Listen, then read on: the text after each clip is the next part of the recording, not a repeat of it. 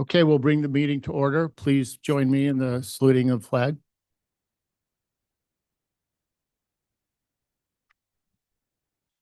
I pledge allegiance to the flag of the United States of America and to the republic for which it stands, one nation under God, indivisible, with liberty and justice for all.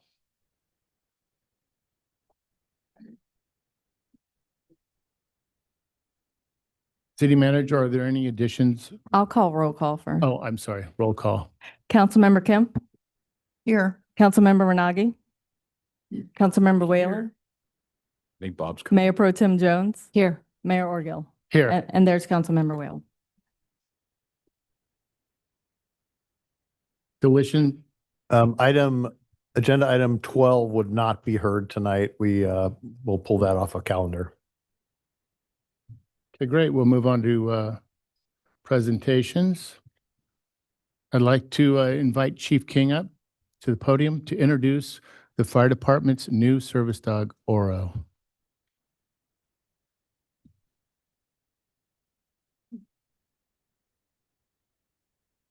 Good afternoon, Mayor, City Council. Nico King, your fire chief. On behalf of the Laguna Beach Fire Department, we're excited to welcome our very first peer support canine to the department.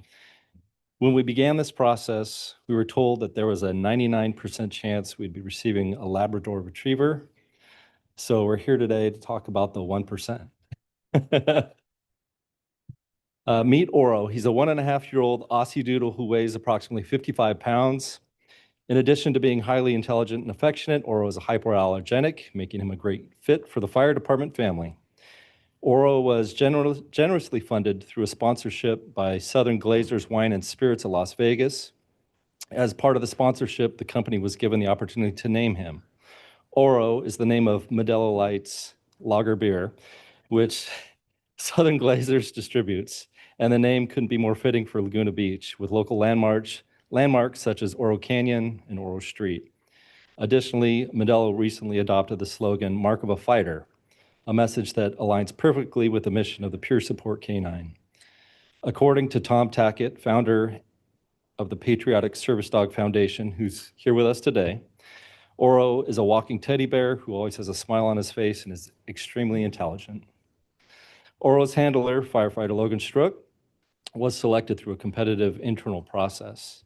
Together, Logan and Oro completed a comprehensive 4-month training program to prepare for their new assignment serving the members of the Laguna Beach Fire Department, and they will be stationed here at Fire Station 1. Oro was provided by the Patriotic Service Dog Foundation, whose mission is to support military veterans and first responders by raising awareness of their needs and providing service dogs to those who may benefit from long-term mental and physical assistance. In his short time with the department, Oro has already participated in multiple critical incident debriefings and has quickly become a valued member of our family. We're confident that he'll have a lasting and positive impact on the health, wellness, and resilience of our personnel for years to come. So please join me in welcoming Oro to the department. Thank you. Welcome, Oro. Oh, no.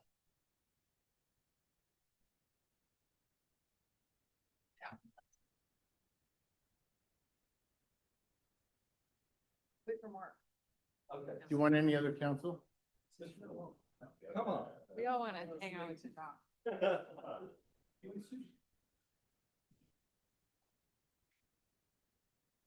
Come on, Sue. Holly. Oh, go right ahead. I'm just a mom. I say you to let the mayor go.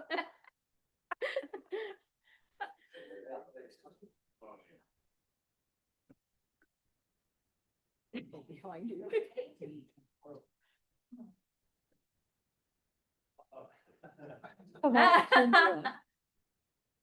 Picture shy, Is that your best? Yeah. camera shy.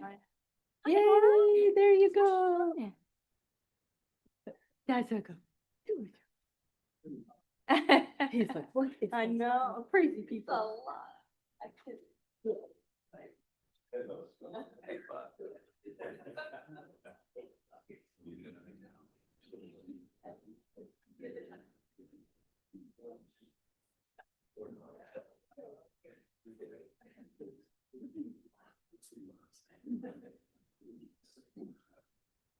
Now we'll invite Eric Jessen up to the podium for his Historic Society presentation. Well, that's a hard act to follow. Good evening or good afternoon, Honorable Council, staff, and to our town citizens. Okay, so last time I explained that in 1769, the Portola expedition turned up San Juan Creek and never saw the Laguna coastline, which left the door open for homesteading. And that's what we're going to talk about tonight. It's not hard to admit. Next. There's the homesteading. The white area that's within the red oval is the homesteadable area within Laguna. Next. It's not hard to imagine that in their infancy, most of these 41 homesteads, fiefdoms, were managed and underwent early stages of development based on the whims of the landowner. Next. Each was a blank canvas on which to carve early dirt roads, plant some trees, build a house, raise some chickens or other livestock, and take a crack at farming, like growing cucumbers or melons, or as in the case of Fred Lang's family, growing tomatoes on the floor of Aliso Canyon. Next. But eventually, one by one, plans began to be drawn up to develop many of the homesteads. Plans such as this unique 1906 Coast Royale tract map in the Goff homestead, which never got built. Now notice on the right-hand side of the image, numerous deep ravines to the right of the proposed streets that were actually in the Shrewsbury homestead. Well, here's a photo next of what those ravines look like. Can you imagine a landscape in Laguna Beach that looked like that? Collectively called the Honeycomb Canyon, Myford Irvine bought the land and paid for the mass grading to build the South Coast Hospital there. And coincidentally, he was helping to build 2 other hospitals simultaneously in Orange County. Now, this remarkable terrain no longer exists to drive you through, but we're going to try driving you through a couple of other remarkable homestead spots in town. One of them is uphill, one of them is on flat land, and another one is downhill, so that you can get the flavor of the terrain across town. Next. There's a little non-remaining section of the original Bluebird Canyon Road when it was originally built much higher above the originally thick forested creek in the Lorenzo Brooks homestead. Old remnant, old Bluebird Canyon. Bounces around. Tom Lamb is standing in the shotgun seat in my car with his body sticking out of the skylight to photograph this.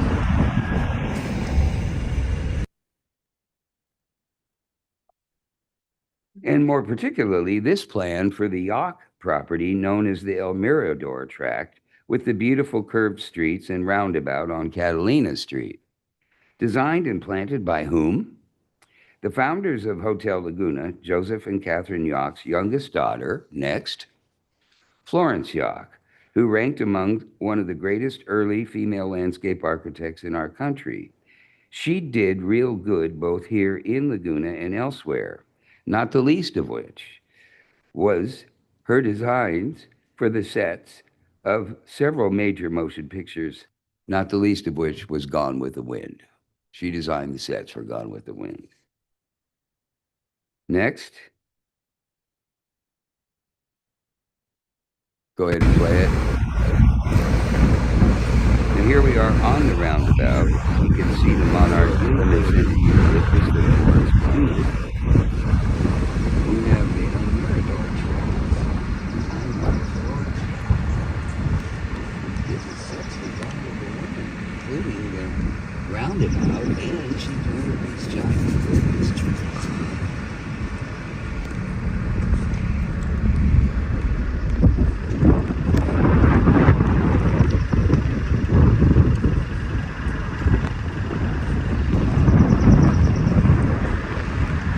We went around twice, we just couldn't resist the temptation. Next, and here, get a flavor.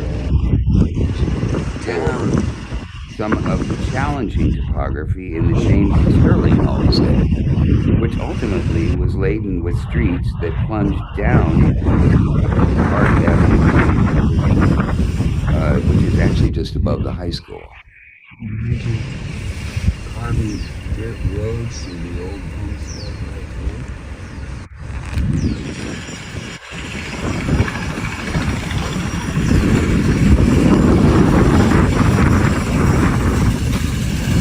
As we approach a never-ending construction site in Laguna Beach.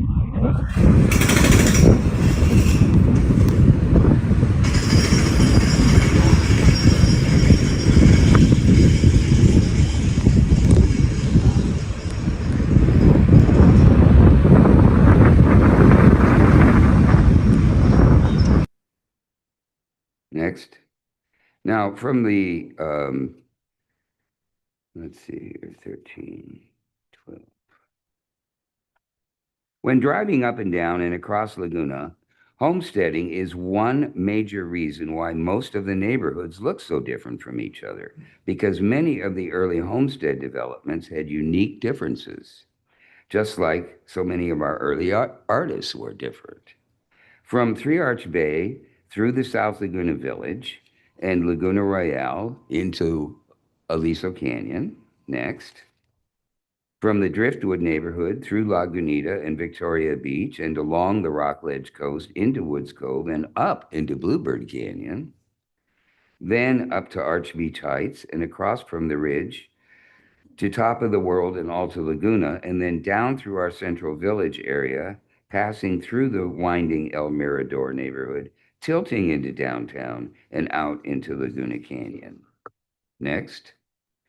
And then we cruise northward through the graces of the King of Spain into Rancho San Joaquin, where homesteading wasn't possible, embracing North Laguna, Emerald Bay, and Irvine Cove. Next time in part 3, we'll take a look at what our founding artists did to help to shape the town. Thank you. Thank you, Eric. Greatly appreciated. Next, we'll move on to a proclamation for a very special person. And after I give Gavin his proclamation, I'll ask various council members for their comments regarding Gavin.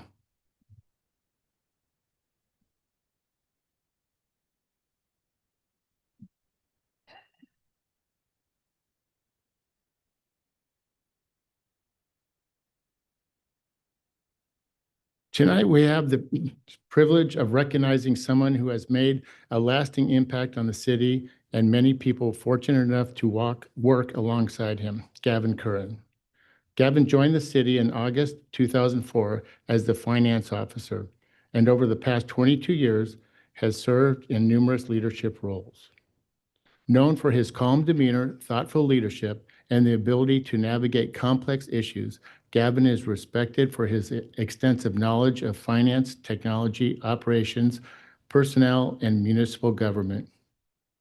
He has always been willing to help anyone who asked for assistance, famous for his turning a simple question into a comprehensive lesson. If you asked him what time it was, you were likely to learn how to build a clock. His depth of knowledge is remarkable, but what truly sets Gavin apart is his generosity with which he shares it. Gavin has earned the respect and admiration of colleagues throughout the organization because of his integrity, humility, reliability, and ability to bring perspective and reassurance when it was needed most. His legacy is reflected not only in his projects completed, budgets balanced, challenges overcome, but also his culture of service, professionalism, and compassion. He has helped further and foster throughout the organization. On behalf of the City Council, city staff, and Laguna Beach community, we thank Gavin for his 22 years of dedication, service, and wish him a retirement filled with happiness, adventure, good health, and plenty of time to explain how clocks work to anyone willing to listen. Congratulations, Gavin, and thank you for everything you've done.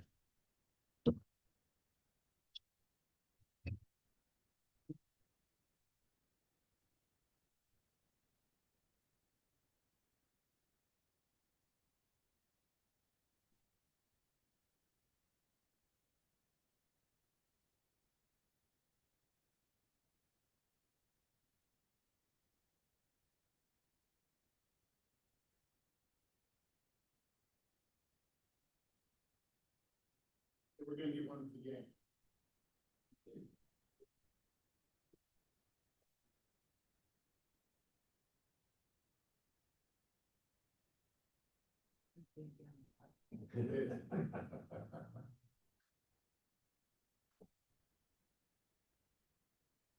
Thank you. When's the last day? Next week, Thursday. Thank you, sir.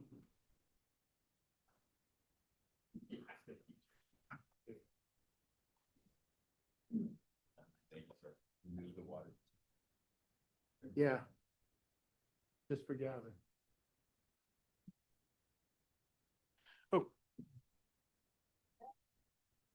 Mr. Mayor, do I get 3 minutes? Yes, you do.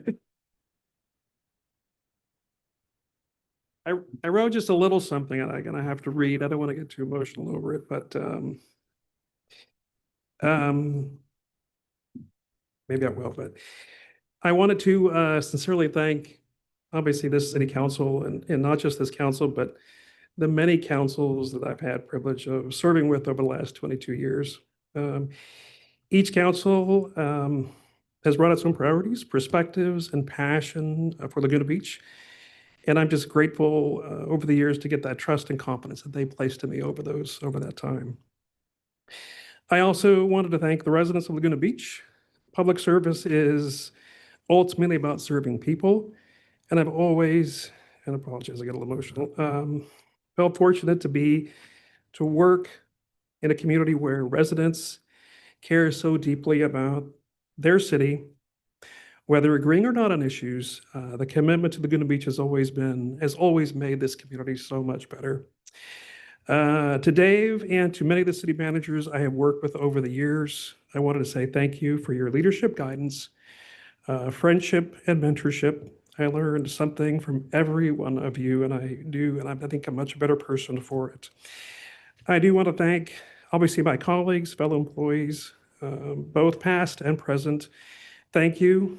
The truth is, no accomplishment belongs to any one person. Everything we achieve is the results of dedicated people showing up every day, working together, solving problems, and supporting one another. I've been incredibly fortunate to work along some truly talented people over the years. And I want to thank everyone for their friendship, their patience, and yes, for putting up with me for the last 2 decades. When I look back, I'm not going to think about budgets ever again, staff reports or projects, nearly as much as people might think I might. But I look back at the friendships, the challenges that we all work through together, the many, many late nights that I've been in this council room and meeting, a lot of the difficult decisions that I've made over the years, the laughter, and just the shared sense of purpose.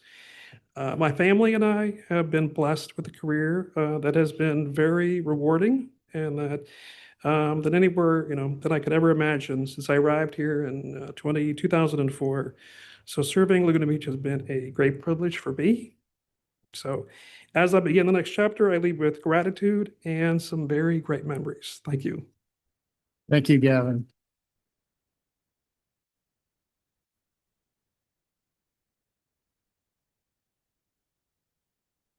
Do we have some comments from council?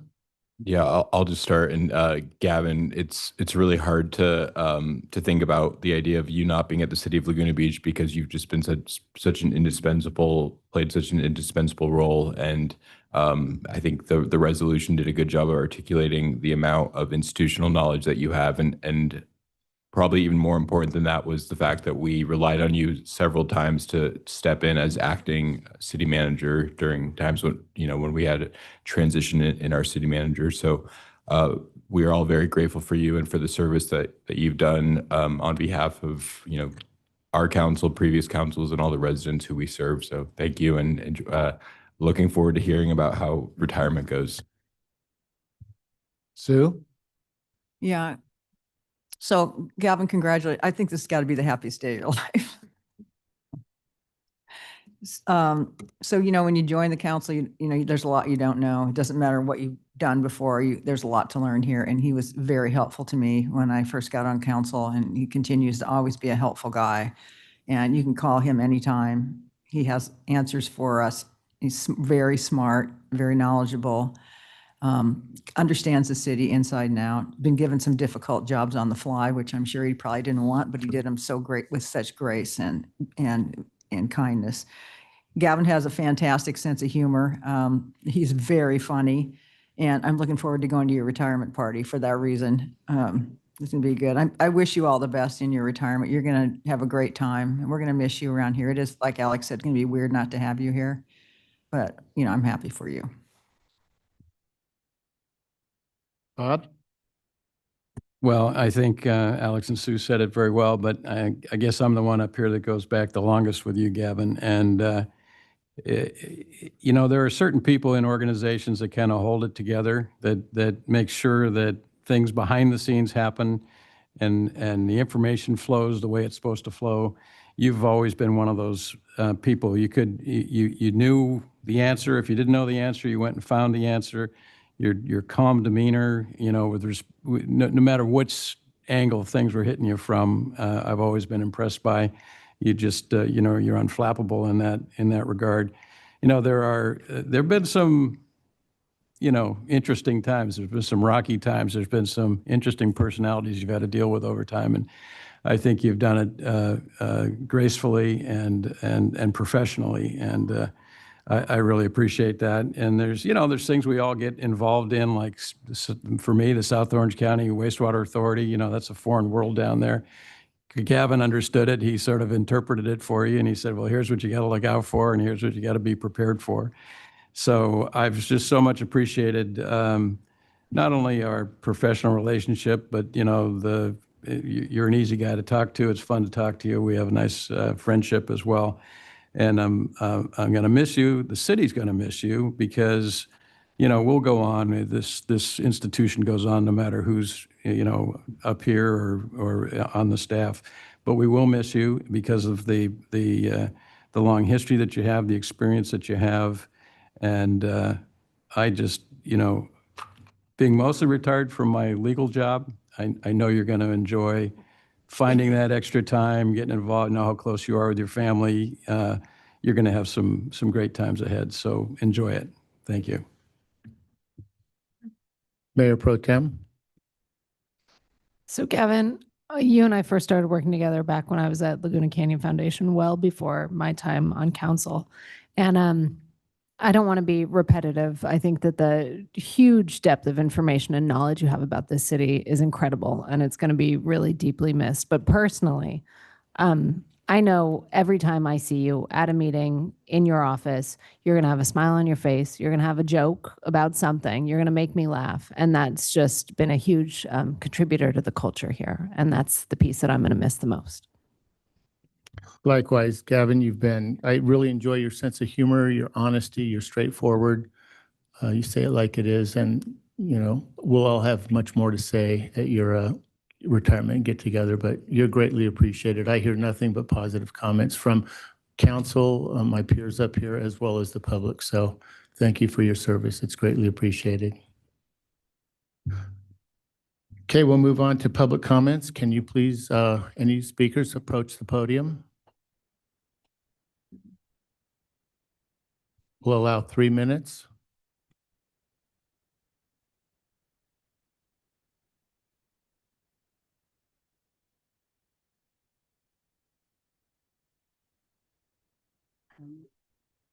Hi, Hello. I am here. Can you state your name, because please? I was told, Your name? oh, sorry, Lorna Shaw. And I'm here because the other day, once again, I tried to get out of my house and walk 3 houses up to around on Temple Hills Drive to around Lower San Remo. I took my life in my hands. Cars go down Temple Hills Drive now at 70 miles an hour. There is a little black car, little boxy black car. There's no way I can get his license plate. He goes down at around 5, but he's not alone. They zoom down at 70 miles an hour. They go up, some of them, at 60 miles an hour. But that's on the other side of the street. On my side, the north end, I don't know what direction, the left side going uphill, it is not possible to safely go to the corner where they have the transit, the Laguna Transit buses, and they ask you if you're going to go on the bus or the shuttle bus, the little bus. They ask you to go on the upper side of San Remo. I can't get there safely because they come around and that is a blind turn onto San Remo. They're hitting something that is a slight mound and they go bouncing and then they lose, you see the car losing a little control and then it hits the ground and then it bounces some more and then it looks like it's coming straight at me. The other thing is cars park at the top end of my side of San Remo along Temple Hills Drive so that there's no possible way of getting even to the corner without going across the marked lines. I don't want speed bumps. Speed bumps will not solve the problem. They would add to it. Something has to be done. I or someone else is going to get killed. So my solutions are one of two, and I know which one I want. Stop signs on 3 directions, coming up Temple Hills, coming down Temple Hills, and coming from San Remo. You want to make it 4, there's no access from the water district, doesn't matter. But I don't think stop signs will work. I want signal. About 15 more seconds. Okay, I want a stoplight with signals and a camera so that you can catch them. The police say they can't do it. It has to be a city council decision. And I'm asking you, I'm pleading with you. It's a death waiting to happen. Or Thank more you. than one. Thank you. We'll take it under consideration. Next speaker, please.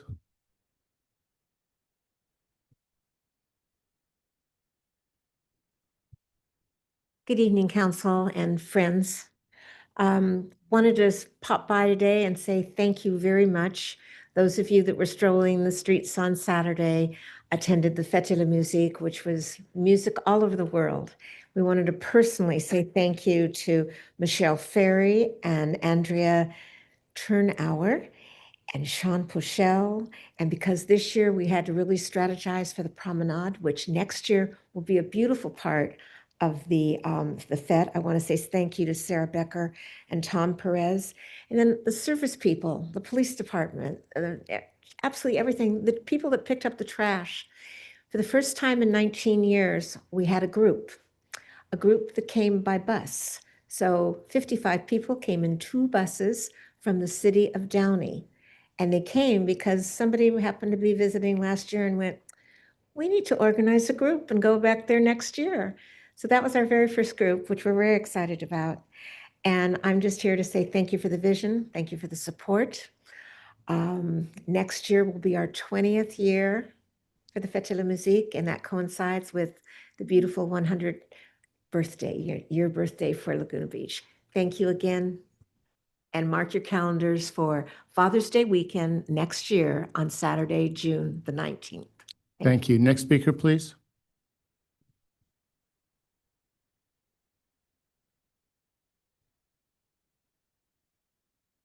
Hi, John Thomas. I just want to say one thing about Gavin. I'm going to miss him. He and I've talked about the budget many times. You've heard me talk about the budget many times. I know it's an acquired taste, but he has a unique ability to actually make talking about the budget fun. So it's all his fault. Thank you. Next speaker, please.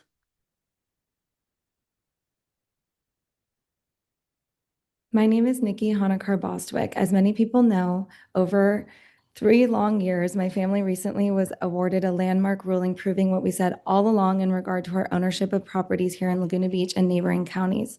Since my posts magically keep disappearing on Nextdoor, I'm here to ensure it's reflected in the public record how my family was treated by the city of Laguna Beach during the process. I believe many of the damages my family suffered were made significantly worse because the city failed to protect our rights as property owners and allowed individuals claiming control of our properties to illegally take away our possession while these disputes continued. I believe that had the city protected our rights, we would not have lost our properties. What I continue to struggle with is the city's claim that it was neutral, because throughout this process, the city had access to court filings, evidence, and information proving our case, yet they repeatedly took actions that appeared inconsistent with the rights my family was fighting to protect. Neutrality is difficult to reconcile when actions overwhelmingly benefited the very people who have no rightful claim to these assets, while also causing extraordinary harm to us who are fighting to protect them.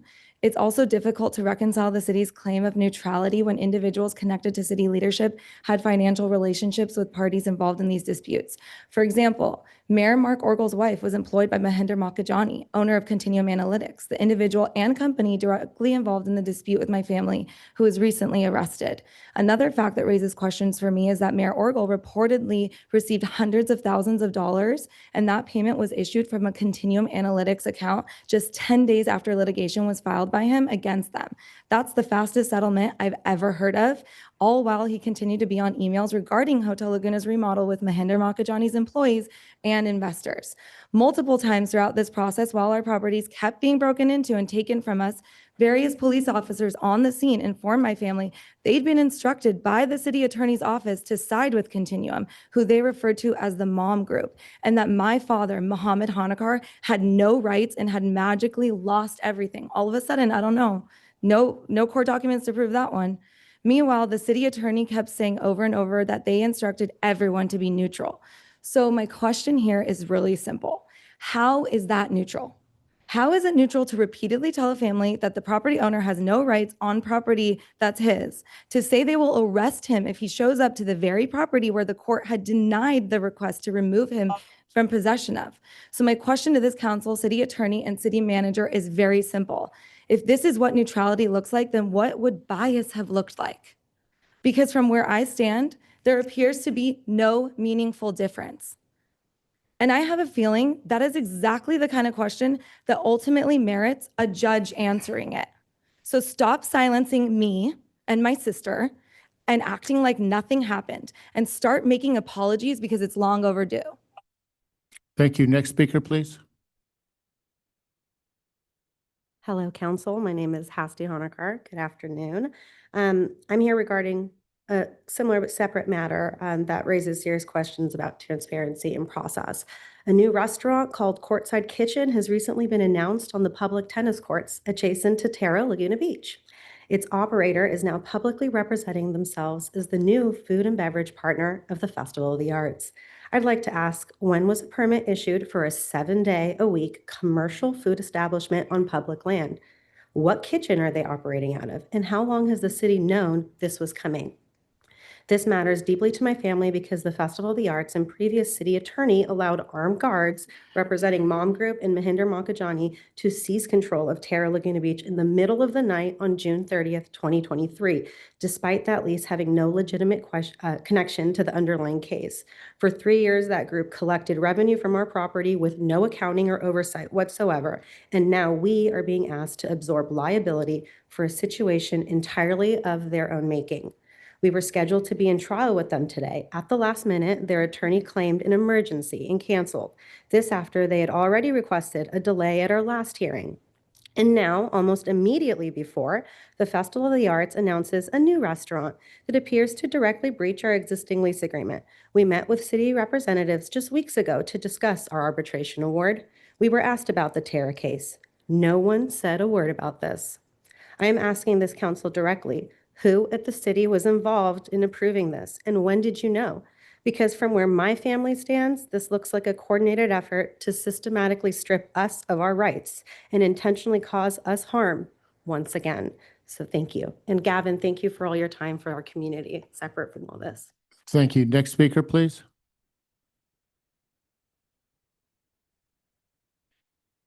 Good evening, City Council, or afternoon. Today I want to talk about a vital local issue right here in Laguna Beach. Protecting our community from health risks like West Nile virus while managing the Aliso Creek sand berm responsibly with continued frequent berm breaches. In Orange County, West Nile virus remains a seasonal concern transmitted by mosquitoes. While there have been no human cases reported in 2026 so far, nearby cities like Newport Beach, Huntington Beach, Buena Park, Santa Ana, and Seal Beach have seen positive mosquito samples this year.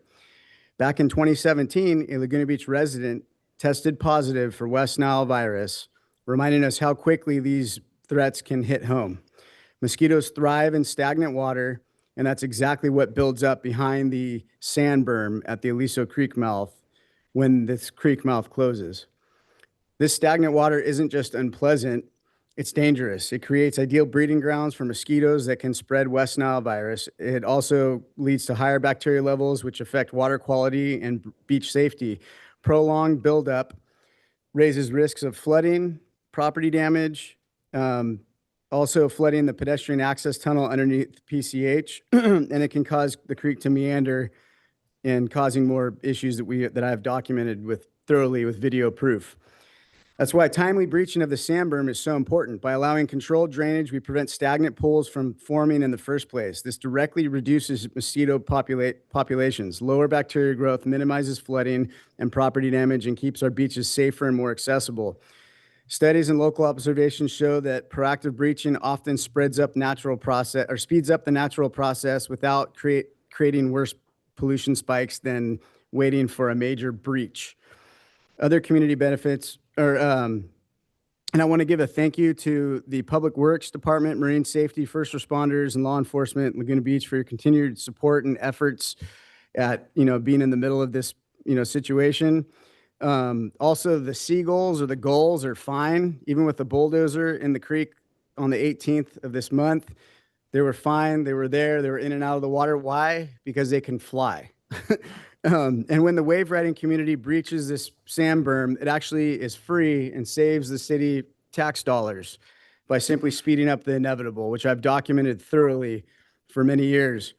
Please don't believe the lies that are being spread about this area and stop funding false information and these lies. I've been here 41 years, 3 generations for my family, and know this area like the back of my hand. And even some longtime locals have been breaching this berm since the 1970s. So break the berm, don't believe the lies. Thank you. Thank you. Next speaker, please. Any other speakers? Please approach the podium.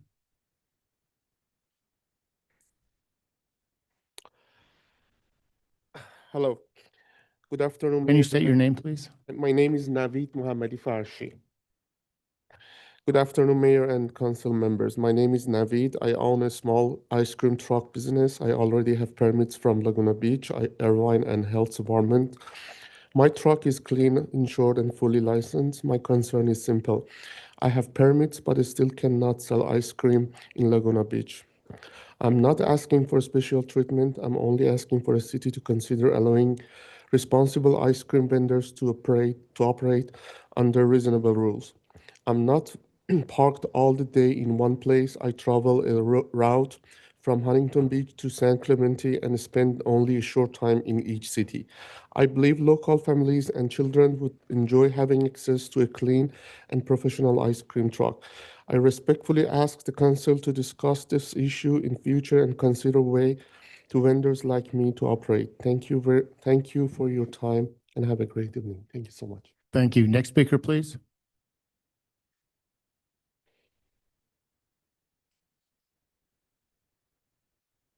Yes, that's the appropriate time. Okay.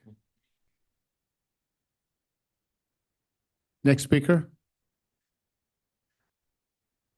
Excuse me. No other speakers? Last chance? Okay. We'll close public comments and continue with matters from the mayor and city council and city manager. City manager, do you have any comments? I'm going to give a little promenade update. As folks who peer through the fence like me know, there's a lot of brickwork going on right now. The major part of the brickwork now is going to start in front of the storefronts, and most of that's going to happen at night. That's a thin paver layer that goes down, and they'll be followed up the next morning with plywood to board it up in most cases because it doesn't dry in time, but in order to try to keep the storefronts open. So we're still moving aggressively towards later next week to have several aspects of the promenade open. Again, the trees are in, they're planted, the irrigation's in, the lights are up, the poles are up, the street furniture is being delivered. So ask me in a week how this is going. We'll be optimistic about it. Thank you. Thank you, Madam Attorney. Mr. Mayor, I just wanted to provide a quick update on Via Rockledge because I know that we continue to get asked questions about that. We have filed a receivership lawsuit in an attempt to try to get a handle on what's going on there. That process is kind of a long process to get up to filing the complaint, and then we're actually still in the process of serving people because anyone that has an interest in the property has to be served. But in any event, I wanted to I think, provide an update that not only is that lawsuit filed, but that we are also, as code enforcement is also continuing to pursue code enforcement paths. I think that kind of every avenue we have, we're exploring on that. And so we'll continue to provide updates as we have them. Thank you. Thank you for that update. Can we, once the lawsuit's filed and served, can we file for some expedited relief, like the property's being wasted away, and if we don't get an immediate appointment, it'll only be further damaged? And can we, in other words, instead of waiting for a regular hearing date, go in ex parte and say we need something ASAP? Yeah, Councilmember, that's a great question. I think we could seek ex parte relief to move up a hearing date to try to get a receiver appointed, given the unique circumstances of the historic structure. Councilmember Kemp. Thank you, Mayor. I just want to thank the organizers of the FET. I saw Karen's here. I don't see anybody else, but it was really a beautiful day. It was fun. And I said to Pat Kalenda, who's on the committee, gee, we should do this twice a year. She didn't like that very much. She just rolled her eyes like, you don't understand how much work this was, but it was great. Yesterday, I went to the police awards ceremony. It was very well done. We talked, there were quite a few awards given out.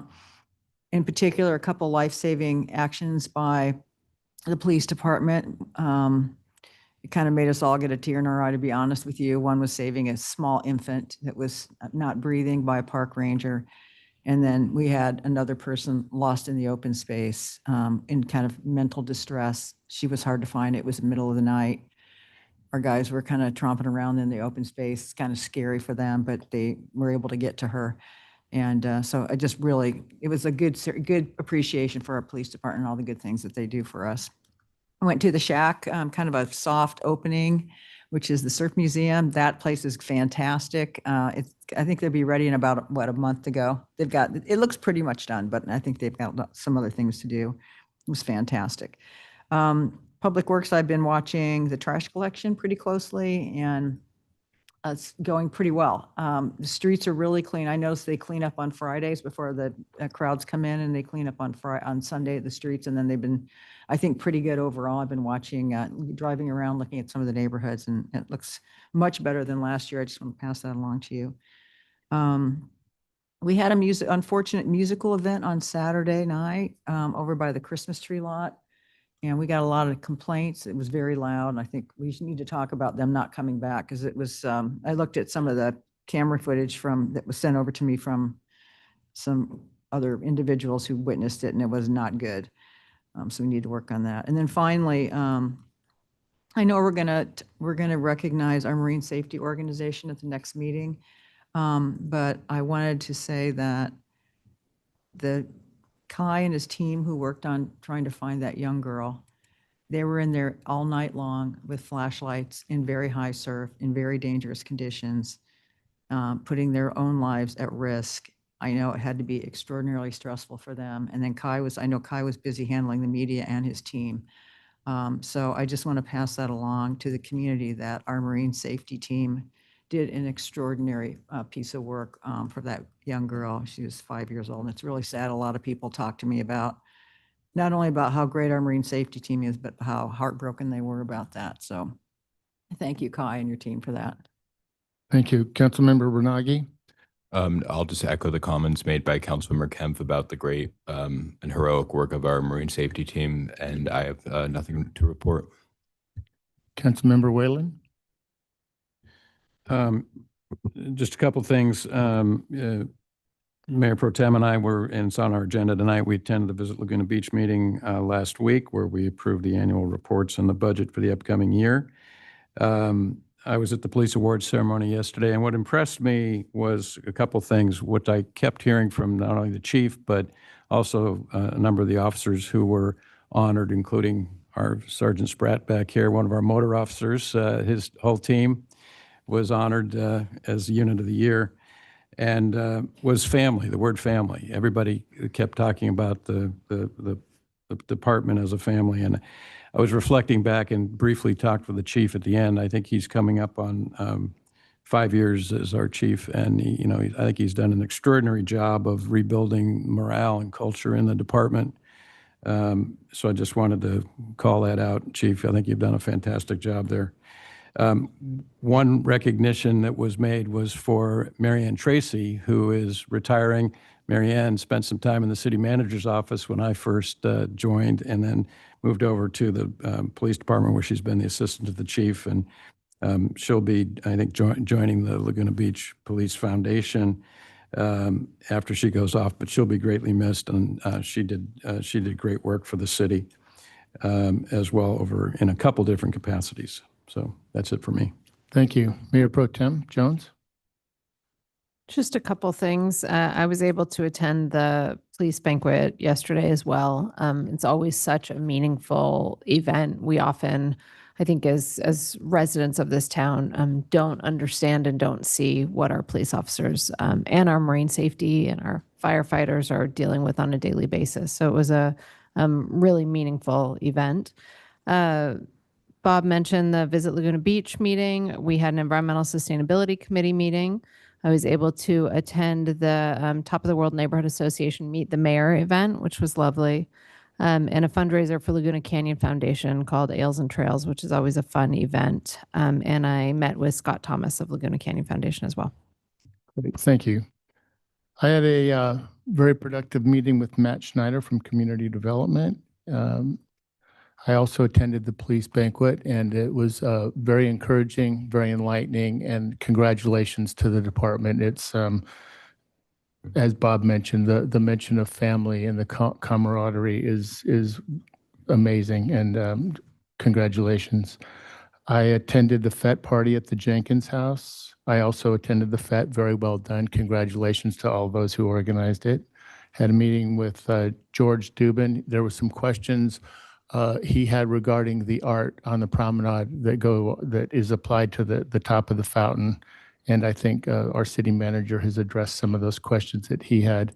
Had a meeting with Sue Kemp. I attended my last meeting at Vector Control, so that's behind me now. We had a proclamation, right. Bob and I had a revenue enhancement meeting. I met with a couple of our police officers, including Priscilla, and they gave us a demonstration of the police dog, the canine, I should say. And I really appreciate their time that they spent with us. And thank you, Beckett, for coordinating that. Had a meeting with Catherine Yurka.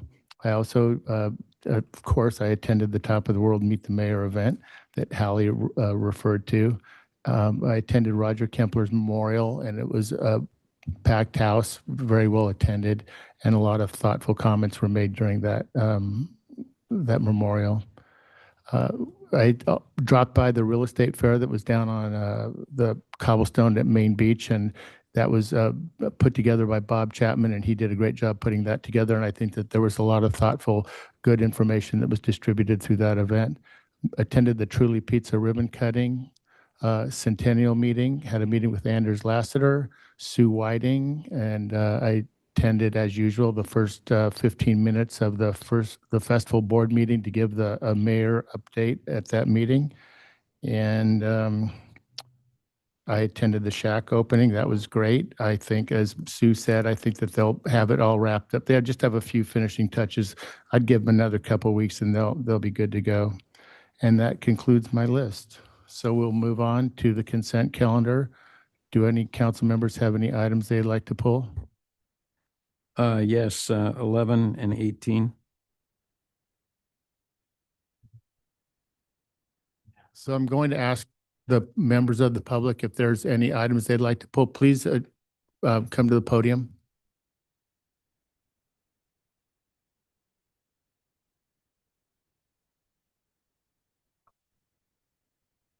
Number 16, Can you state your name? Mary Locatelli. Thank you. Any other?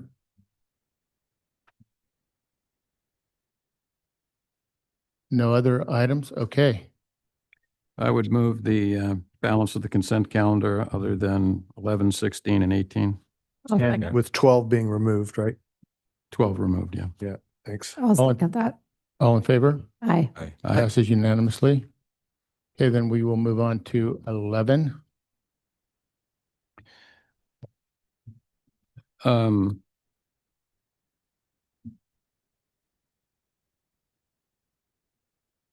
I don't need a long staff report on this. I really just had a question and a request for a clarification. So this is, I know we don't have a lot of flexibility with this. This is a use restriction and agreement regarding a long-term management plan for the creek out by, the animal shelter and that, all the property we own out there. And the use restriction is, pretty significant. It basically says on page 6 of the staff report, the covenant which runs with the land and is in perpetuity, so we're agreeing to something forever and ever, says we can't do any activities that would result in soil disturbance or vegetation removal other than the removal of non-native vegetation and fuel modification. And then it's got attached the map of the area where the covenant applies, which is on page 10. And then an offsite mitigation area, which is page 12. And then the reason this was on our agenda previously, and the reason I had raised concerns with the city manager about it was if you look at page 10 and you look at page 12, each of them, in page 10, it sort of sticks out into the parking spaces. And we've got a bridge in the middle there that is the access point across.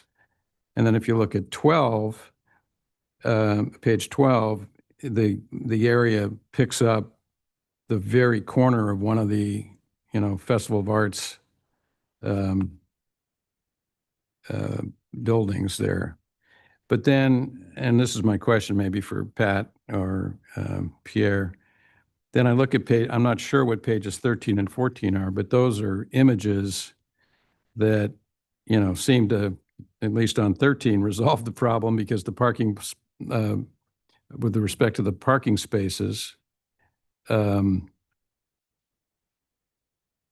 likewise 14 is a different image. So, can you kind of explain to me why we've got two different sets of pictures here and which one is really going to govern? Yeah, good evening, Council. Pierre Sawaya, Capital Program Manager, Public Works. So the revised exhibits shown are really located on pages 13 and 14 to really show the areas that were impacted by the project and that were restored and monitored over that 5-year period. So it doesn't really eclipse or go into that parking lot area. So it's those yellow boundaries that are restricted to the areas that were improved, monitored, and will continue to be mitigated into the future. Correct. And then just to follow up on that, Councilman, I believe this was an iterative process with the Regional Water Quality Control Board. The exhibits for which you see on pages, 10 and then 12 were basically the graphics that were kind of in the project description and then some of the other documents related to the project throughout. However, you do catch a good point. The one on 14 is going to be the one that replaces page 12, such that it will not catch any of that kind of cement or kind of corner of that building.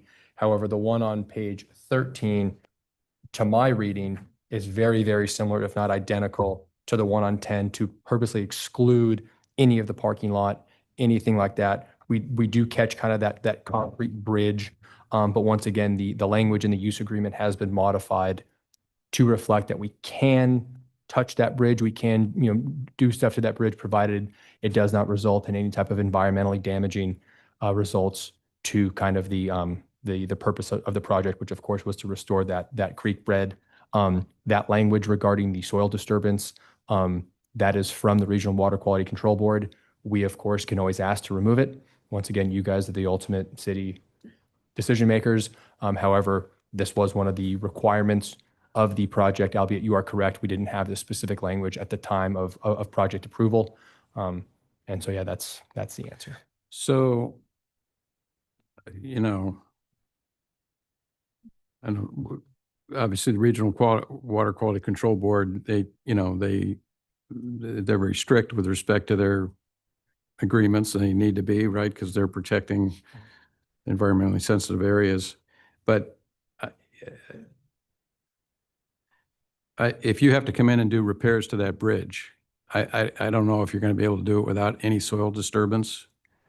I mean, I think you should, maybe you can, I don't know. But I think that last sentence in section 2 says you can't do any soil disturbance.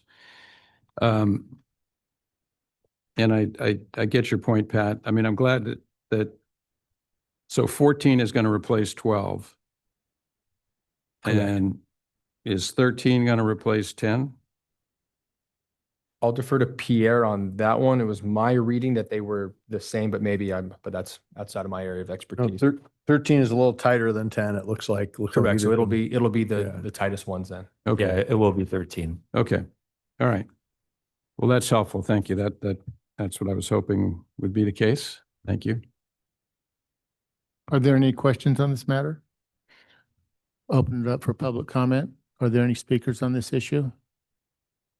None. Close public comment. Bring it back to council. Do I have a motion? Well, I assume staff's comfortable with the language on the prohibited, not allowing for soil disturbance. I mean, you're going to have to, that bridge is going to have to be touched at some point in the future, I guarantee you. But if you're comfortable with it, then I'll make the motion that we approve it with the substitution of the inclusion of the maps on 12 and 13 in place of the maps in the agreement. I'll second. All in favor? Aye. Approved. Okay, we'll move on to 16. Who pulled 16?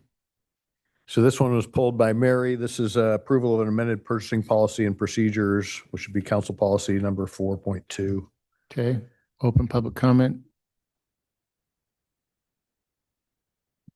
Yeah, Mary Locatelli, you might recall that I was very much in support of the new purchasing policy that we adopted late in 2025. I thought it was a real positive step forward in strengthening the city's internal controls surrounding the purchasing function, and I commended at the time the Director of Finance and the City Manager for bringing it forward. For the most part, I also support the changes being proposed tonight, using a city purchase order rather than a formal contract for purchases of goods and commodities. Up to $30,000 would seem to be a reasonable nod to efficiency without unduly sacrificing internal controls. And I can't see any reason why not to move the policy from an administrative policy to a city council policy.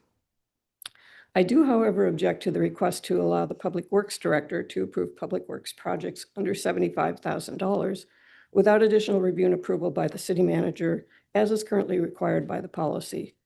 There were some ideas in the mock-up or the red line version that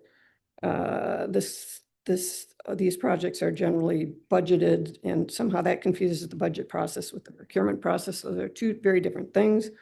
And there was a comment that bypassing reviews and approvals would improve responsiveness, strengthen project delivery, and reduce administrative delays. I would say that could be said of eliminating almost any internal control. I mean, that's what controls are for, is to make sure that we have checks and balances. So I believe proper internal controls would dictate that the authorization for spending funds rest not with just a single individual, better remain with the approval remain with the city manager or someone in his office that he designates. Thank you. Thank you. We have a presentation or comments based on Just comments, just to address that. Just wanted to bring up that council adopted CUPCA last year as part of the purchasing policy. CUPCA stands for California Uniform Public Cost Construction Accounting Act. So as part of adopting CUPCA, part of that is public works projects under 75,000 are not subject to a competitive solicitation process. So this request to allow the delegated authority to the department head for public works projects under 75,000 signature authority falls in line with that. So I just wanted to bring that up. Ultimately, it is council policy and council decision. Thank you. Close public comments. Are there any questions? Council have any questions? Any comments? None. I'll open public comments again. Oh, Bob, did you have a comment? I'll open public comment again and ask if there are any other speakers on this issue. None. I'll close public comment and bring it back to council. Do we have a motion? Mr. Mayor, can I just note if the motion could include, there are some like inconsistencies in the numbering and stuff throughout. So if you could just also include to direct staff to kind of clean up the numbering so that it's easier to follow once we're citing to it, that would be helpful. Thank you.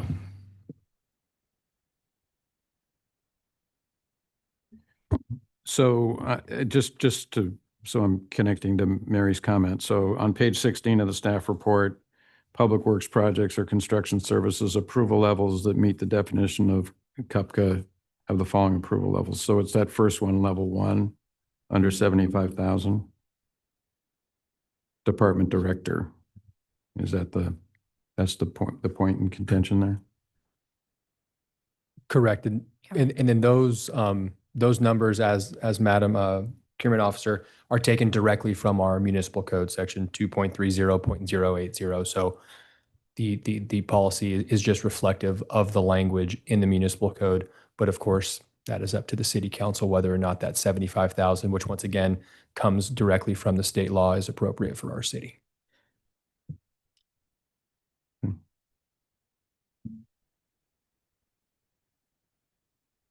Are we prepared for a motion? I don't have any other questions?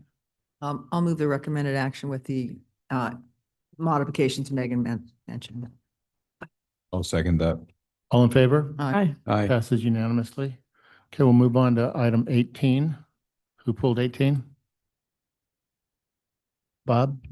Yeah, I did pull 18, and maybe Tom, Tom Perez, our city engineer, and Pat Donegan, city attorney, will come up. I asked this to be pulled. I think it's an unusual agreement. I don't think I don't ever recall having one of these before in my time up here. And it relates to, some construction over the Pacific Edge project. So maybe Tom, can you just walk us through it a little bit?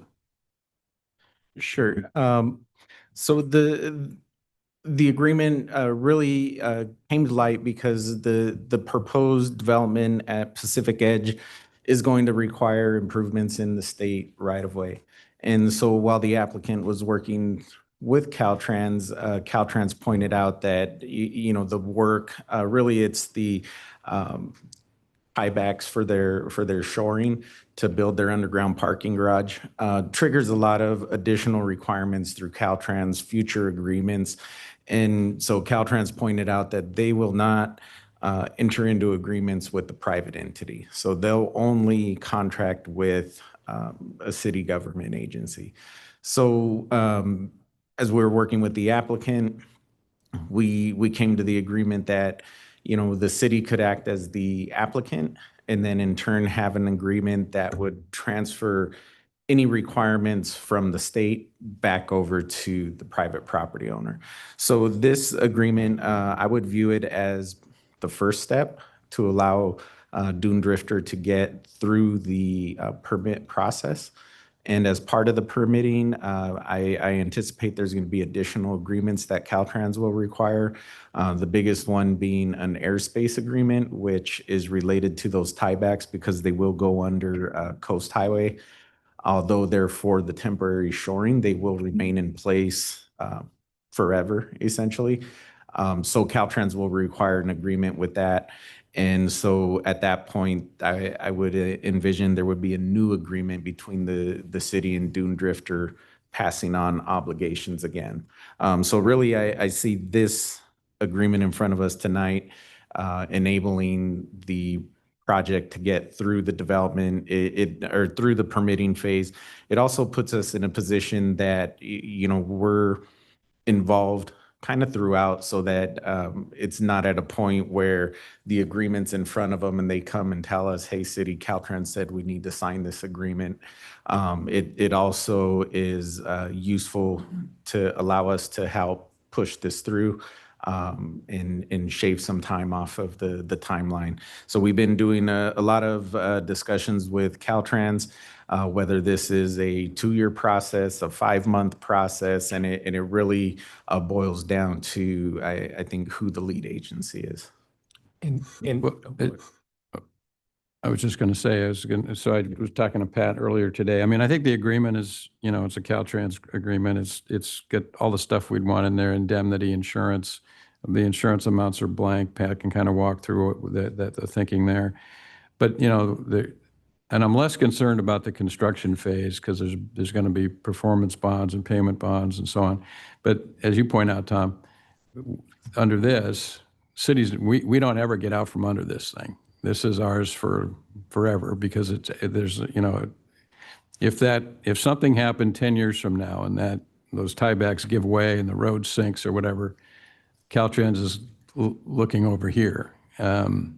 So we really need to make sure that we've got long-term, you know, security that that protects us. You know, if that, and it's not unheard of, right, for construction defect things to emerge years after the fact. So anyway, Pat, maybe you can jump in on that. Sure, yeah. So, you know, this was a great point that you brought up earlier this afternoon. And the way that we see it, there's probably there's not a one, silver bullet. My suggestion is kind of as follows. One, we plan to make that maintenance bond, which is, basically designed to say, hey, after construction, it extends, there's usually some temporal limit on it, whether that be 1, 3, or 5 years or longer. We're going to lean towards the longer one, i.e. maybe 1 to 3 years, maybe even 5. We'll see.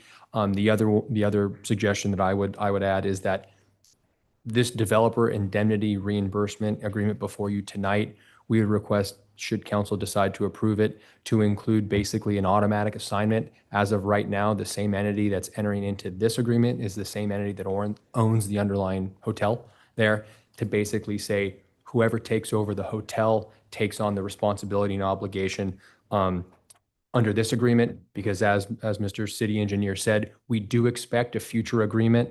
However, you can't agree to agree in the future. And so while we do think that there's going to be a stronger agreement in the future that's going to be formally recorded, that kind of articulates this as kind of a belt and suspenders approach, I would advise that we once again include that additional, not additional, but with the understanding that maintenance bond is going to be a little bit longer. And then that proposed language in here such that if the LLC, if the hotel changes ownership, if this LLC dissolves and they want to, basically transfer it somewhere else, the obligations, insurance, and responsibility under this continue on to that next corporate entity.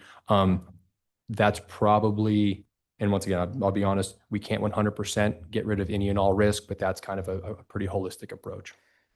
I mean, I think the other point that and you and I talked about this a little bit, and this may be something Tom and maybe Mark McAvoy's got some experience with this. I mean, I imagine this isn't the first situation where this has arisen, right? There have to be in LA and other places, maybe even Irvine, where large private projects are encroaching with, certain improvements into the right of way.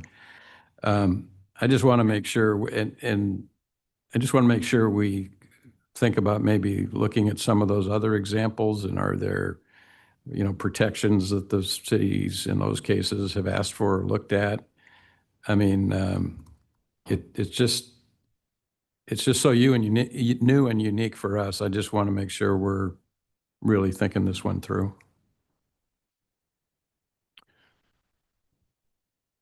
So Pat or Tom, Bob mentioned that this system, these tiebacks were in place for the shoring, not for the final retaining system, retaining walls, and that's correct.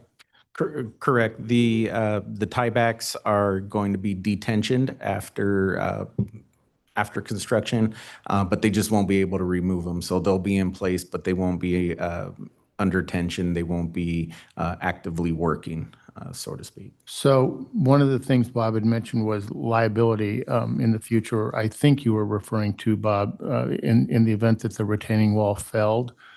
Is there any language in here that discusses the fact that this whole, what we're doing is related to the time period that the tiebacks are going to really serve their purpose? And, or would it be worth mentioning that? Yeah, it's not specific to that. I think my one hesitation would be is that because the system's not fully designed, it's hard to get too specific. But I think those details would be addressed in the future airspace agreement between the city and Caltrans, and then a separate agreement between the city and Dune Drifter. And that would be the point in time when we would also understand exactly what Caltrans would be requiring, whether it's insurance-wise, indemnity, and we would want to pass all of that directly back on to the hotel. Thank you. Do any other council members have questions of staff? None? I'll open it up for public comment. Are there any public comments on this issue? None? Okay, I'll close public comments, bring it back to council. Any other comments, Bob? Any other? No, no other comments. I mean, I'm prepared to move approval of the item with sort of with the added direction to our city engineer and the city attorney to look further into the security that we should request and we're entitled to under Section 8.1 of the agreement. And that the agreement also be revised to do what Pat said, to make sure that whoever the owner of the hotel is, these obligations run to that entity. So I'd move that. I'll second. All in favor? Aye. Aye. Passes unanimously. Okay, that's that for the consent calendar. We'll move on to the regular business, starting with number 23, the adoption of the fiscal year 2026, 2027 budget. So this next item, as you note, Mr. Mayor, the adoption of the budget. We're going to have at least three of us run through this presentation with you. This is a continuation from your session on May 12th, which was hearing the proposed budget. Jane is handing out a revised resolution of adoption that addresses a number of concerns that and corrections that we talked about earlier. Anne Marie is handing out a document that I helped work on with Alex, with Councilmember Ranagi and Councilmember Kemp, involving some further budget guidance. I wanted to, as we do this, introduce Amy Massey. Amy is our new finance manager. Amy's been with us, I think, 3 weeks. So there's nothing quite like diving into your role as a finance manager, having to work on the budget adoption, especially in Laguna.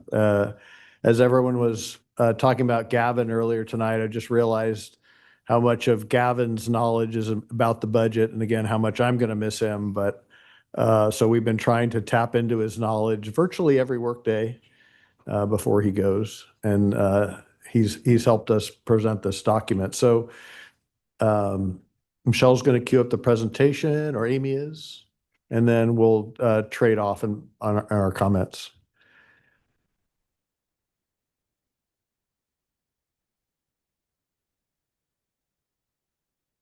As we do that, I wanted to thank all the department heads and their budget folks, as well as Amy and Michelle, for all the work that went into this. Again, Laguna is a fairly complex place to budget. And we'll talk about that a little bit, but I sure appreciate all the effort that we went into, especially in a year that's a little bit tighter than usual, to try to come out with something that is balanced. So here we go. This is, again, the adoption of the coming fiscal year's budget, which for the readers at home starts on July 1st.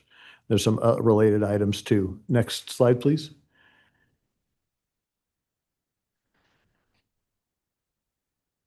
So the presentation, we're going to summarize some of the public input we've had. We're going to talk about the main focus of this discussion tonight is going to be changes to the proposed budget you saw on May 12th. So basically, the base budget is the May 12th budget, and then there are changes and suggestions too. And then kind of summarizing what the key efforts funded will be. I want to spend a little bit of time with you about some unaddressed issues. Those are in attachment 7 to the public's, to the document that's posted.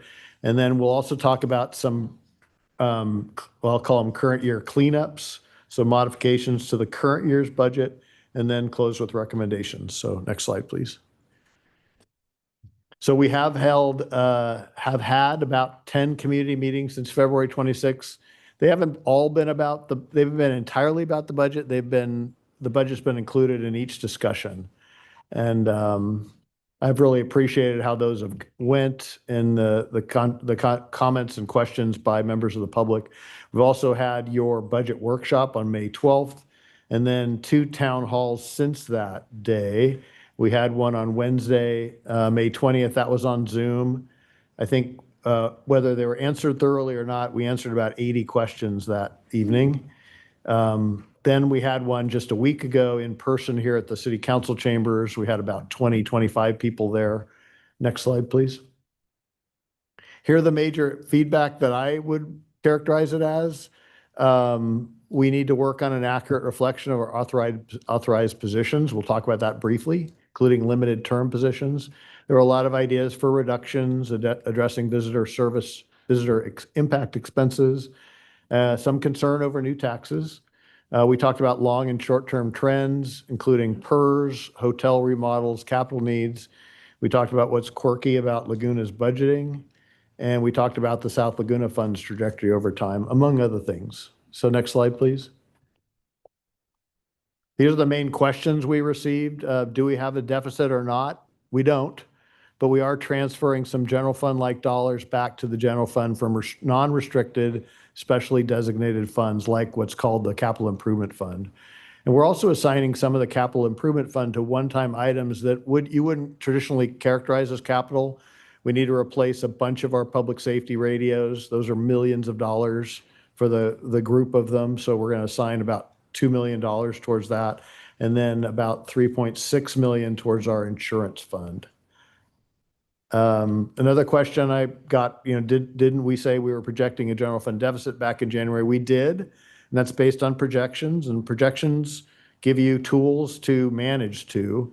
So Michelle and I work with the departments to pare back a lot of the proposed expenditures based on those projections so that we're not running a deficit. Next slide, please. Yeah, was I successful in doing that? Generally, yes. Several of our suggestions didn't come to fruition. The council participated in those discussions. That was fair for Laguna Local, a paring back of days and hours, and that's still pending. And then the parking in South Laguna program, that was a revenue expectation that was appealed to the California Coastal Commission. So that was a successful appeal, which means generally we'll miss a lot of summer's parking revenue. Risks still remain, including revenues coming in below estimates. Certainly, we watch the economy carefully. And one of the things that Michelle and I have pledged to you folks is we're going to come back at least once a quarter with updates on expenditures and revenues. So I think that'll be a good tool to adjust as we go. What does this mean for our longer term projections? There are tight years ahead. As I mentioned before, the PERS costs are peaking. That's a good thing that we're reaching this point where unfunded liability is going to reach a certain peak and then start to come down again, assuming PERS investments are at least at their discount rate. This could be worsened by a recession, clearly. We have a couple of years here. Tom and Patrick just mentioned it, that involving the Pacific Edge. It's one of our major hotels. It'll be down for 2 years. So that knocks down our revenue a bit. And many costs are fixed, just like you are seeing at home, our insurance, our water, our fuel, our benefits, the fire prevention activities. These are fixed contracts. And then I said this in each of the town hall meetings, it's really hard to shut down programs anywhere in California because of the law. But in Laguna, because most of the programs we have, if not all of them, are really desired by different individuals. So my conclusion here, without new revenue or significant expenditure reductions, the longer term outlook does show shortfalls, but we can manage to that, and including a potential revenue measure or those significant expense reductions. Next slide, please. This is our amended authorized full-time position chart. We tried to show kind of the trend over time. You see, and don't have my glasses. Yeah, we added the down at the bottom, we're showing what we had characterized as limited term positions. These we added in 2024. These were intended to be temporary and have been to address the backlog in community development. So I'm able to, with Matt Schneider, reduce those down to just 2. Overall, the position count is down, as you'll see, about a net of 7. And there has not been a decrease in that whole bar chart. So that was, I think, a significant accomplishment. So, but overall, as some of the public say, we've grown by about 86 positions in the last 10 years. And that has to do with the change of our ambulance program to go in-house. We've expanded our emergency preparedness team, I think, very wisely to make sure that we're having community workshops. We're administering our fuel mod carefully. The park ranger program is bigger, and that's because the visitor impacts are bigger. We added the South Laguna beaches. Then community development itself, that just continues to get more complex, although hopefully later tonight you're taking strides to make that a little bit more simple. The other thing that I know we'll talk about briefly is using AI to improve our processing and maybe do the first round of completeness checks and plan checks, first round of plan check. That could significantly affect the size of our organization, hopefully just through attrition. But that explains, I think, a lot of the change, again, with our net going down for the first time in a long time. Next slide, please. I'm going to hand it off to Michelle now. Okay, thank you. This summarizes the impact, whether it's an addition to fund balance will be a positive number, or a reduction of fund balance will be a negative number to some of the changes to the general fund budget that we proposed. There's a couple of changes that are outlined in Exhibit A of Attachment 1 that had no impact to the general fund, so they're not presented on this chart, but it's itemized in detail. For example, in the modifications, we're creating a new special revenue fund called Solid Waste Special Revenue Fund. We're removing $517,300 in revenues and related expenditures from the general fund to this new special revenue fund. The revenues are the CR&R regulatory fee, California state recycling grants, and then the positions and the other operating costs that fund them. On this chart, I wanted to highlight a couple of things. The proposed budget on May 12th included freezing one of our assistant city manager positions. From the feedback we received from the workshop, we received direction that the city council is interested in recruiting for that position. So we're adding the cost back in here. That was not part of our reduction of 7 positions. It was still in our head count, but it was just frozen, and we were using that as salary savings in one of the proposed budget pages. Can I ask you a question? Please. Is that 315 fully loaded? It is. Also, there is a community services officer 1 position that was previously funded in the original budget in our parking fund. We're moving that over to the general fund. The police department plans to fill that as a drone operator position for the city's new drone as a first responder program. The next two are a net wash, but I showed them here to show the elimination of our city arborist position, but then funding a records management coordinator position. During this past fiscal year, the Community Development Department's records management coordinator position was transferred to the city clerk department, and the Community Development Department does have a need for their own records management coordinator. So this is a net wash to the budget and a net wash to the reduction of our 7. We still have our total 7 personnel being reduced. We also had some minor expenses that were missed in the proposed budget related to the PERS Retiree Replacement Benefit Program. As a required program, we're contractually required to pay, and some shared expenses for a property the city co-owns with a former employee. As an offset, this did require us to increase our transfer from the Capital Improvement Fund. So now our transfer from the Capital Improvement Fund in this proposed budget is $2.3 million, and that is necessary in order to maintain our 20% contingency reserve requirement, which based on our proposed budget is $19 million for the next fiscal year. I will have to give the city clerk a revised Exhibit B because our retiring assistant city manager pointed one thing out to me just minutes before this meeting. Retiring assistant city manager Gavin Curran clarified the funding allocation included in the Laguna Beach Tourism Marketing District Management Plan approved in 2025, which allocated $750,000 for the Cultural and Environmental Sustainability Program. The proposed budget allocates the entire $750,000 in the city's separate special revenue fund for cultural and environmental sustainability. However, of this amount, $250,000 of the revenue needs to be reallocated to the general fund because that is to be paid out directly to the Visit Laguna Beach, and only $500,000 should be in our special revenue fund.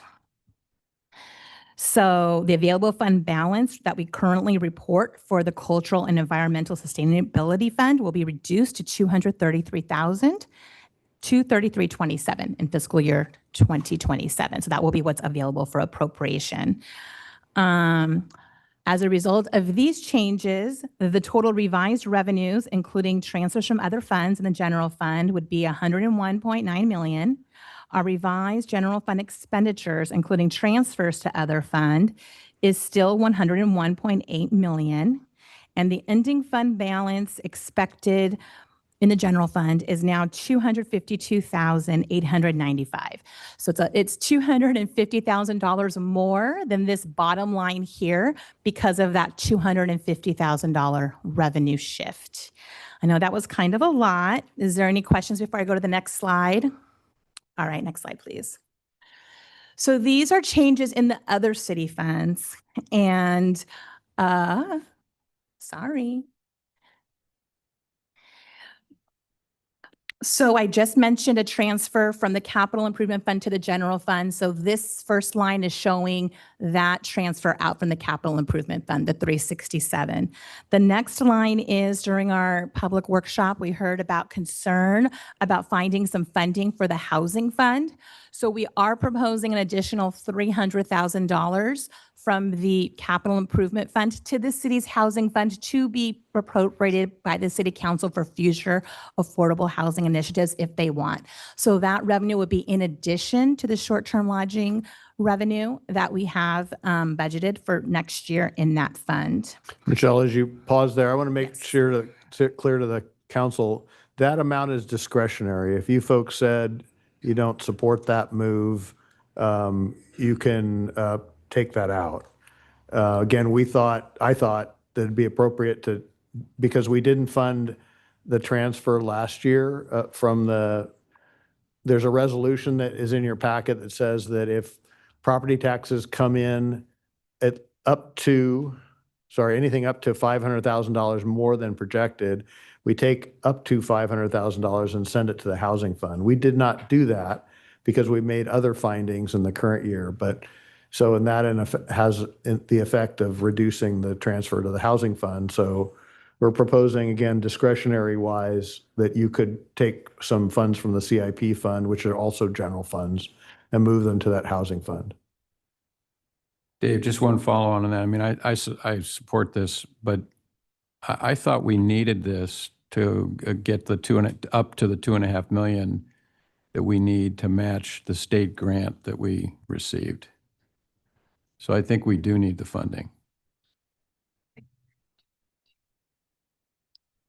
That item hasn't come. I had given Assistant City Manager Fremont a couple of options of how we might do that match. This could be one option, but I think that was options were going to be provided when that staff report came. So for the record, the reason my face looks confused because I'm not able to talk about that project. So that makes sense logically. Again, I'm not able to talk about it because I live too close to. Well, Right.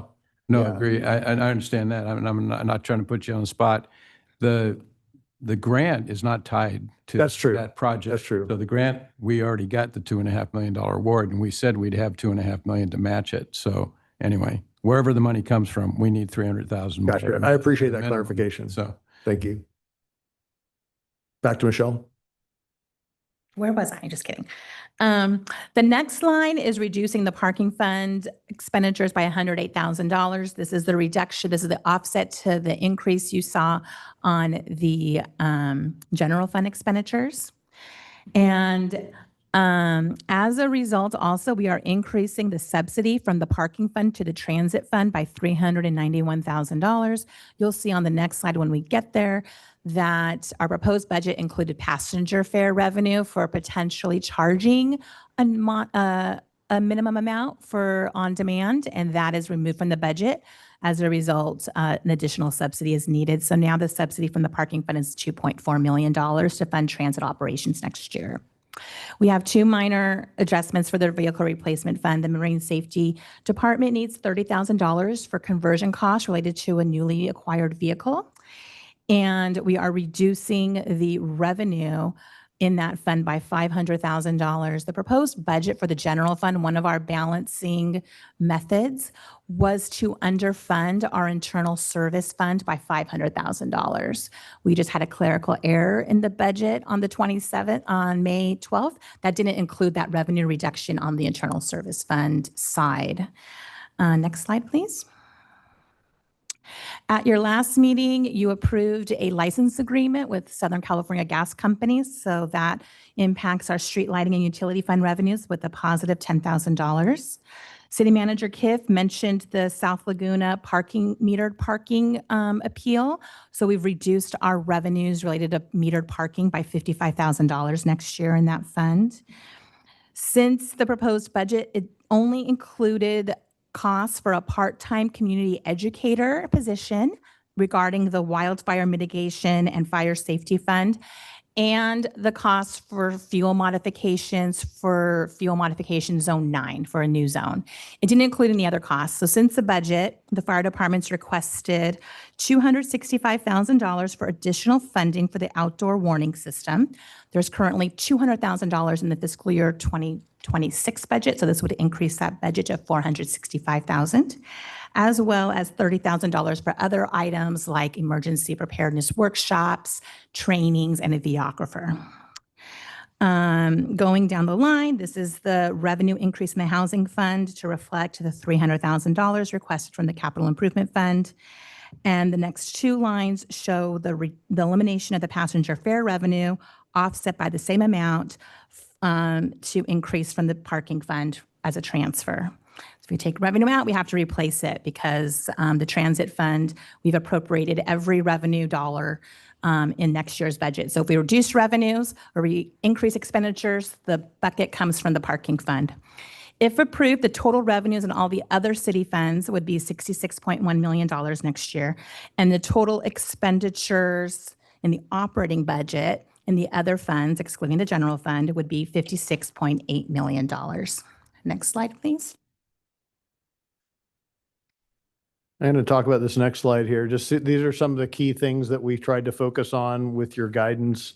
One was to make sure we set aside more money for wildfire mitigation and fire safety. So there's another $1.6 million allocated and $1.9 million still available for appropriation for different projects that the ad hoc committee may come forward with. As I mentioned, we did buttress the insurance reserve, transferring in $3.6 million. Our reserves are fully met with a 20% contingency. That's 19 million in net. And then the disaster contingency is 7.4 million. We did reduce staffing, as I mentioned. We eliminated 6 full-time positions and 3 limited term positions. Those are offset by 2 new full-time positions. One of those full-time positions is a jailer, where we combined 2 part-time positions in police department. We also reduced part-time hours across the board by 5%. The CIP, which you'll adopt tonight, this afternoon, has 12.3 million in new funding, including in that is $2 million allocated more for fire station number 4. We don't have the bids in yet on that. We don't know what that costs. I'm just trying to sock away some funds for that. And as I mentioned, $2 million for the 800 megahertz radio replacements. This also addresses about 1.2 million in capital outlay requests. This is different from CIP. These are more departmental equipment types of things versus a big project. And then there's 4.9 million allocated for vehicle replacements. Next slide, please. I might come back to this slide. These are the attachment 7 items that I'd like some further direction on. Let's go ahead and keep going. We'll come back to this before we go to the recommended action slide. So that is it for the proposed budget for fiscal year 26-27. Are there any questions there? Or I'll proceed with our 2 budget adjustment requests for fiscal year 25-26. Okay, we have 2 budget requests for fiscal year 25-26. The first is an appropriation from the general fund of $88,000 and approval to transfer that $88,000 to a new special revenue fund called Certified Access Specialist Program. And that is the $4 the city collects for each business license in accordance with Senate Bill 1186. We're required to collect that $4. We're required to spend that on specific activities outlined in that Senate bill that are mostly like disability access program related programs. And so right now we've been kind of holding that in the general fund, and I think it's more appropriate for it to be in a separate fund to be more transparent. It'll help us with our annual reporting that the Community Development Department has to make to the state every year. And it'll help the Community Development Department see that balance and be able to request appropriations for eligible expenditures when they arise. In addition, for fiscal year 25-26. If you recall, last November when we did our budget carryover report, we requested a new fund for the Animal Shelter Donations Fund, where we had accumulated approximately $1.4 million around that time, and we put it out of the general fund in its special fund. We have about $165,000 in appropriations we would like to make in this fiscal year. The city manager has ran all of these by PUP, to include things like design related to this, improving the facility and the van, and a couple of purchases like a new washing machine and things of that nature. Any questions about the appropriations requested for this budget for 25-26? Okay, and the next slide is this staff report includes a number of other recommendations that the city council approves every year. Included in that is attachment 3, which is our salary schedule for next year. I want to point out that that does not include the Police and Fire Management Association Police Unit Memorandum of Understanding that was approved tonight on consent calendar number 21. When we post the salary schedule on the website, we will include that 4% on the official document that goes on the website. It does include other salary adjustments that are included in the city's current memorandums of understanding that are effective on July 1, as well as our resolutions with our elected officials and our contracts with our employees who are under contract. In addition, it does include a couple of new classifications. These aren't necessarily, not all of these are included in our authorized positions, but we are asking to put them on there to give the city more flexibility next year if we choose to fill or reallocate a position. So we've added an assistant engineer position, a housing program manager position, and a transit and parking manager position. I just want the council, the public to know, just because we added it on the salary schedule does not mean we are adding 3 new positions. If the city manager were to fill a transit and parking manager position, then another position would go away, or through attrition if it was vacant. So it's just to give the city manager more flexibility. In addition, we did add a classification to emergency management administrator in our unrepresented management group. And those are 2 changes to the resolution I do need to make to, for the city clerk, is we inadvertently removed the emergency operations coordinator from miscellaneous 128. And we need to revise the salary grade for the emergency management administrator from salary grade 2005 to salary grade 2030. And then in addition, routinely, the city council approves community assistance grants. This is $234,500. That is funded from the Festival of Arts. That's included in attachment 4. Your ad hoc committee made those recommendations. On attachment 5, we have the Arts Commission's recommendations. Michelle, I'm going to interrupt you there because I had apologize. I had a conversation with Sean Poschel this afternoon. This is an over appropriation, and it was inadvertent. And Sean and I agreed we're going to ask that you not approve the cultural arts grants tonight, and that the Arts Commission revisit these at their July meeting, because they somehow allocated more than was authorized to them. So it's not much more, but it's enough that I'm not going to borrow from another fund to accomplish this. So Sean was amenable to bringing that back. So I'm going to ask that you not approve that, and I'll clarify that as we get to the motion. Okay. Thank you. And the last is the fiscal year appropriations limit. That's a calculation the city is required to do per California Constitution, Article 13B. There's a specific calculation that limits how much the city can appropriate from taxes. The appropriation limit next year is $88.7 million. If you adopt our proposed budget, we will be just $1.5 million under that limit. So being under that limit is good, but that is pretty tight. So we will have to be mindful of that in future. Next slide. Do you want to go back to your other? Sure. So we'll get back to the recommendations, and you'll see some proposed revisions. But unless you have any questions of what you presented tonight, I'd like to dive into these 7 areas briefly, and I'll summarize them first and then welcome your comments. Does that sound all right? Are there any questions prior to Dave continuing? None? Okay, go ahead. Okay. I'll tackle the easier ones first. The Laguna local adjustments. This is something I've been working on with Councilmember Kempf and Councilmember Renagi and Alexis Braun, our Community Services and Transit Director. And that is, we do have a new app called TripShot. It collects a lot more data about days of use and hours of use.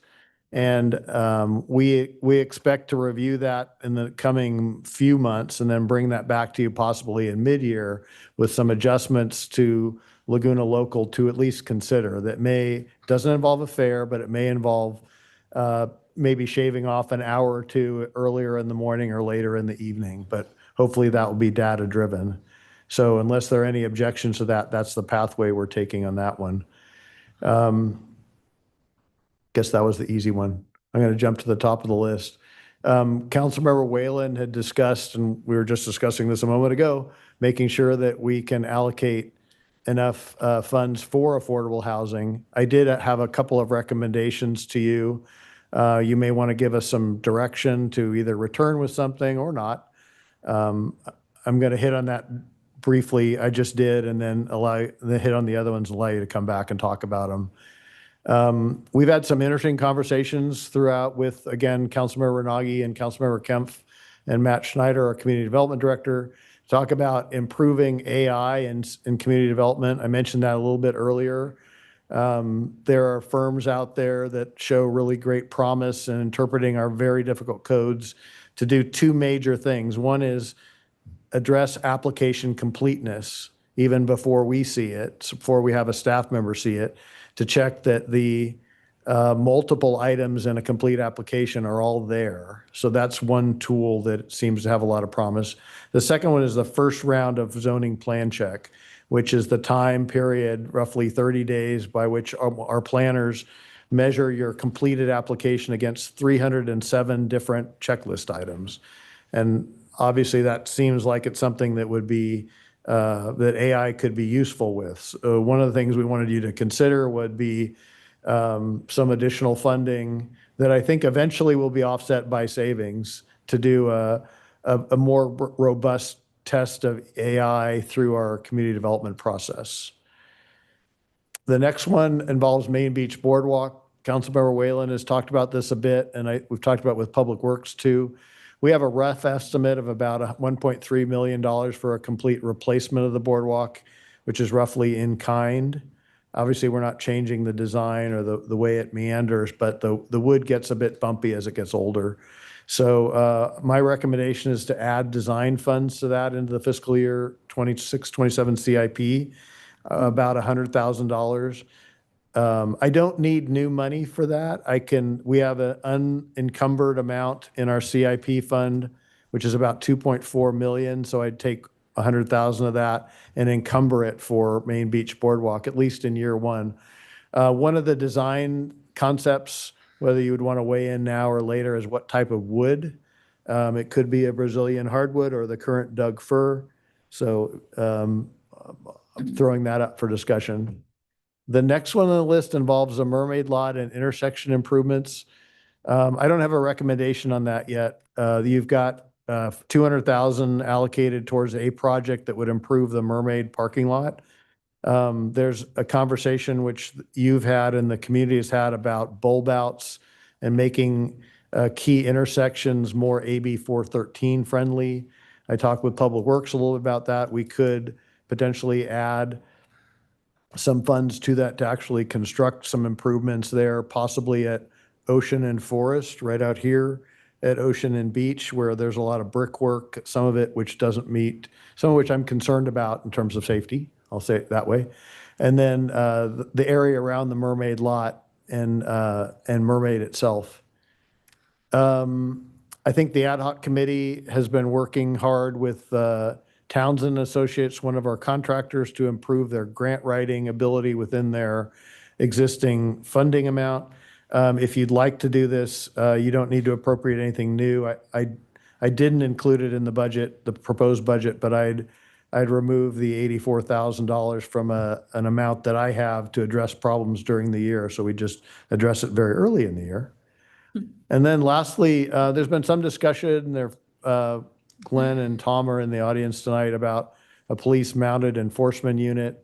The Police and Community Foundation has proposed funding that for 2 years. My recommendation is to discuss it. I love the concept. I don't know that it's the best year for that, but I won't, you guys, folks can make that case without my bias put into that. So that's what I'd like you to kick around for a little bit and give us some direction if you're willing, and I'll shut up now.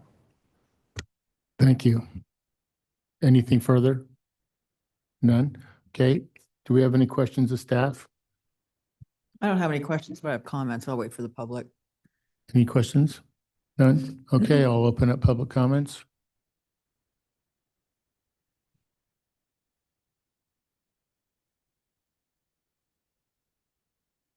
Hello, my name is Adam Redding Kaufman, and I'm speaking as an individual this evening.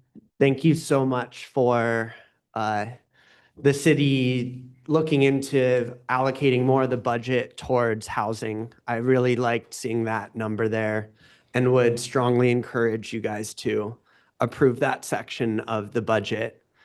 The rest of what I want to discuss today, and Megan, this is not a dig at you at all. I was having dinner with one of the council members and they called you the best attorney they've ever worked with.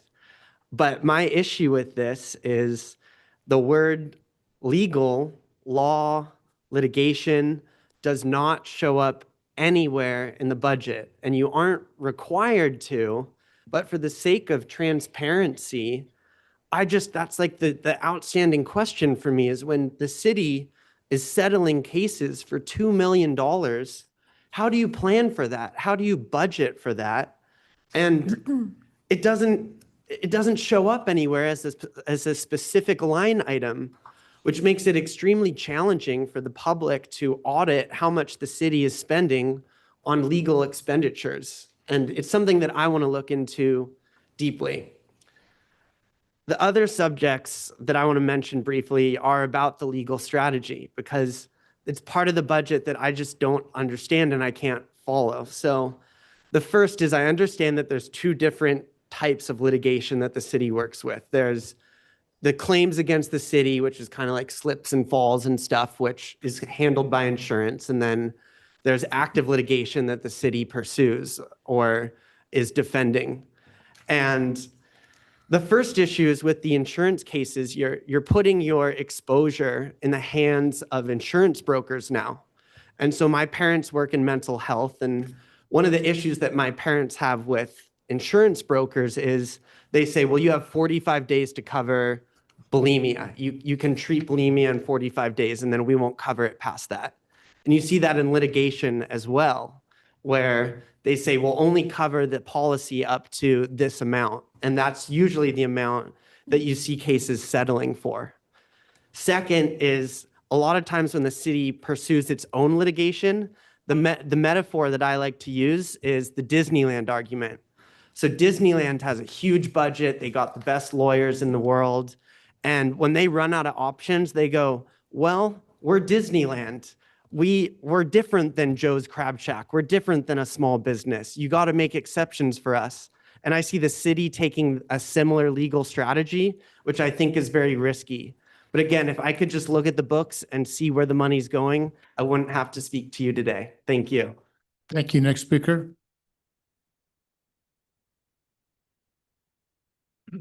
Good evening, Council. As you know, I'm Tom Gibbs. I'm the Vice President of the Laguna Beach Community, the Police Community Foundation. And just briefly, our role is to get community involvement to support our police officers in a wide variety of ways, whether it's financial assistance, morale, better able to provide services. We're basically a backstop for the police officers for the purpose, and staff, for the purpose of maintaining quality police officers and staff. So we're here talking about the equine unit. Where that started was we were looking for a fundraising event, and we wanted something that would be important as the target of that. And the idea came to pursue this particular service that the city did not have. And we talked about it with the chief. We talked about it with numerous other people. And for a wide variety of reasons, we felt as a group, and the board is consisting of a lot of major people in town who care about this town and the police force, many or most, if not all of which you guys all know. And we vetted it pretty carefully, and we came to the conclusion that this is worthwhile for the city. And I was not part of the conversations involved with talking to city staff or other board or council members at the time. But the feedback was that it was received positively, as it was received, by the board itself. So we held a fundraiser, had no problem raising significant funds. In fact, we had horses from the sheriff's department added. It was at the lawn bowling. So when the budget issues, it was always our intent to significantly fund it. But with the budget issues that were presented at the board meeting a couple weeks ago, we decided to make the commitment to fully fund it, including officer salaries and everything for 2 years. And then to reassess not only the city, but the foundation with, again, a lot of smart people on the board. And if it was bringing the benefit, we would continue funding it in whole or in part. And to the extent that the city found it beneficial in terms of priority with other budget priorities, potentially would add to the funding. But the idea was to do a trial period for 2 years. And the program, so is it's out of the barn. It's going on right now with training, with fundraising that we've done.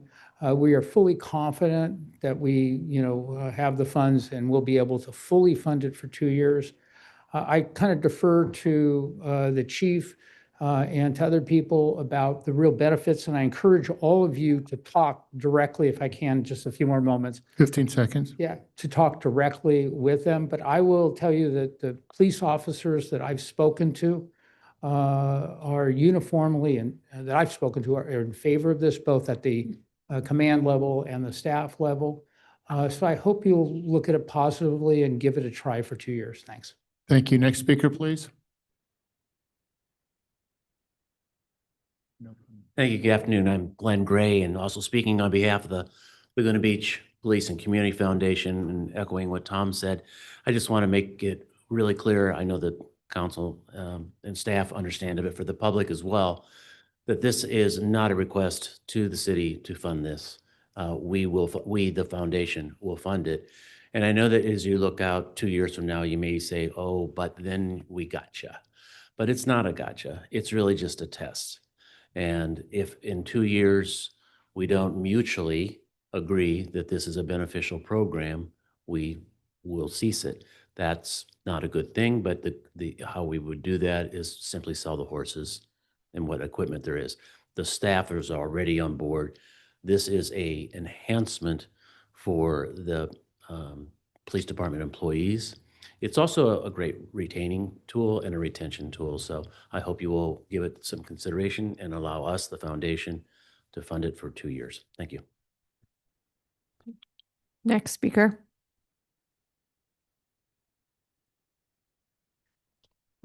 Matt Lawson, founding treasurer and board member of the Police Community Foundation. For 15 years, you've heard me come up here at budget time and ask you for money to help fund our public safety programs. And this, for the first time, I'm coming here to offer the city $250,000 to help fund what I believe to be a very important public safety enhancement. In fact, I hope there might be some way for Sergeant Spratt, who knows so much more about it than I do, to come forward and help explain some of these tremendous benefits. And I think as our President, Glenn Gray, pointed out, this is not a lock-in. This is not an attempt to lock in costs. This is an attempt to try something. All of government is an experiment. And this is an important experiment that we're willing to pretty much fund the incremental cost of for the next 2 years here. And if it works, I think it'll be a great benefit to the city. Depending on the financial situation 2 or 3 years hence, and your guess is as good as mine on that one, we may or may not decide to continue it. And depending on the practical effect and practical impact, it may be less impactful than we thought. It may be more impactful than we thought. So I think this is worth, in a sense, give the horses a chance. And I think it really does mean a great deal to the officers involved. And I think 4 of you sat through what I felt to be about 2 of the most inspiring hours of my life yesterday. I think they've earned that. And I think they've earned that opportunity. So please find a way to make this happen. Thank you. Thank you. Next speaker.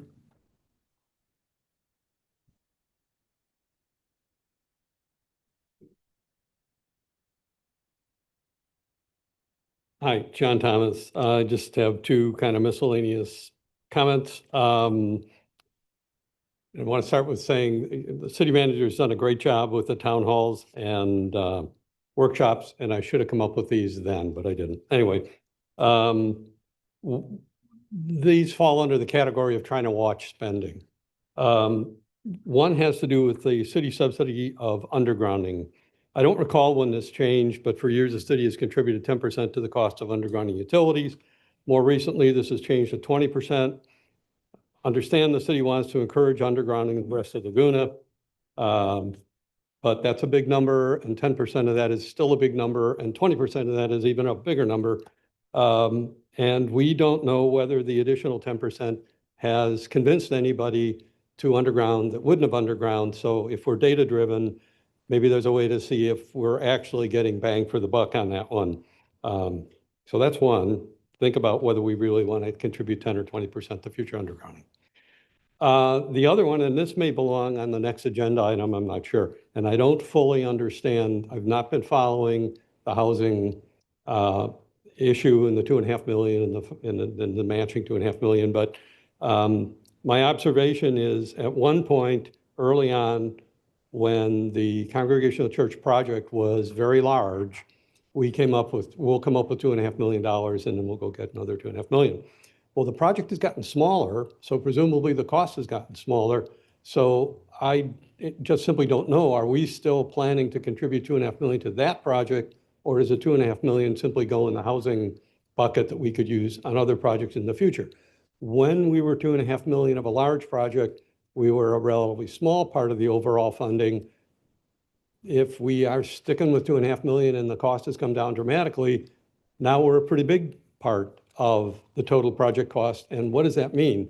Does the developer then need to come up with less other funding? Or does the project now have some money left over to spend on other things that were not originally anticipated? So I frankly don't understand exactly how we're doing that. But yeah, observation is 2.5 million of a big project is different than 2.5 million on a small project. Thank you. Next speaker. Can other speakers please come to the front of the room? I'm Bill Kelly. I'm really here for another matter, but as I was sitting there, is there in the budget any allocation towards reducing the deficit in the retirement fund? I'd read in the paper that it was 80 million or more, and that the earnings weren't quite up to what the calculations, what we hoped at 8%, I believe. So that's the only question I have. Thank you. Thank you. Hi, Ann Christoph. I thought I knew everything that was happening with trees, but guess what? I didn't know that we're eliminating the arborist position. And so we fought for a long time to have that position, thinking that it was emphasizing our improved landscape attention. And the previous holders of the position may not have fulfilled all those expectations, but I hate to see the position go away altogether. And I'm hoping that you will fund at least a provision for continued arborist consultation because we have not made progress, very significant progress on our treescape in town. And we need to continue that. We need to make it much better. The city manager's been working on it, I know, and Reza has been working on it, but we really need proper expertise and continued work and emphasis on improving our treescape. Thank you. Thank you. Next speaker. Hi, Mayor Orgill and City Council. My name is Jackie Shafkin. I'm a long-term resident. I've advocated for housing in the past. I want to thank the City Council for considering the opportunities to continue to set aside money for affordable housing. Councilmember Whalen, I think you're right that 300,000, the last time I saw specific numbers go to the City Council, I think was October of last year. And at that time, I think there was about 2.5 million, actually more than 2.5 million in the two combined funds. And I'm not sure why those funds are not all there now. I know that there's probably some money related to either, I know there's a consultant and perhaps related to some other things, but in any event, I think it's really important that we do maximize maximize the opportunity to do the match on the $2.5 million, which means we need to have 2.5 million. And I know that in the past year, it doesn't look like we put money aside either from the transfer occupancy tax or the 500,000 that could have been allocated. So I very much appreciate trying to get that back to a $2.5 million bucket. And I also appreciate that it was in the discussion of unresolved items, this acknowledgement that there is at least an opportunity to continue to allocate funds for housing, depending on tax revenues exceeding what the expectations are. And then just lastly, I want to say, Mr. Kiff, you mentioned about doing an update on expenditures and revenues quarterly. I think that would be really helpful.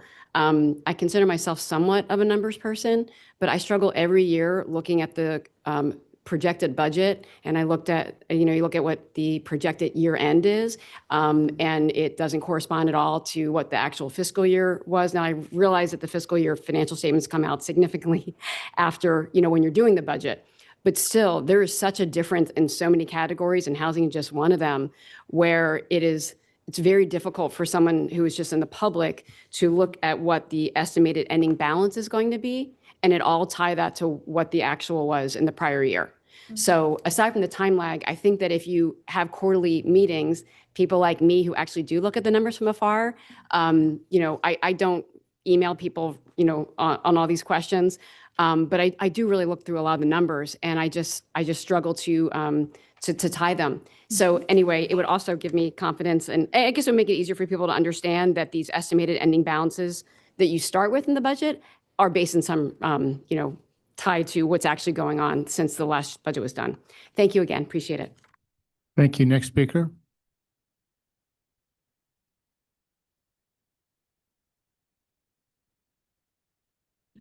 Lorna Shaw. This is a question.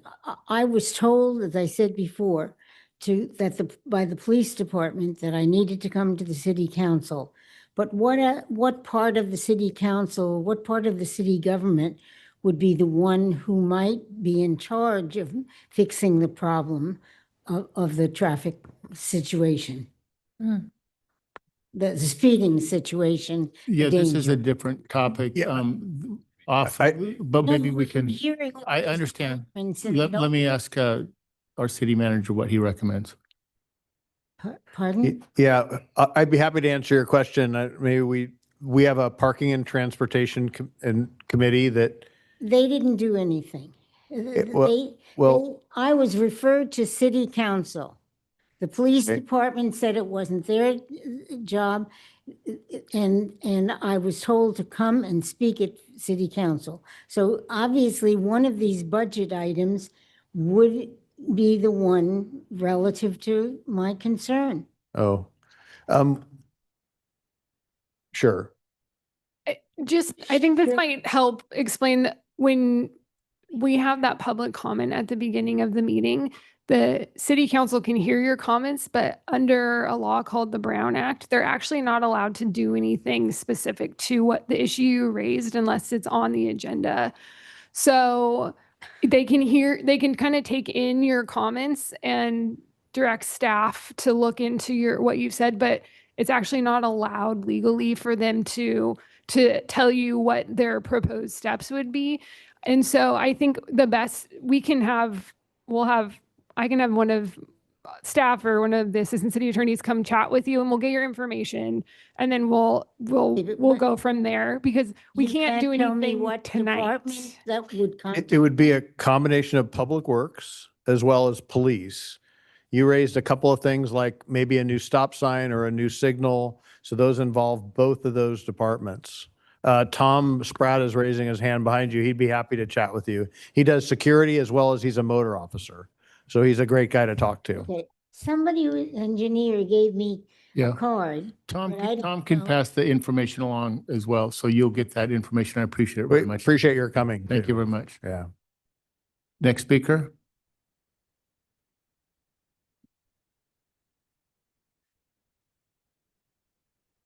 So first, on a personal note, I'm just going to reiterate my objection to using animal shelter donation Can you funds. say your name?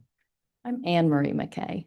Using animal shelter donation funds for the organizational assessment. So I've expressed that objection before. I just want to reiterate it for the record. But Mayor and members of the City Council, the reason I'm up here is actually as the department head. I'm frustrated. As I mentioned at the budget workshop, and no action was taken, the city clerk's office has been a department of two forever. And finally, last year, we had a much-needed addition, which Michelle alluded to. The records coordinator was moved from community development into the city clerk's office.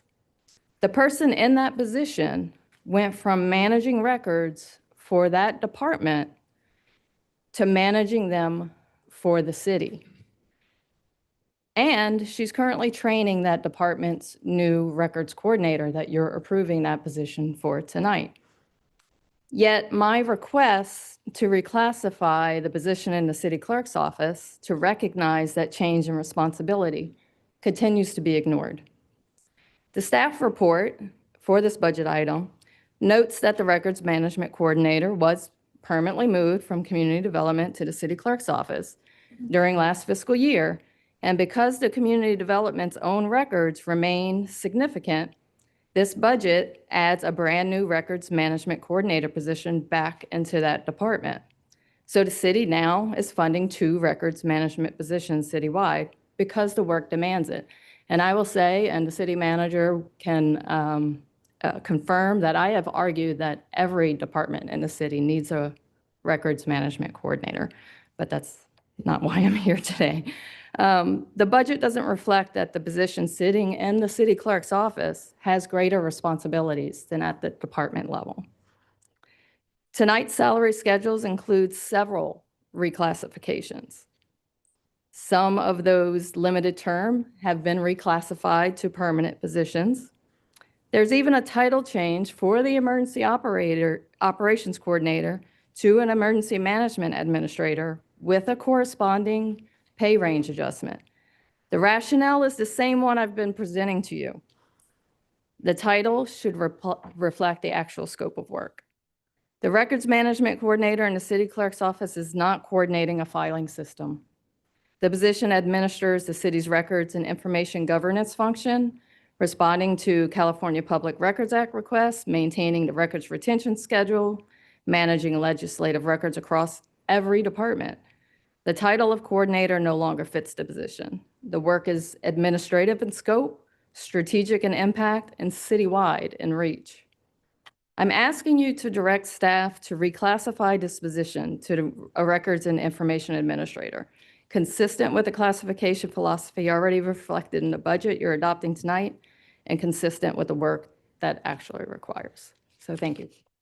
Thank you. Other speakers? None? Okay, I'll close public comments and bring it back to city council.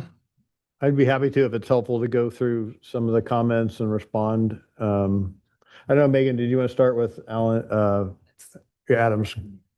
No, he stepped out, but. I think he left, but I'm still happy to respond. And I agree with a lot of his comments. I think I would, it would be helpful, I think, if we found ways to have more detail in the budget about litigation costs, and also to find a way to report what the litigation costs are for the city. I think one of the performance metrics that were actually attached to council members Runagi and Kemp's memo is reporting metrics for the city attorney's office, including both the number of claims and the costs of the claims, and for the same thing for litigation, to help quantify those numbers that we're seeing. I will note that this is actually a process that my office has been undertaking this year when we came in-house.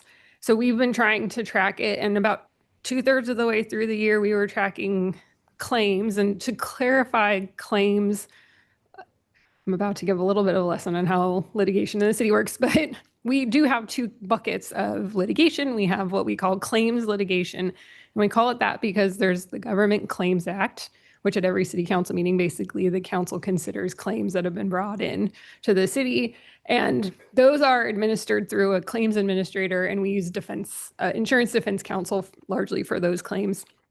The other bucket is claims that basically aren't covered by insurance. Those are largely writs of mandate when we get CEQA or housing lawsuits. A lot of inverse condemnation, stuff like that, is not covered through our insurance policy.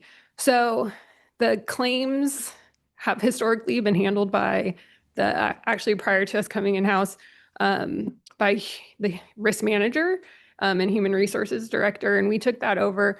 One of our efforts this year was to reduce claims and claims costs. So about 2/3 of the way through the year, we analyzed the data, and we were down from various efforts, including Public Works doing sidewalk efforts to level our sidewalks. We were down about 45% on our claims and about 40% on our claims litigation. And we were down at that point about over 50% on the overall costs to the city for those claims in terms of fees and settlements. So overall, that is trending down. For the non-claims litigation, it's also generally been trending down. Non-claims litigation, writs and appeals and things like that takes a really long time. We have cases that are 4 or 5 years old. So those are overall still a lot. We still have a lot of those cases. We have some housing law cases by sort of one attorney on multiple cases. And a lot of those cases are not for monetary damages, but for specific things they're looking for the city to do. And so those usually just have often just have attorney's fees attached to them. So I don't have in front of me right now an updated list, but generally speaking, we were trending down on those as well. So as part of the performance metrics in the budget for next year, we will be reporting on those items.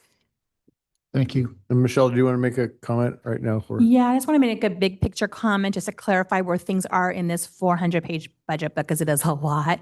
The city attorney's budget is on page, and of course I had it written down, on page 94. And that includes all of the in-house costs and the external costs. So you'll see personnel costs, you'll see contractual service costs.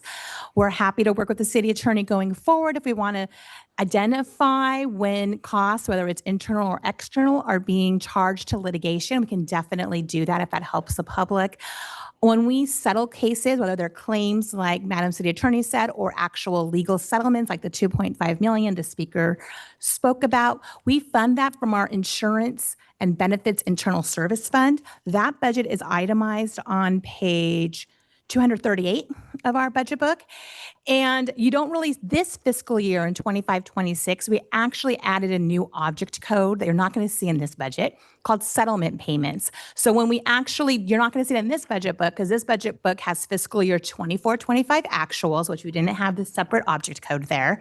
It has the adopted budget for 25-26, and we didn't have the object code there. And it has the proposed budget next year, and we don't budget for that. Now, I'm not the lawyer, I'm the budget person, but from my previous experience, you normally don't want to budget what a settlement payment is if you have litigation that kind of lets the other side know what's in the budget. So that's usually something that's programmed in at a mid-year when we're truing up actuals, and that's why we have an internal service fund so we could build up a reserve there. And in one of the prior slides in tonight's presentation, the city manager reflected how we moved $3.6 million from the capital improvement fund next year we're planning to build up that reserve. And so that is how we build up what we're saving for settlements, but we don't try to program in an actual legal settlement payment. And that's it for that question. Thank you. I'm going to keep going a little bit if that's okay. Glenn and Tom and Matt Lawson talked about the equestrian unit. I just had good comments. I don't think I raised any questions. John noted about undergrounding as well as the housing funds. He didn't have a question. Phil Kelly did have a question. Are we making progress in reducing the deficit in the retirement fund? And I think he's really speaking of the unfunded liability, which is established every June 30th, roughly. And what CalPERS does is it notes what the rate of return was for that period. And their discount rate is 6.75%, right?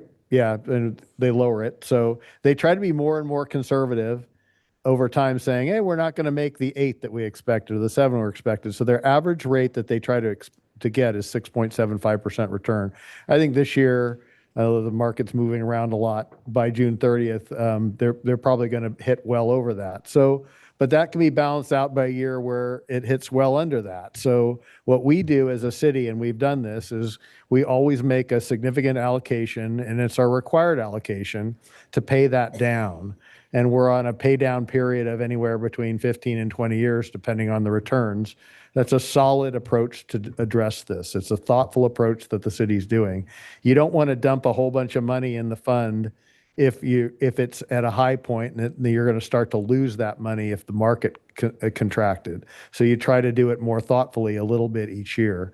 So that's how I wrote probably 3 pages about this in the proposed budget, so please read that. I think it's fairly comprehensive. Ann Christoph talked about the ending of the arborist position and continued arborist consultation. I'm 100% in agreement with her that we did allocate more money towards arborist consultations. We still have 2 certified arborists on staff. It's my priority, it's Reza's, it's Mark's, that we prioritize our urban forest. So we won't be backing away from that. And we're trying to improve, not go backwards. Jackie Shefkin talked about affordable housing. Jeremy, do you want to comment on how that housing fund has been used recently? Sure, yeah. In the last fiscal year, there's essentially 2 tranches of expenditures. The first was an appropriation in early calendar year 26 for the senior housing repair program for about 125,000. And then earlier on in the fiscal year in 2025, a little bit more than that, probably about 150 for the community land trust formation. And I think that wraps up the questions I got. Thank you. Questions of council? None? I don't have questions. We just have some things to Comment? talk about, right? Can I Yeah. put that slide back, the choice slide? Yeah, we need a 7. presenter, sorry. It was removed. I don't know. I mean, Alex and Sue, do you want to, when are we going to walk through this? Or are we going to walk through this? Walk through, you want to walk through it? Yeah, I have one question though. So I asked Michelle, I've been bringing this up today, and a little bit to Alex. I asked Michelle to give us a total number of consultant dollars that we have allocated in the budget. And, so we're in the service delivery business here because we serve the community. So it's a little bit different than, the private sector, but in quite a few ways. But I was wondering if we can, so when I would work with my teams, I would give them their allocations, they'd come back and tell me what they're going to do. Or I'd give them a amount of money and tell them this is what your budget is for the year. And so if they wouldn't cut, then we'd sit down and have a discussion about it. And then if they still wouldn't cut, then I'd give them a target. So I was wondering if we can, what would happen if we cut our consulting budget by 5%? There's a lot of money there if we did that. Now I know. The when- $16.5 million Yeah. list I gave you, Yeah. I did copy the department heads on. Yeah, no. Mhm. And so I looked through that and, I don't know how much room is in there. Yeah. I'm always suspicious of that there's room in budgets where, because I've been doing this for a long time. I'm always suspicious there's some room. So what I do is give them a target and then you figure out how to do it. And if you can't do it, you have a ongoing need or there's something that's come up or you just can't make it, then you have to come and make your case. So I don't know. I'll just make a general comment and then the city manager can jump in. This is reduced after, this already includes $1 million of reductions to the transit program for service reductions. It does include $1 million reduction to the maintenance of the fuel modification program. And it does include some reductions in the community development department for what they originally requested in February for their contractual services. So there has been reductions.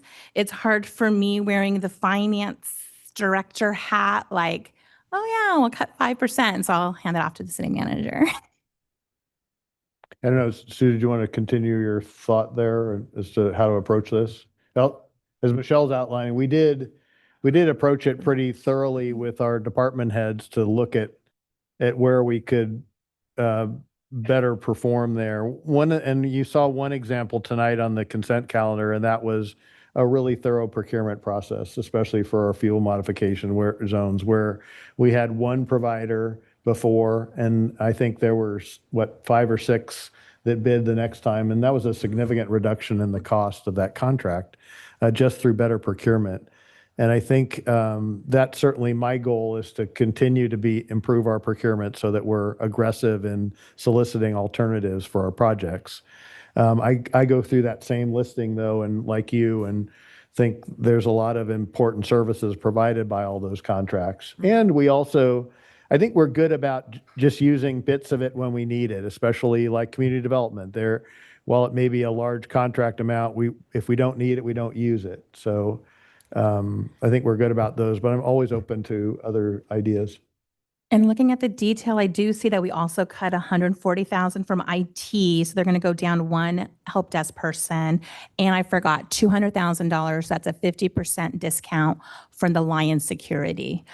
So Yeah, and let's talk about that briefly. That involved a change in having an armed individual versus with an active weapon versus an individual without an active weapon. So we looked at tried ways to do that service better without impacting hours so much. That wasn't the entirety of the reduction. That was a significant part of the reduction. 16 million's a lot in consulting services. That's all I have to say. yes, and I think the city attorney's budget also decreased quite a bit too for contractual services. It is a lot. Well, I would say this, in mid-year, Mhm. I want you guys to work on this, and keep looking at this until at mid-year and see if we can make some improvements in the consulting dollars. It's a lot of money. Okay, sure. And I'm not saying we're not necessarily using it properly. I'm just saying that there's a lot of money sitting there and that should really be scrutinized.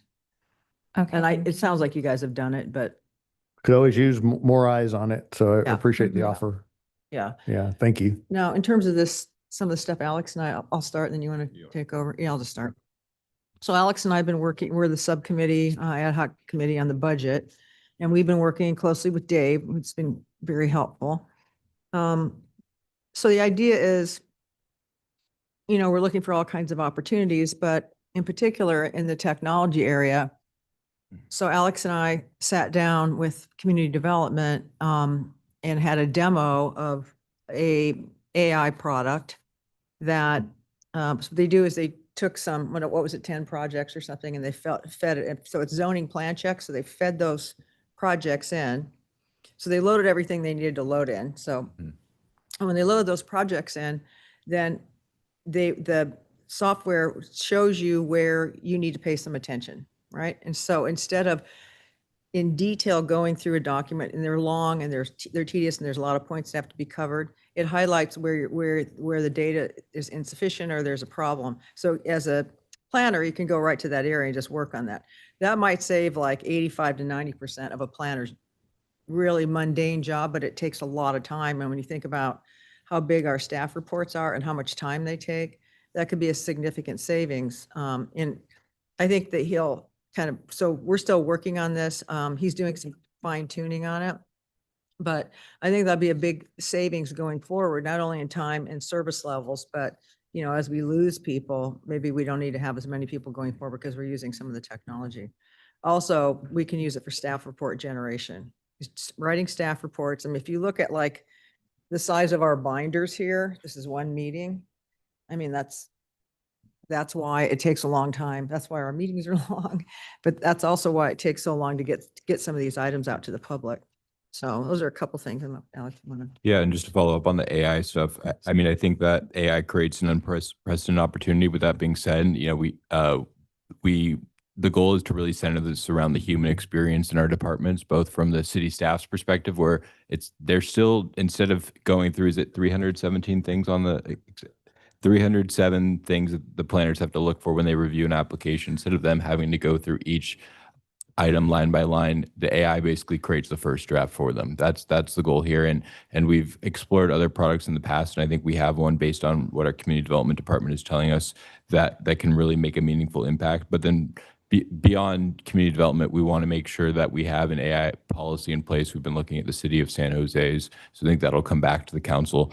But the goal here is not to just make things more AI-like, but rather to empower the individuals in our organization to really do work more efficiently, and also potentially to leverage AI to look at some of our technology contracts where we could potentially have a better serving tool that leverages new technology and not just rely on an expensive contract. And then, I think at a higher level, one of the things that Sue and I talked a lot about with the city manager and with Michelle is about kind of the question of what is a budget. And what we do in this budget, which is typical of city government, of any budget at the government level, is it's an incremental based budgeting approach where we basically make an assumption when we start the year that what happened last year should drive kind of what happens this year. And when we really go back in time, we're basing this off every fiscal year going back decades. And so one of the ways that we and the budget is really the policy document that identifies the council priorities. And when you have a budget like this, it's really hard for the council to say, okay, we want to have more focus on crime reduction relative to, I don't know, clean streets, for example. That's a policy trade-off. One of the things that Dave has done is he started to implement performance metrics, but one of the pieces of feedback that we provided and that's included in our recommendation is to really, instead of having a bunch of metrics that are more like workload data, we want to really have key performance indicators where it's just a few for each department, but really focused on what are the outcomes that we're trying to drive. So, for example, for the city attorney's office, having metrics like claims, volume and costs, litigation, cost and success rate, municipal prosecutor, volume and costs, in-house service delivery, the percentage of legal matters handled in-house versus outside counsel. For the police department, for example, type 1 and type 2 crimes and clearance rates. So really, instead of having a bunch of different metrics that don't mean anything, that are more amount to workload data, the goal is to have true key performance indicators. And so I think that's something that we are hoping to move forward with and have council support for. And then another item was about process reviews and performance audits. Kind of going back to what I was saying about the approach to how we do budgeting in government, is we assume that the costs that were incurred last year basically are the baseline for the costs that should be incurred next year. We live in a changing world. Different departments, for example, can leverage new technology. We can look at what are the best practices that other departments across the country are doing, particularly in coastal communities. And one of the things that we did, I think this was going 2 years back, was we had a performance audit of the finance department, and we got feedback from Michelle that was something that was very helpful for her.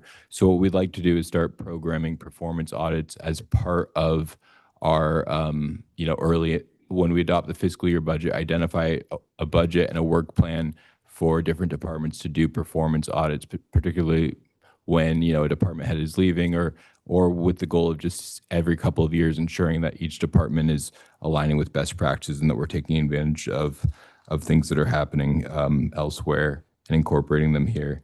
And then as it relates to infrastructure, one of the things that we've really identified, going back to what is the theme of the budget, which is the budget is about outcomes, is looking at how, we've done a lot of studies and policy documents where we have, for example, we have a facilities master plan. We're in the process of doing a wastewater master plan. There's a stormwater master plan in progress.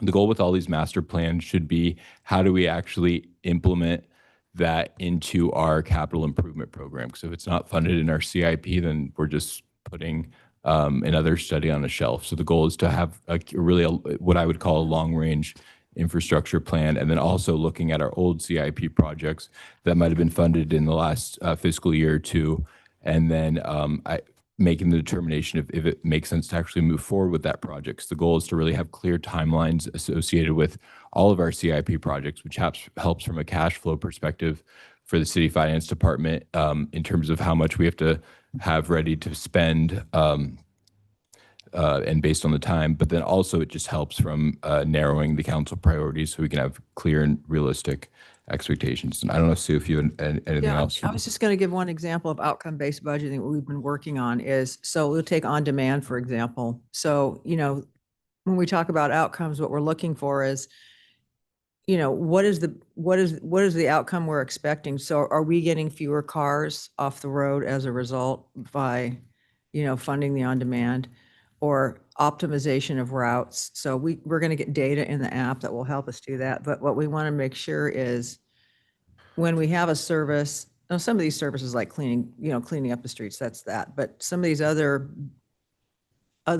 programs or projects that we have, we just want to make sure that whatever outcome we're expecting, we're driving to the outcome. So that's what we're going to be working on.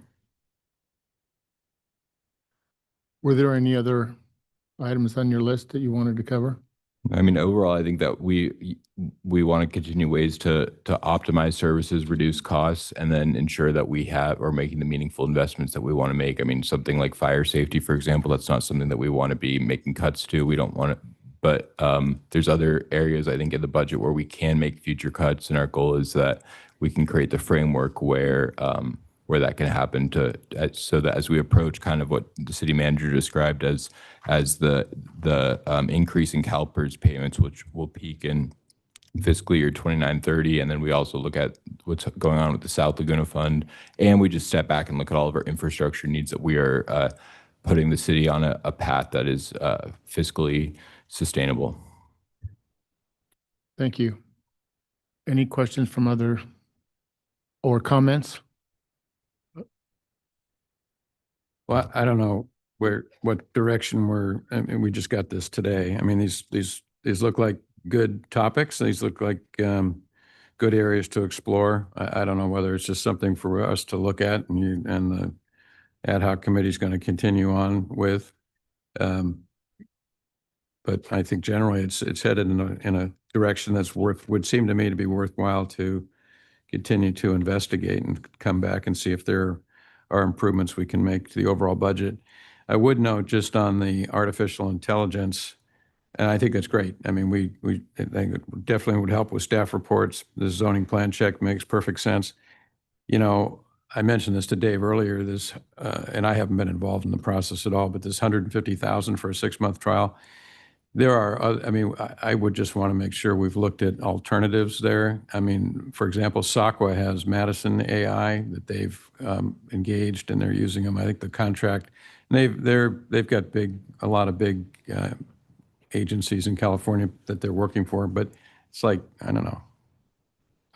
Don't quote me. It's like 50 grand a year. It's less than 100 grand a year for the whole service. So 6 months for 150 grand, I don't know. I mean, if we're going to do it, we ought to make sure we're getting on your consultant price point that we're getting good value and not just throwing 150,000 at somebody who wants to beta test a project. I mean, or you know, are there other out there that already have this kind of thing that it's not being beta tested? So, but anyway, conceptually, good idea, something we should definitely look at. Yeah, I think, you know, Bob, on the AI products, you know, there's going to be a lot of them, and a lot of them are just AI wrappers, right? And so anybody can write an AI wrapper, right? So that's what we're looking at. We need to take, so I have a person that works in a big AI company, very smart, and I want to have them look at some of these options too, somebody in the community, so. Yeah. I'd be interested in the city manager's thoughts on how to approach the list that the committee's put together so far. I like all of them. So how would you bring it back to council at another time? As Bob said, we just received this today. so- Yeah, probably bring it back as a consent item to say that maybe I'll put a couple little action steps behind each one. If there's any, so yeah, you guys could confirm and the public could see it with more transparency as well. Okay, so we will see it again. Okay, great. That answers my question. Yeah, so next we could talk about each of these items and again, with the exception of the last one, because I think we're already moving forward on that. I'd leave, and I'm going to assume on the Townsend Associates one, you'd like us to continue with that. So maybe that's an easier one to take away, and I don't need a new appropriation for that. Dave, can I ask you about the stewardship fund, the cultural and environmental stewardship fund? Where are we at with that? I think Gavin told me we have 233. $233 and $27. $233,027. Unallocated. And I think it says didn't it say in our staff report it was 283? It's 233. Okay. Yes, Gavin's missing $50,000 for. Gavin's not missing it. On his spreadsheet from the Okay. 283 doesn't include the $50,000 for, it starts with an H garden. Oh, Hortense Miller Garden. one. Yeah, okay, that's right. That's the one that got. That's in this budget. Yeah. Sorry. So I know that originally when it was talked about had to, the restrictions on how the funds were spent. And I'm wondering if the Mermaid intersection, the improvements in the downtown fall in under any of those categories? We could look at that and bring that back to you as a specific budget item. Yeah. To fund that with, instead of the capital improvement fund, fund it with the, Okay. I think the amount may be high. We need to put it out to bid, right? Before we Yeah. actually move forward with something. Yeah. So that's a possibility. And so let me talk to you about that just for a moment. So we're talking about Ocean Avenue, and we were talking about the downtown plan in general, and I guess we had a preliminary plan. Is that what you would call it from SWA regarding the downtown beautification street? That's right. The bulb out plan. Yeah. Yeah. And we've set aside, just for your edification and the public's, we've set aside like 1.3 million in that big capital improvement bank for something with the downtown action plan. You could direct us to come back and appropriate that or some of that. So is that plan complete, though, the design plan? Tom, you want to, or Tom or Mark?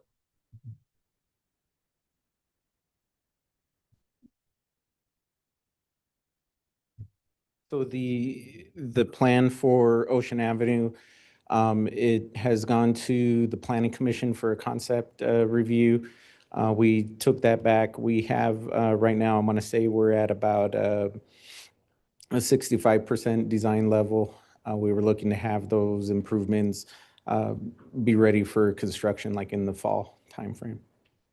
Thank you. Let me ask you a question. Do you think that it would be beneficial for your department to have the entire downtown streetscape improvement plan done, and then you guys could just take each section at a time as funds allow? Yeah, there's something to be said for that. I think the biggest thing would be to have the entitlements done. The final engineering is, usually fairly black and white. It's just getting through the entitlement. And I think it makes sense to do that all as one rather than a feeling of piecemealing that through. I'm just thinking of over here on Beach where, there was discussion on that tree that was right in the middle of the sidewalks, and, what do we do with the tree? It takes us time to get through some of these issues, and I'm just wondering if we should just tackle it, get the design done, and then let you guys proceed when funds allow. Yeah, I think that definitely would be prudent because what we do have, the work effort from SWA, I would say is fairly conceptual. It doesn't get into those finer details. And so that would mean with each, let's say corner or intersection, we would be coming back if we're doing it one at a time rather than taking that step as a whole. Thank you. So Dave, do you think that you have money in the budget to at least proceed with the design? Completing design, yes. Is that, so we have $200,000 in the budget for Mermaid? I want to make sure I'm clear. We do have 200,000 for Mermaid, but we also have the 1.3 million set aside for what Mayor Orgel is talking about. No, I get Yeah. that. But why do we spend $200,000 on a parking lot? What I'm suggesting is we complete the design for everything, including the Mermaid and whatever else is in the downtown. That's what I'm saying. Okay. If council, I just think it would be more efficient to have an understanding and how, some of these things tie together, right? Yeah. I don't know if you wanted to make a motion to that effect. A motion now? I think you could make like a straw vote, Megan. Megan, help me, please. I think you could, we could do a straw vote. We could see if there's interest in that particular. So without doing- let's make sure that we understand. So on the Mermaid Lot intersection improvements, what we would do instead of just that, we would proceed with the entire plan for the downtown streetscape improvements, which in the past have been referred to as bulb outs. It's really more than that. It's the whole plan. And you think that you do have funds? Enough to finish design, yes. Finish design. So would there be any interest in just finishing the design from council? And then that design, when would we see that? Would we see it at kind of a procurement I stage? where we're think trying Tom to said you'd see it finally for fall, right? Can you Sorry, give Tom a mic?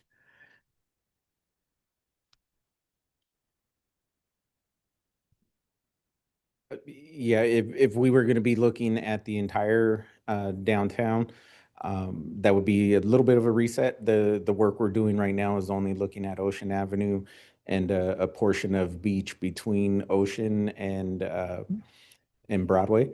And so if we were to go out with the change of scope, get proposals and whatnot, you would probably be later, maybe November timeframe. Is that what you're proposing, Mr. Mayor? I'm not really sure if I guess I'd need to ask you, does it really mean that we have to change anything on Ocean? Can't we just proceed with the Ocean project and still continue with the finalizing of the design? We had a design or preliminary concept brought to us by SWA of the rest of the street improvements. I'm just wondering what it takes to get that further fleshed out and further developed, that design concept further developed. For the entire downtown. Correct. Yeah, that's why I'm thinking it would be towards the end of the year. Okay, but you could still move forward with the Ocean Avenue and Beach? Certainly we could do that. The only concern would be if, as you mentioned, they do start to tie together. So if there were changes on the rest of it, that could affect Ocean and Beach. But Well, and that's why I'm insinuating we come up with a comprehensive plan so we can avoid any integration as we move forward. So we just stick with the plan and there's not a delineation in each part as we move forward. So whatever we would come up with would have to tie in to the beach. Right, and versus Ocean. putting a pause on. Right, that exactly. Yeah. Understood. I'd support that, and I think it makes a lot of sense. Any other council members? Well, I wouldn't derail the Ocean project. We've already spent a bunch of money on that. It's moving forward. I would just let that go. I mean, if you want to design the balance of it to link up to that, is that what you're saying? Yes. Yeah, okay, I'd support that. Okay, There's your three. okay. There's our straw. All right, next one, you want to talk about the Main Beach Boardwalk?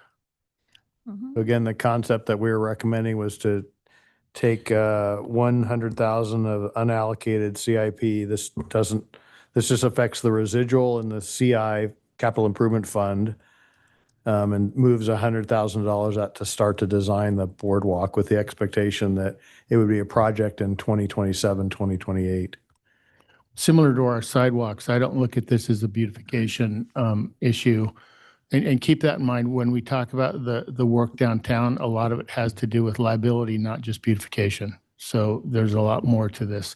I look at the boardwalk as the same. I don't look at it as a beautification project. I look at it as a liability. I walk that boardwalk a lot, and I think that we need to take some action on it. Yeah, I mean, I brought this up a couple times. Appreciate that support. I mean, it has reached the point where it needs to be replaced just from a safety standpoint, I think. So I would support the 100,000 to, and then on the wood style, I would want some feedback from Public Works, but some of these hardwoods last a very, very long time. I don't know how long this Doug fir has lasted, but I think you may say, yeah, it's a lot more expensive on the front end, but life expectancy wise, your dollar's ahead. I agree. I'd be very comfortable adding designing funds in this fiscal year and then having a larger discussion on the type of wood. Okay. Any other All comments? three there? How about the police mounted unit? I really appreciate the generosity of the foundation and the commitment to funding what I think is a benefit to the community and a benefit to our police department. I also really appreciate what I've heard from our city manager in terms of, this would be something that would be very hard to take away from the community. So I'd be comfortable moving forward with it with the understanding, and this perhaps is my naivete, that it's something that we might not be able to maintain depending on funding from the foundation in the future. So I have a question. So what is the public going to think if we have a horse? I know it's a weird question, but right now, the police department is doing a lot of enforcement. It's kind of the number one thing that we hear, particularly in the summer, is we want people cited. And so my real interest is, because the Laguna Beach Police and Community Foundation is probably one of the best organizations we have in town. There's a lot of really generous people on there. There's a lot of really smart people. They work really well. But my thing is, I really want to see technology for policing. I want to see drones. I want to see this, the loud noise detector thing, whatever it's called. And anything else that we can do to help the police department get better behavior in town and more ticketing in town. I just feel like this is how I would look at it. If I didn't know anything, what's the horse going to do? Because, it's not like we have Huntington where we have a big expansive beach or something. What's the horse going to be doing? And if I were a resident and I didn't know anything, I'd say like, why do they have a horse? Why don't we, what are they going to do with a horse? So that's kind of the way I think about it. I think it's super generous, and I can understand why the police department would want to have it, because it's another skill set that they can get. But I don't know, that's kind of my perspective. And I agree with Hallie is, and it's true here, you can see it in our budget all over the place. Once you have something like Laguna Local, it's hard to scale it back. You can't really charge for it. People get used to it. And then whether or not people like the horse or not, we're going to be stuck with the horse at some point. So, I don't know. This is all part of my plan, Sue. I love horses. All right. Anyway, that's my opinion. I don't know. Dave, did you have any answers to her questions regarding ticketing? Does it, and I don't know, if Chief Calvert would want to comment on that, or put you on the spot there, Chief. Or Officer Spratt too.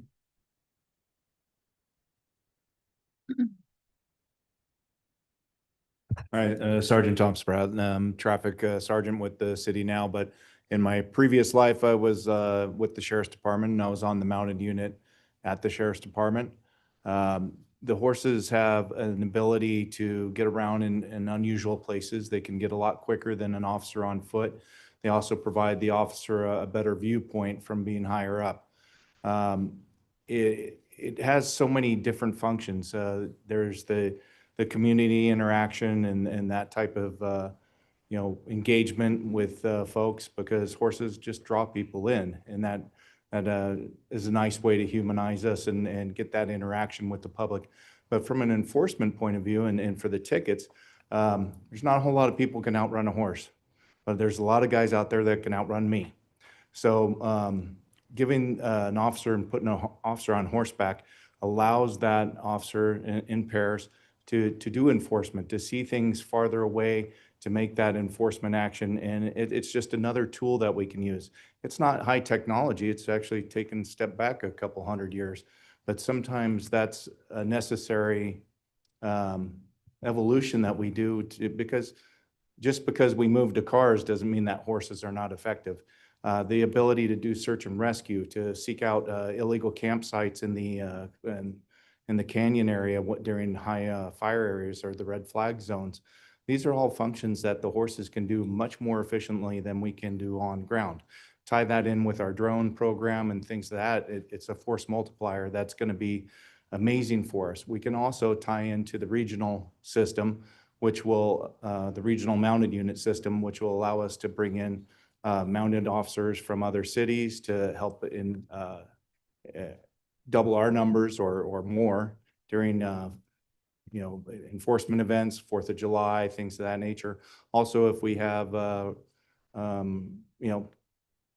demonstrations that get rowdy and things, that we've seen that back in 2017, that bringing in the mounted unit was a major impact in how that event turned out. In my opinion, it prevented a riot situation. The horses are, each horse in a crowd control situation is worth 10 officers on foot.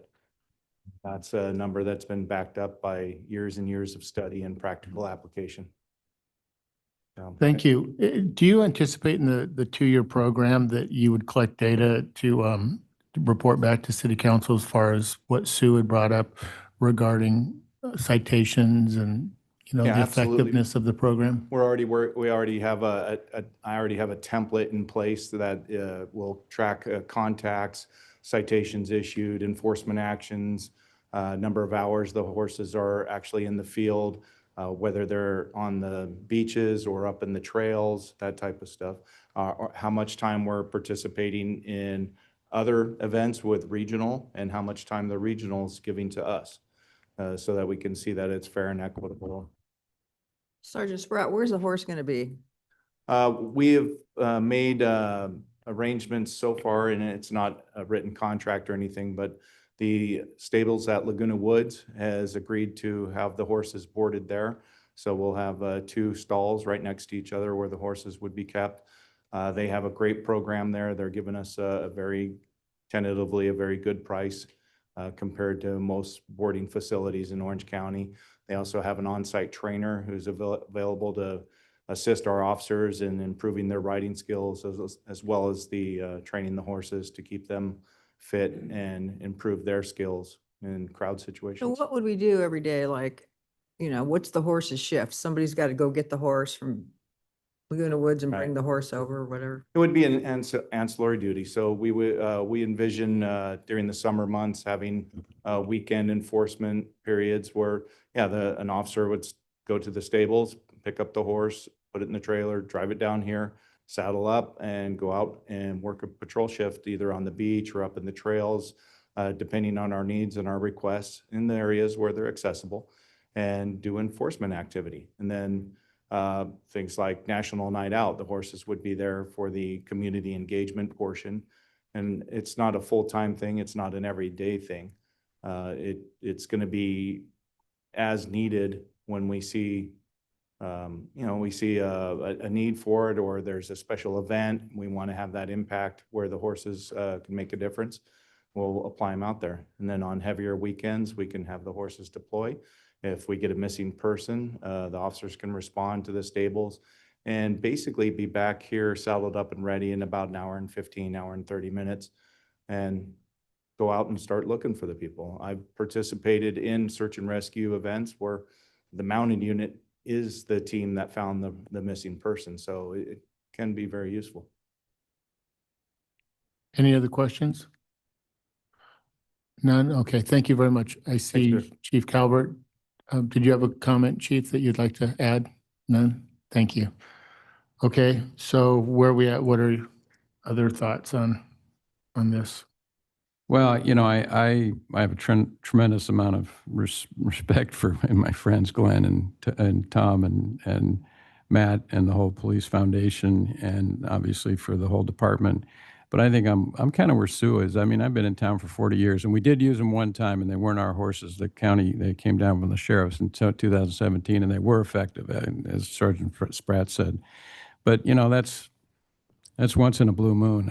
I think in this environment where we're tightening our belt, and I know this would be donation funded for 2 years, but I think it would be difficult to take it away after 2 years. And I don't know.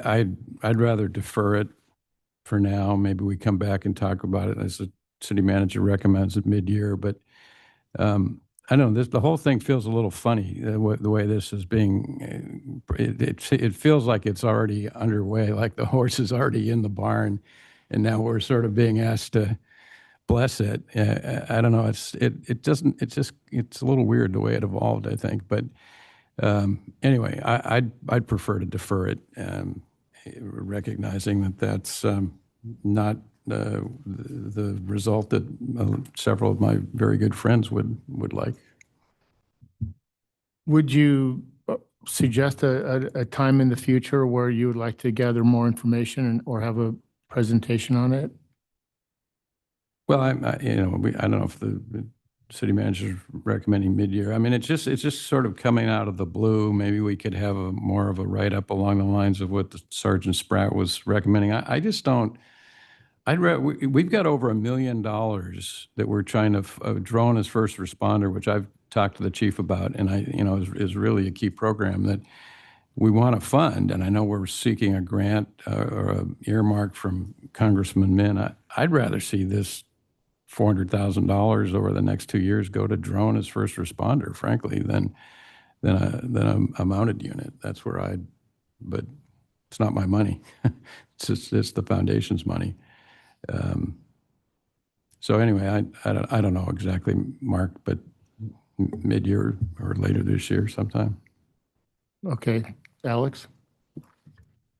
I mean, I see both sides of it. I think I'm skeptical based off the information presented that it's something that we'd want to fund in year 3, in fiscal year 3, if those of us who are up here, if we are up here.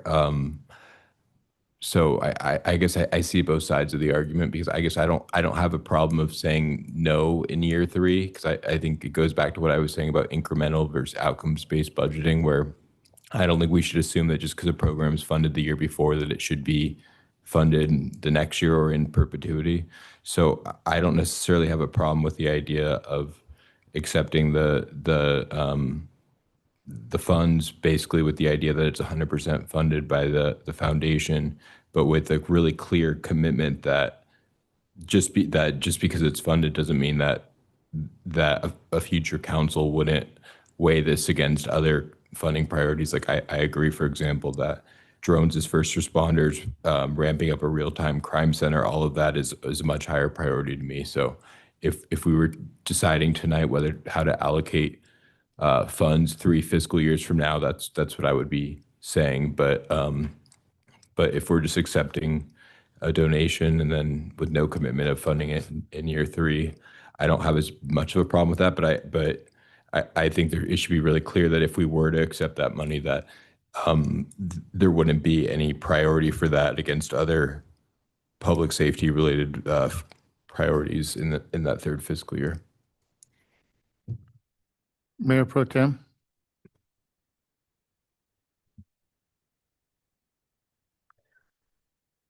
I'm open to deferring until mid-year when we have an idea of how the year is looking financially. I don't know what information we'll have that'll be different than the information we have right now. I agree with my fellow council member, Mr. Runagi, that because there is not a budget impact for the next 2 fiscal years, I'm more comfortable exploring it with the understanding and perhaps even the messaging both to our police department as well as to the public that this is a temporary 2-year program unless funding continues to present itself through the foundation. Well, I agree with a little bit of everybody, I guess. I agree with Sue and Bob, the optics and the budgetary concerns that we have now are relevant. It's a relevant concern. I think that I'm leaning toward the mid-year.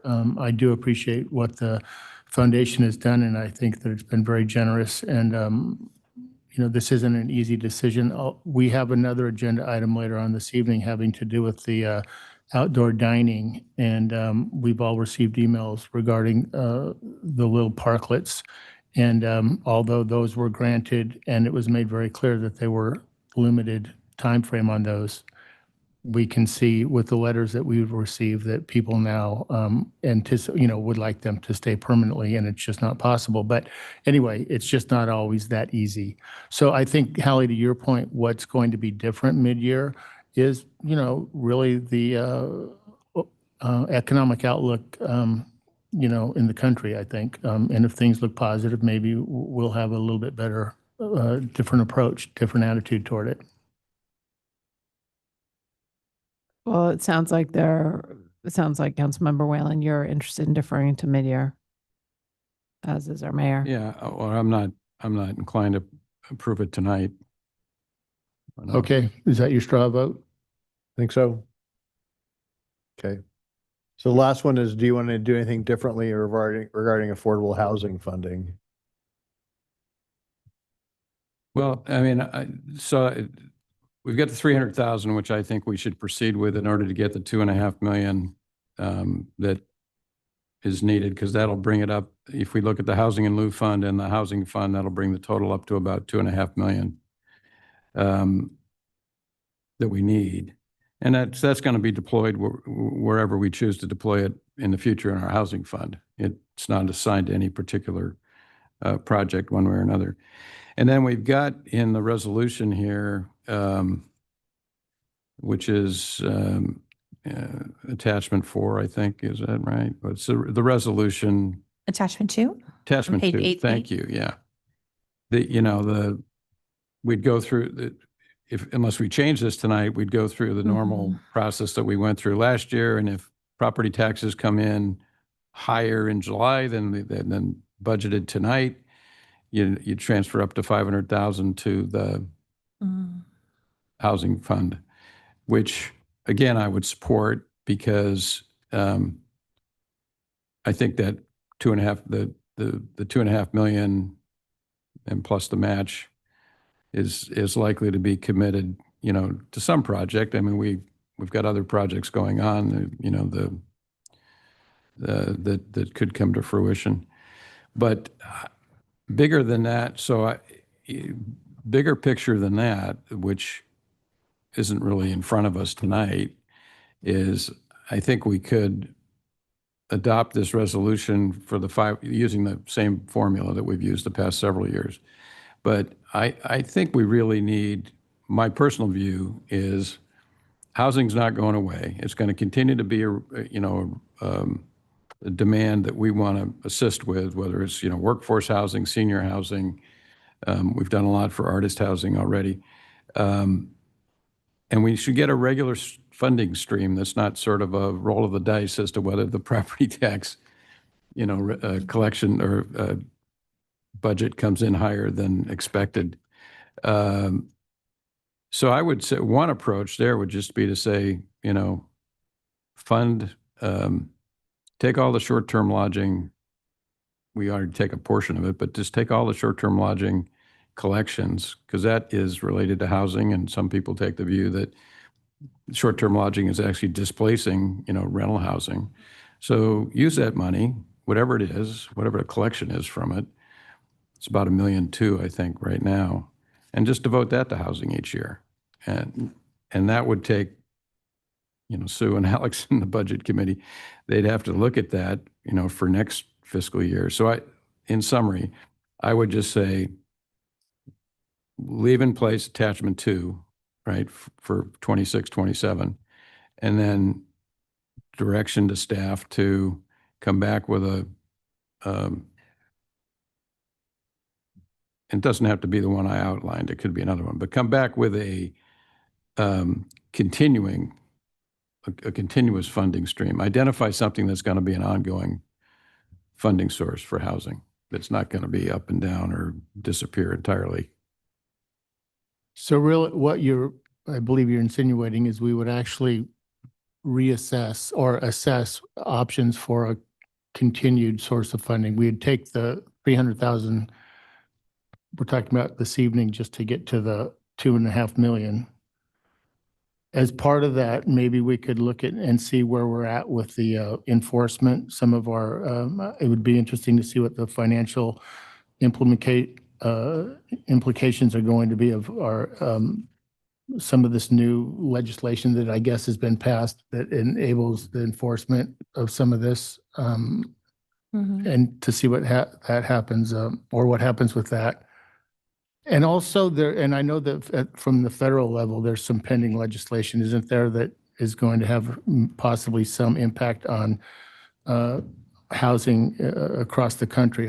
It would be interesting to see where some of this legislation is going to end up. So I guess that would give us a little bit of time to understand if the private sector, along with state funds or federal funds, is going to have an impact, and at the end of the day, where would municipal government need to step into it, I guess. So at the end of the day, am I correct, Bob, that you're saying move forward with the 300 now and then have Sue and Alex look at ongoing source in the future? Yeah, I'd move with the 300 in the budget.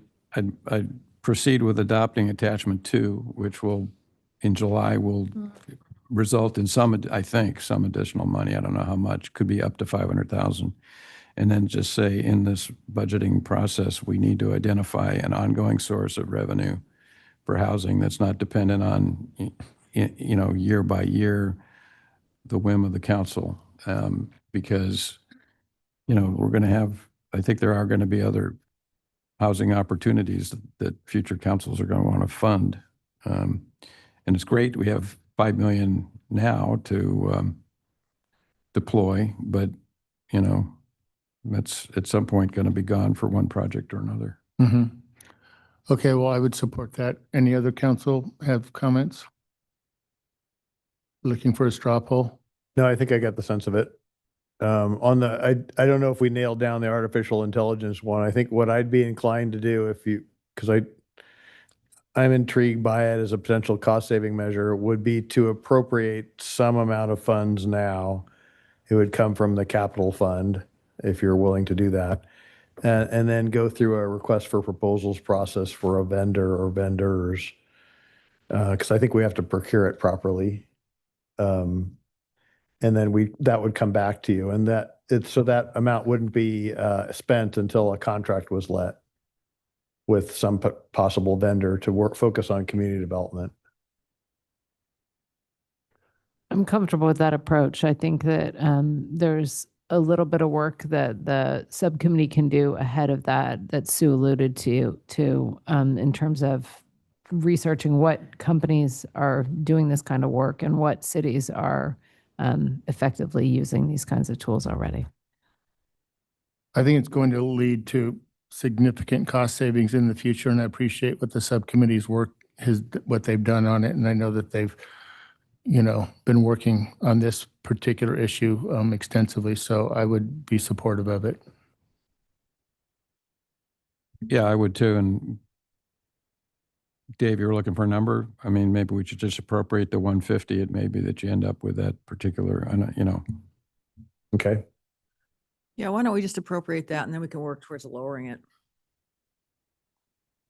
All right, so I think I'm clear on all of these on attachment 7. Let me just refine. I don't want to talk about Mermaid again, but we're going to leave the budget item in there for 200 and focus on designing the Ocean Avenue section, finishing that, and then at the same time designing that intersection such that it works with whatever we've done in Ocean Avenue. Okay. So no change In addition to completing the design of the other areas. of Ocean and downtown. beach. Yeah. Right. Okay. Exactly. I think we're clear on that. Okay. All right. Before we go to the recommended action slides, is there anything that staff has any questions about? No. Okay. All right. I think we're probably ready for a recommended action. If you guys are ready for recommended action, and we want to put those slides back up. There's 10 of them. Oh, sorry. Okay. Yeah. I do have comments on one of them, so. Okay. There is an amended resolution in part because of Councilmember Whalen had some good suggestions. So that's the main resolution adopting the budget. So that's on your on the dais here. Mm-hmm. Yeah, that looks good to me. I do have I have some when we get to it, attachment 2. I want to discuss some couple things. Okay. Yeah, we have 10 recommendations. We'll have revisions on attachment number 1 of the resolution as the city attorney's office put on the dais. We'll have to, revise the exhibits A and B to those resolutions for the city clerk. On recommendation number 3, we will need to revise the attachment for the salary schedule. The next page, we will remove, we have 10 recommendations. We will exclude recommendations 5 and 6. So those will come back to you probably in July or August, definitely in August, but maybe in July if we can do that. So when the council's ready, we'll seek a motion for approval of recommendations 1 through 4 and 7 through 10 in the staff report. But Councilmember Whalen, what are your questions?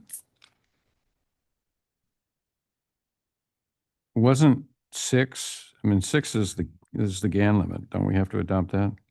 Number 5 and number 6 related to cultural arts.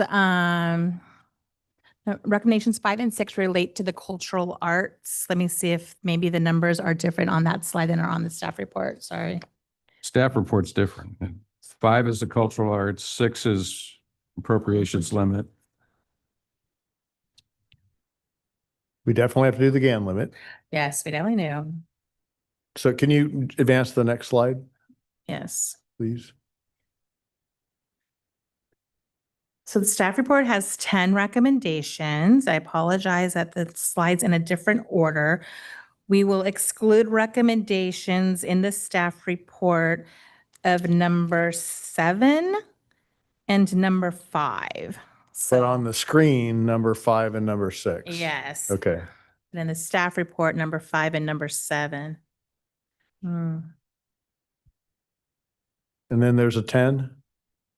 Yes, number 10 is a repeat of the recommended action from last year where the city manager is authorized to approve capital outlay purchases like vehicles up to your purchasing power of $100,000 if they're included in the budget.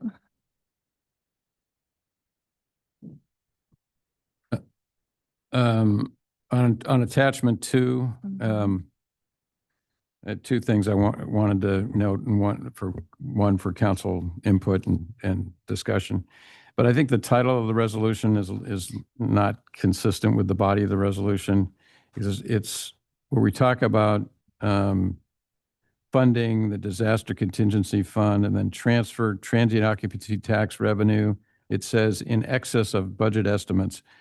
Really what it should say is transferring transient occupancy tax revenue if property taxes assessed exceed budget estimates. Because it's the budget, it's the property taxes that are trigger for the transfer. We're not actually transferring. That's We're a not good actually correction. tying it to TOT budget. And then what I think I'd like to have council some input on, paragraph 3, section 1, paragraph 3, which is disaster contingency fund. I guess this was what we did last year. I just don't think we do this. It says city council intends to use its best efforts to appropriate $1.5 million per fiscal year to the disaster contingency fund until it reaches 10% of the general fund. I mean, I just don't think we do that. What we do, or what we've done this year, the only thing that's going to go in there to increase it is interest earnings. So I thought maybe this should just say, well, if you want to leave it in here, just use best efforts to appropriate amounts to the disaster contingency fund from time to time, or something like that. And take out the dollar amount because we'd need $10 million in there to be 10%. We currently have about 7.5, 7.4.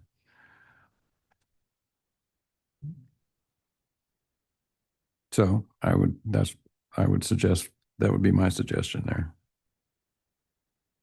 I'm comfortable with that.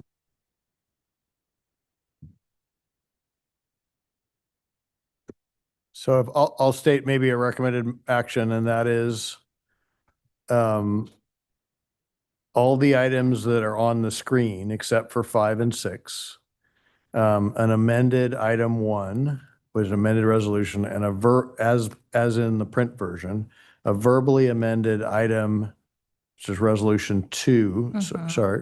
Second item. If you could jet back to that, please. It's the second one, yes. Amended as Councilmember Whalen noted, and then with the language in red and item 3. And with the understanding that the council gave direction on the 7 policy items that would be as recorded in the minutes, that we take that as direction. Does that sound all right? Michelle, sounds- did you say that exhibits A and B, just to make sure we capture them on resolution, the first item for the first resolution, that those are also being updated? I just want to make sure that, so Yes. not just what's printed on the dais, but the additional changes to A and B that were noted in the finance director's Presentation. presentation. Right. Did we need anything relative to directing the ad hoc committee to continue with the presented items? Should we add that? That's probably a nice addition, yes. Okay. So I'd move the motion made that the city manager just articulated with the addition that we direct the ad hoc committee to continue to pursue these items that they outlined in this memo tonight. I'd second. All in favor? Aye. Aye. Approved unanimously.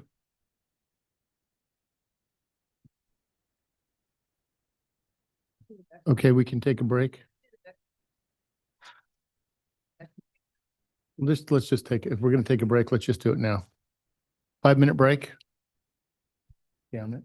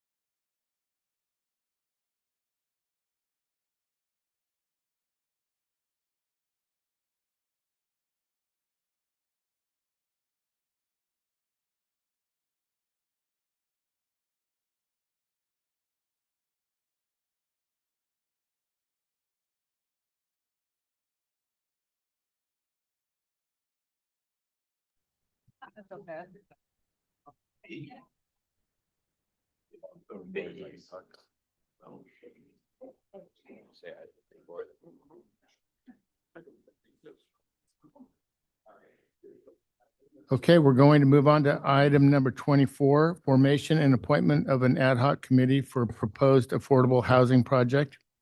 Mayor, I would like to voluntarily recuse myself from this item, even though I don't have any legal conflict of interest due to my prior employment with Related California, and based on my previous statements, I will not be participating on anything involved with this project. So I will be recusing myself. Thank you. Okay, I noticed Dave stepped off as well. This should just be a quick one. Madam City Attorney, would you like me? I'm good to go. Okay, thank you. You make a recusal statement for city manager. Well, I will for him. Sure. The city manager recused himself because he lives within 500 feet of the subject property. Thank you. Thank you. This is, staff's coming to you this evening with the request for a consideration to form an ad hoc committee for the related affordable housing project at the neighborhood Congregational Church.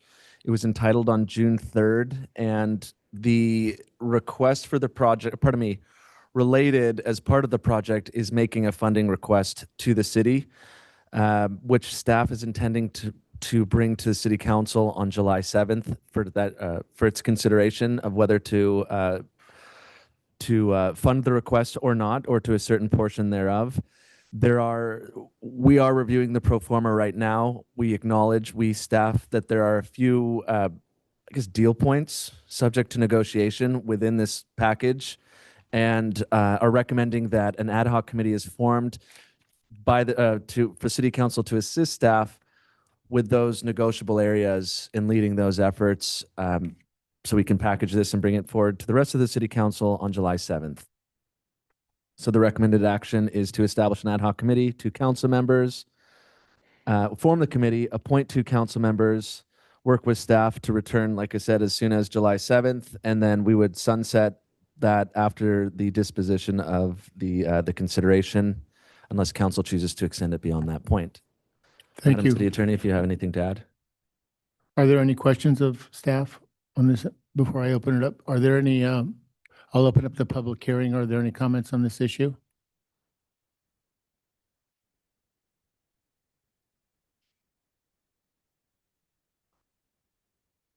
Good evening, Merrill Anderson, President, Village Laguna. The Neighborhood Congregational Church project that was approved by the Planning Commission on June 3rd is a tribute to how addressing the diverse interests of neighbors, congregants, historic preservation advocates, Montessori scholars, and other stakeholders can result in a promising affordable housing project. All this was done within a complex regulatory framework skillfully managed by the developer, Related Companies of California, and our city staff. We support establishing this ad hoc committee to recommend how best to provide financial support for this project. We expect this committee to recommend the appropriate level of funding and, going forward, for the city to ensure that the benefits that residents are expecting will be delivered. For example, we expect the work to be done on Aubrey St. Clair's Bridge Hall and Bill Brulick's Sanctuary will conform with the Secretary of Interior standards for historic preservation.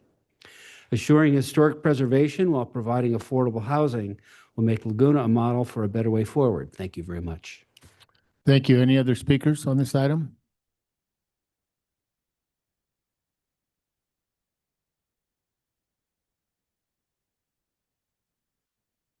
Good evening, Council. Ann Christoph.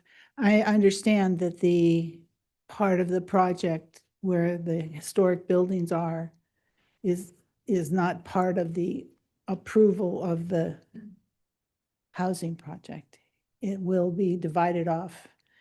But the church is asking for this as part of the package of making this project a success, asking for funding from the city.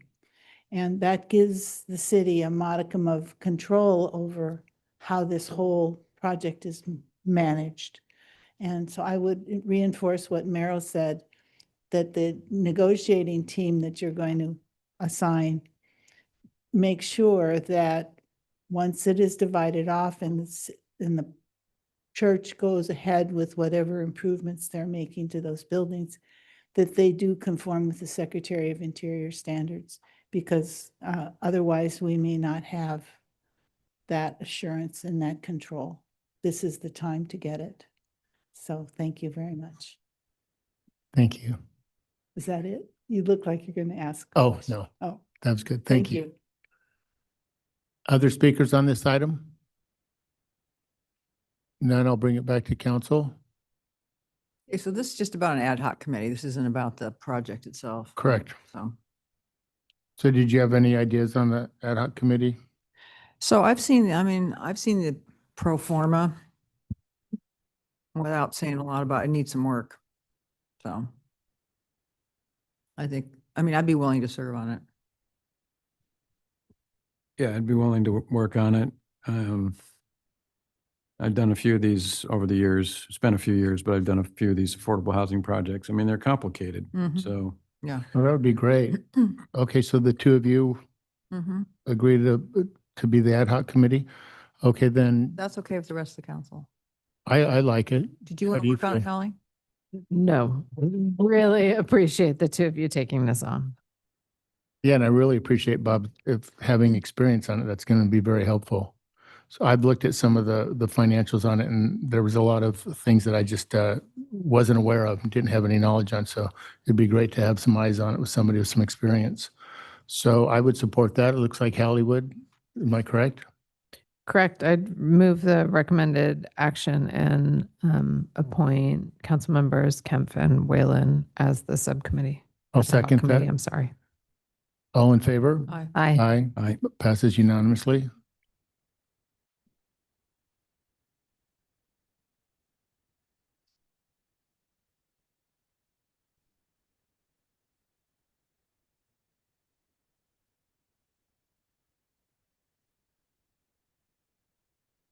Yeah.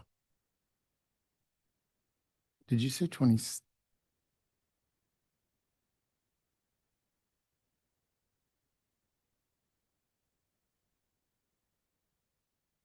Okay, we'll move on to 25, economic development, consideration of outdoor dining, parklet extensions, and market assessment. I'll jump on this one. And again, just a quick update and reminder this was discussed by the council at the November 18th meeting. Just some kind of to really simplify it. Essentially three tranches were created in our outdoor dining program. There's private property, there's public property, not over parking, and there's public parking spaces. As you can see, the top two, essentially the direction was extend, these programs were set to expire January 1 of 26.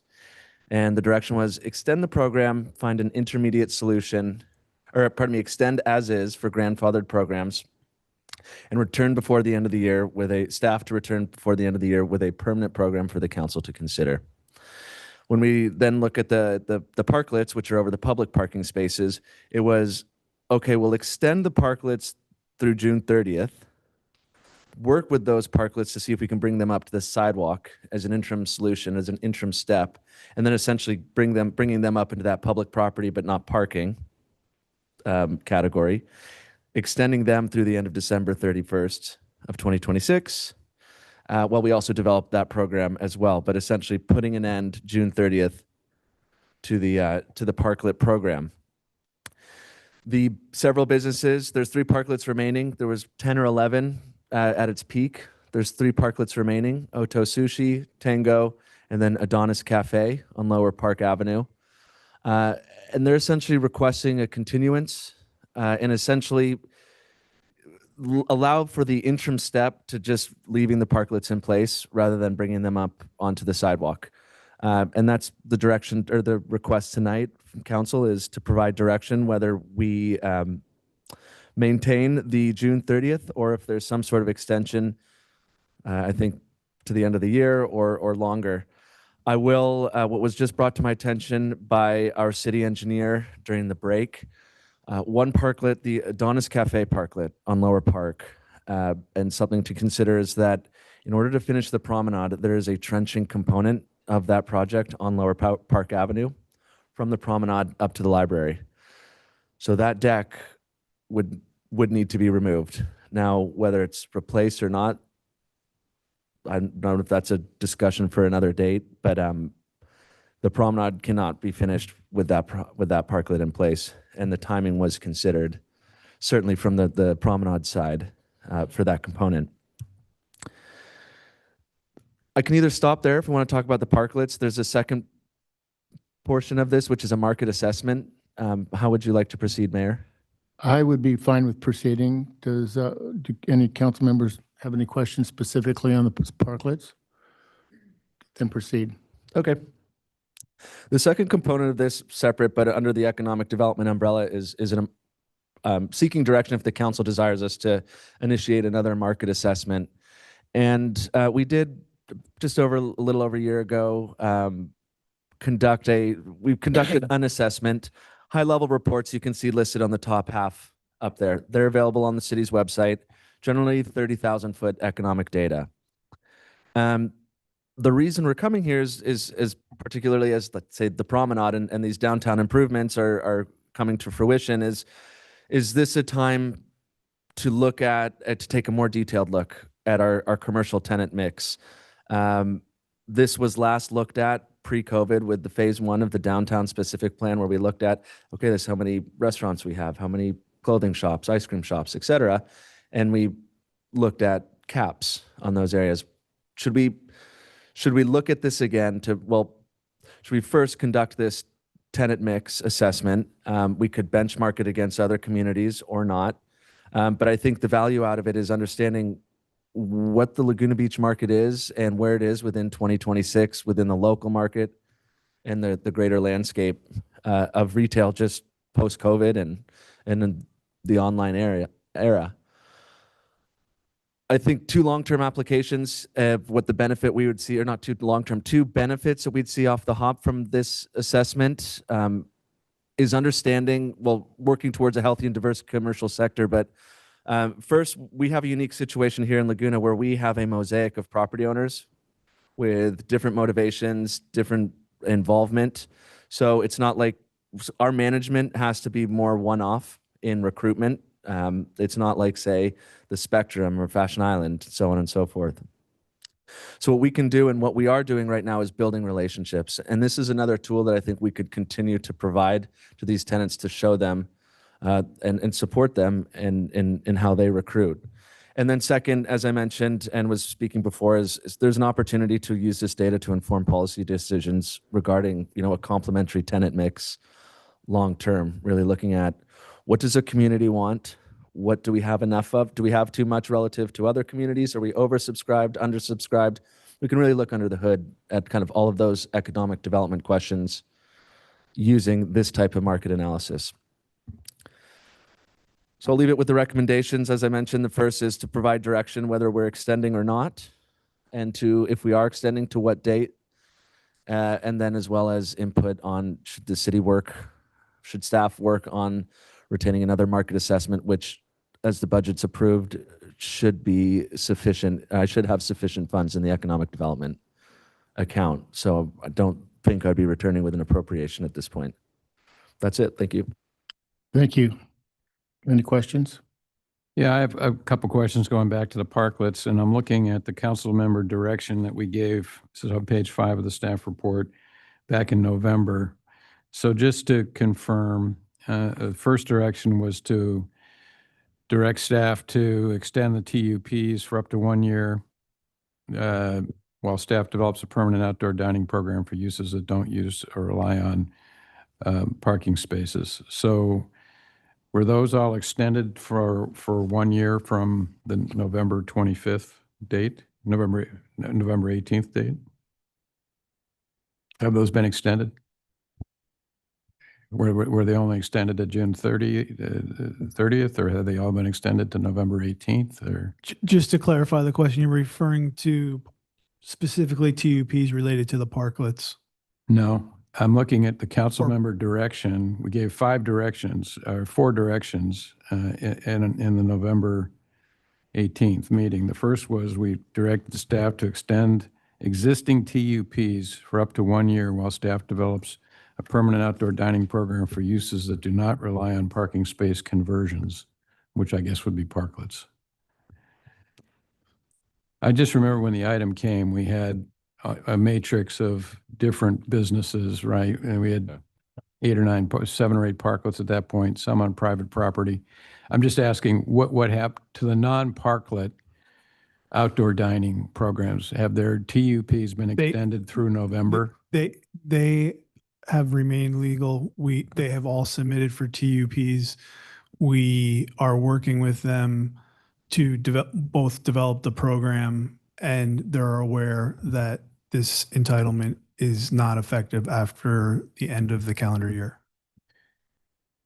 Well, it would actually be November 18th if we directed them to be extended for up to 1 year, right? We, December 31st, because the program expired, the action was taken on the 18th. The expiration of the Extended existing for 1 year, TUPs was okay. December 31st. So here's my concern, because here we're sitting now, June 23rd, whatever it is. And we're dealing with these, parklet requests.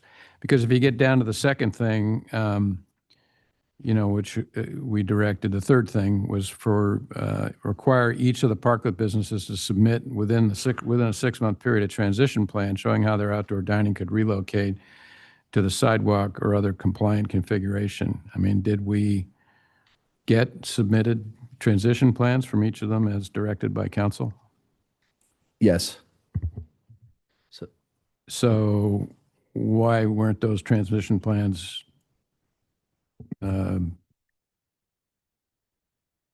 why aren't they being implemented? Why are we being asked to extend the parklets instead? So I will show you, we have, if I can pull this up, we have sent a series of notices. I'll just show you, I'm just going to pull up quickly our staff's efforts here.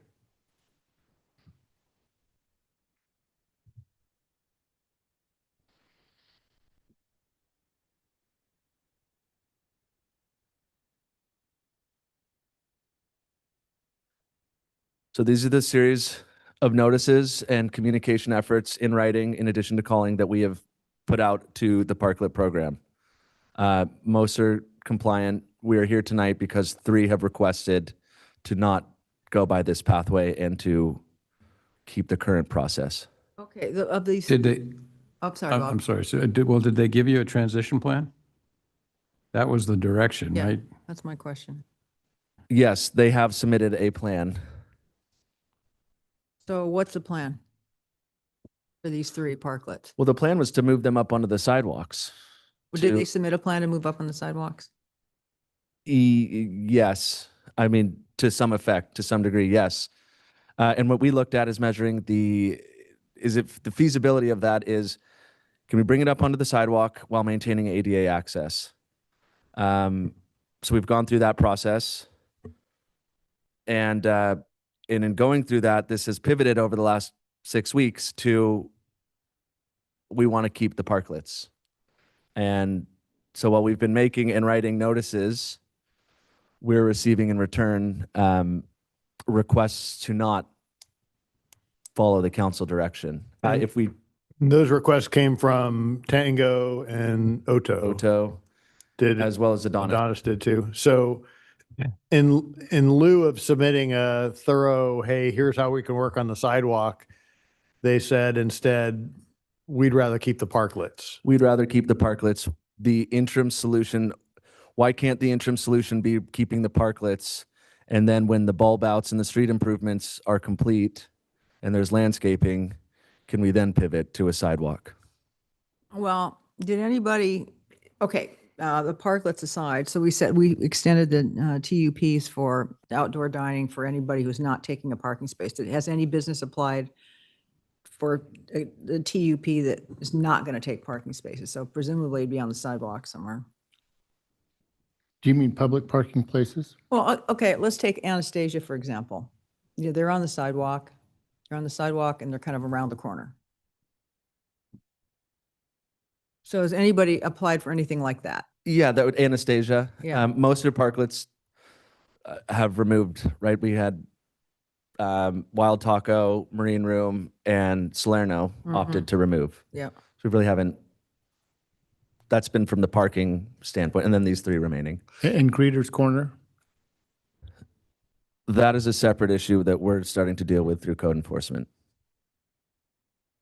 So like zinc, for example. So as I recall, I remember I was the mayor at the time, and it was a confusing conversation because we were trying to categorize each of these different things. So for their zinc is, they use private parking spaces in a temporary use permit for parklets, right? Not public parking spaces.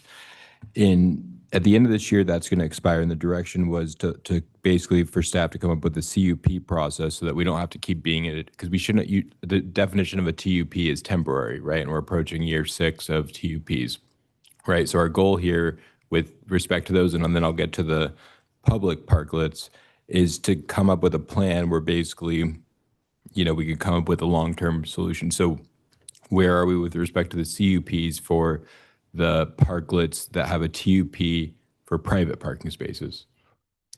Under development, our goal is probably fall. Well, here's my concern, because this has happened, I don't know how many times we've extended these things. You've got through the end of the year, right? And we've got this, which Alex is summarizing, the CUP process, which hasn't been developed. Will we come to the end of the year again with no plan in place? And there's no, what's it going to take? What are the steps required to get that program together and in place? And where does it have to go? Does it have to go to coastal? Do we need a CDP? There's just a lot of detail and no plan that I can see. And then I guess the next question would be, as it relates to the public parklets, the 3 that we're talking about, where it sounds like it's really just 2, because because one of them is going to be affected by the promenade, at least temporarily. Did they submit a plan that involved a sidewalk, or when you said submit, were you just referring to the submission was to say that we want to keep the parklet, or was there an actual submittal to assess that question? It's my understanding that there's a submittal through our process here. I mean, submittals were, by December, we had applications and extensions. Yeah. I can't speak to the specificity of each submittal. So, but for the 3, I thought okay, so I guess now I'm a little bit confused. But Jeremy, go ahead, Matt. Maybe I can try to reframe. So all along, we've been going down 2 paths. I believe there's 6 properties that are on private property that the goal and the plan all along has been for staff to develop a way to enable those to shift away from a TUP through a CUP process, assuming they have enough parking to make it work. In some cases, it's unknown. And that's not something we've dedicated staff to yet, but it is very much a priority as we move through the summer and fall. And it's always been anticipated that we'd bring something back to the council before the end of the year, so that the question of whether to extend the TUP or permanently legalize this would be answered. Separate to that, we've had the effort to tell the parklets that they need to be removed by June 30th. And to a large extent, we've been successful. Most folks have just chosen not to put parking on the sidewalk. However, we've gotten 3 requests where they're essentially saying, in lieu of transitioning to the sidewalk or completely removing it, can we extend it through the end of the year, if not further? And that's a relatively new request as the deadline's gotten closer and closer, and we've kept escalating our requests to remove the parklets. And then if they had, if one of those 3, for example, had a plan for how to accommodate it, meet ADA requirements on just the sidewalk, do we have a process set up for that right now, where they could get a CUP that would contemplate that? I'm not aware of a specific CUP process, although there may be one, but there is a process for sidewalk dining. And I'm just not well versed. I could speak off the cuff to it, but there is a process.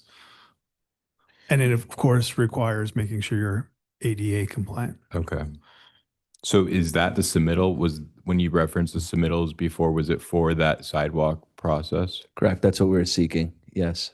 But they were not submitted for that? The three existing businesses, Correct. two of the three, yes. I'm told Adonis, no. So But they, we can work with them. okay. Okay, I think those are my questions. Are there any other questions of staff before I open it up to public comment? None? Okay. I will open up public comments. Are there any speakers on this issue?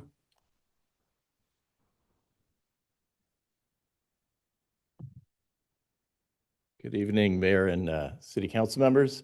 My name is Jeffrey Harlan. I am an attorney representing Drew and Stacy Howitt, the owners of Tango Restaurant on Forest. We submitted a letter and detailing not only the importance of, but the necessity for this extension. And I was hard to see that the rest of the public comment overwhelmingly came to the same conclusion, that this is necessary and a fair proposal. I think the mayor had noted earlier in regards to the budget discussion, it's very clear that the community desires and now expects outdoor dining. And you've already made a policy decision to continue that, but there is no permanent program. And while we appreciate the desire to have a permanent program, there should be at least some accommodation to allow businesses to continue in a way, especially during the summer tourist season and the winter hours, because this is when restaurants make it or break it. They will remain open and provide staff the rest of the year if they do in fact have a successful season. And that's not just restaurants, that's mostly for downtown businesses. What you have before you, I believe, is actually one of those rare instances where everybody wins. So an extension through the end of the year would provide the restaurant patrons with continued outdoor dining. The businesses in downtown would enjoy an active pedestrian environment that helps drives business, especially during the summer months. And for the restaurant owners, obviously, as I mentioned, this is a critical period. I would say it's actually vital. If there's no extension, then there's the likelihood of businesses closing. As we noted in our letter, the parklet for Tango accounts for about 40% of their annual revenues. And most importantly, excuse me, for the city benefits not only from the tax revenue, but also by the permit fees for the parklets. And I think most importantly here actually provides a sufficient amount of time for staff to work with us in developing what this permanent outdoor dining program is. I fail to see why there should be a distinction between the public parklets on parking and some of the other ones. As Councilmember Whalen noted, initially, this is a confusing way to kind of bifurcate all of these different businesses. I urge you to accommodate. This is a very reasonable, prudent, and most importantly, fair proposal before you. And I think I'd urge you to make that accommodation at least through the end of the year. Thank you. Thank you. Next speaker.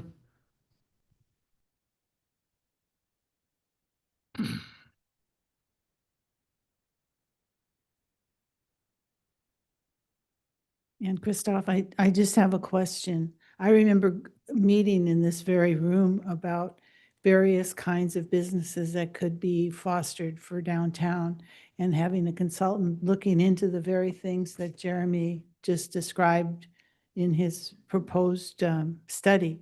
So I'm wondering what happened to that. It seemed like it was doing exactly what you said you wanted. I'll ask that question. Any other speakers on this item? None. I'll close public comments, bring it back to council.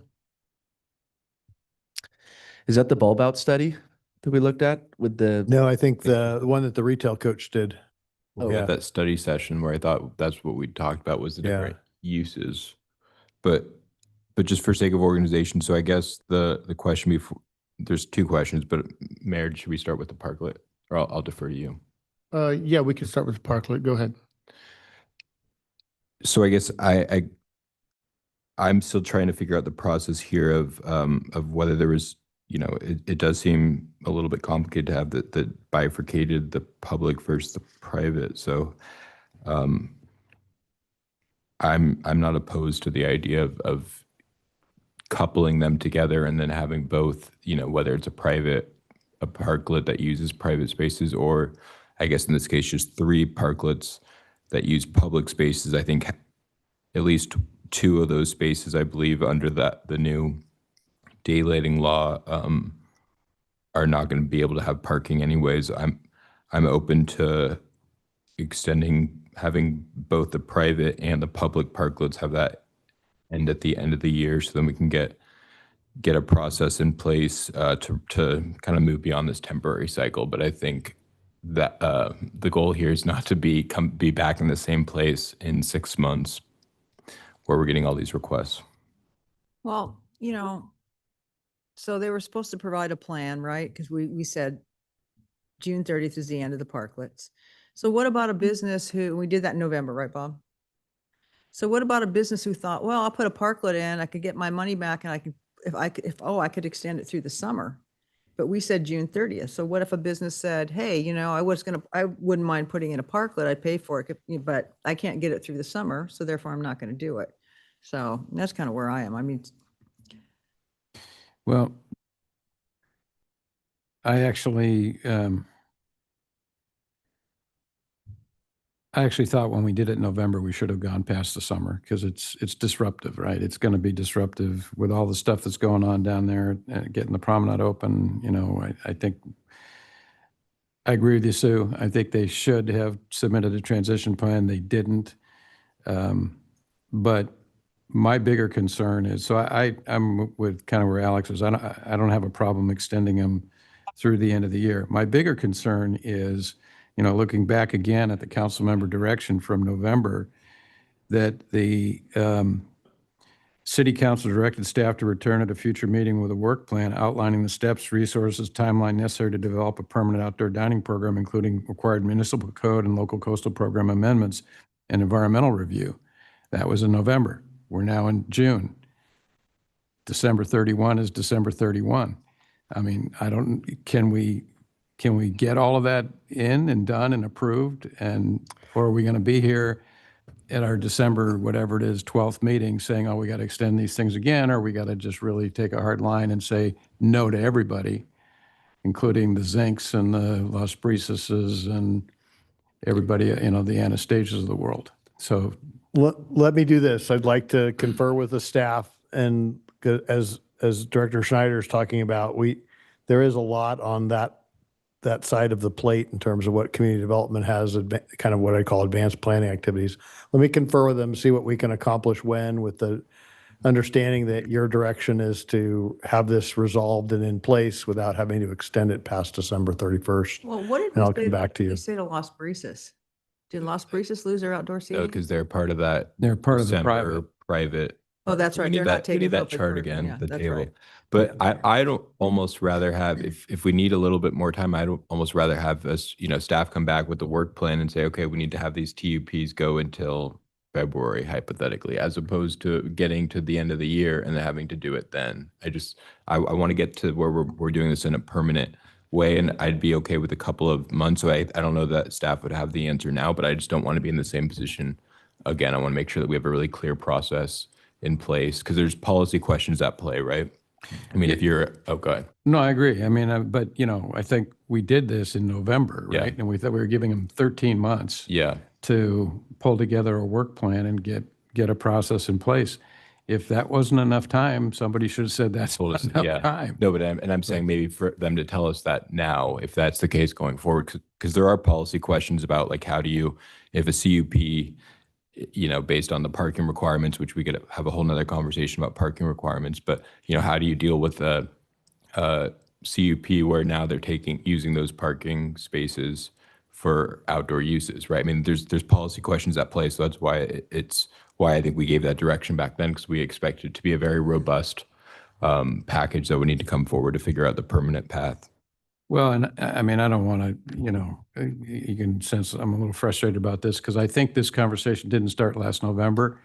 It was like 3 years ago when we first extended the TUPs by another 2 years, right? Because we said, okay, it's complicated. We got to go through a whole land use entitlement process to make it work. Well, yeah, it's complicated, but you got to start the process at some point. Well, I have a little bit of problem with telling there's not everybody in the public likes the parklets. I mean, I heard what the attorney said, but that's not true, actually. Not everybody loves it. So, and we told people, especially the business area down there, who also don't like the parklet in some of these areas, or that we were going to get rid of them on June 30th. So their expectation is that they were going to be gone, because we said that's the date. So we'll have a debate over it once I open it up for public hearing, but right now I'm focused on the comments to staff. Are there any other comments to staff? None? We already have a Questions? public hearing. I mean, I'm sorry. Okay, I'm sorry. Forget. We're in it. I'm zoning out. I apologize. Okay, let me just say where I'm at with this. So I thought since the promenade, the two ends of the promenade are going to, trail the center, and I think it's going to have an impact ultimately on the outdoor dining opportunities. So when I first saw this, I thought, oh, it probably wouldn't hurt to have these open a little while longer. I was thinking more of the parklets, not so much the zinc and the Anastasia and whatnot. So anyway, that's what I was thinking. Pretty simply, just that it would provide a little bit more outdoor dining opportunity during that period of time while we're focusing on the two ends of the promenade.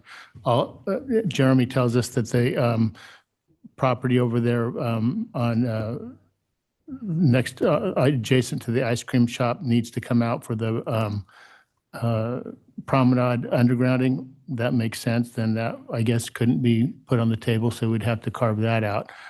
Do we need it till December? I don't know simply if we need it till December, but that really depends on where we are with what Alex thinks regarding having staff come back with a plan. It does seem to me, and I'd be interested, Matt, on your comments.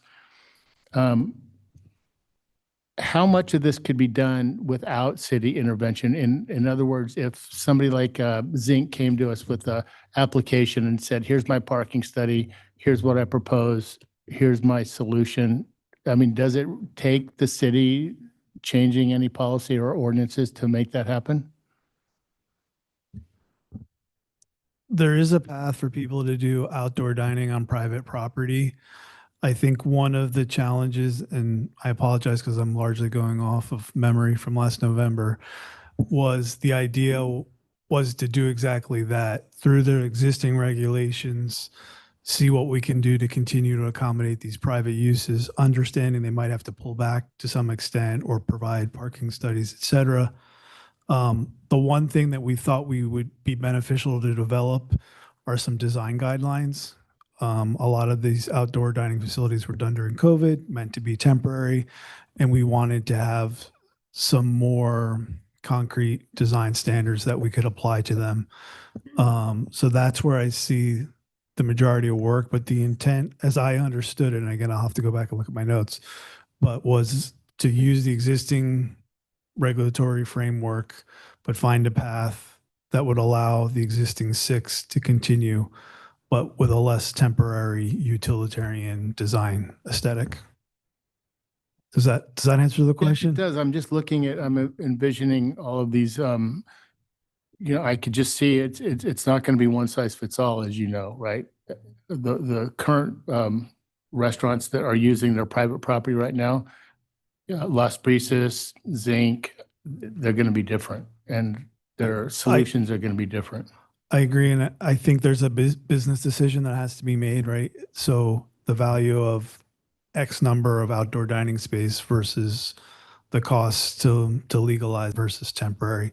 So back to what Alex had suggested, having this complete and possibly extending this to the time where it allows the city time to come back. What do you have an idea of that timing? If we can accomplish this without a local coastal program, which would be my understanding, and that what I just outlined, it's basically existing framework and coming up with design standards. My goal, which had been before tonight's meeting, is we would have this done before the end of the year.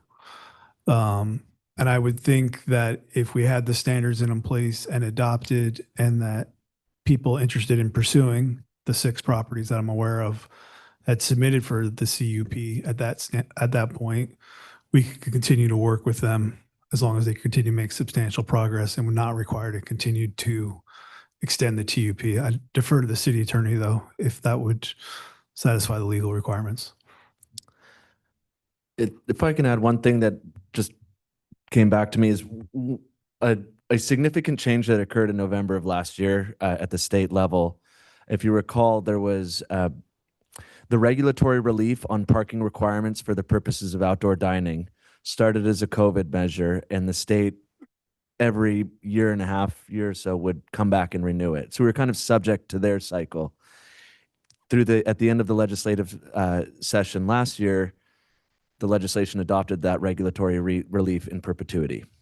So that really opened up permanency within our community and not being tied to that parking requirement. We can potentially divest ourselves, and that's what we're looking at, and that would be a key component. So that's part of the cycle we've been working through over the last few years. So I guess what I'm hearing from my colleagues is there's a potentially an option to, if we extend these until December 31st, we've kind of got everybody on the same time frame, and it gives city staff time to develop a framework through which people can apply for making these dining areas permanent. The question is, do we as a council want to extend these 3 specifically until the end of the year, assuming that the end of the year is going to give staff enough time to actually create that framework through which these businesses can apply for that dining?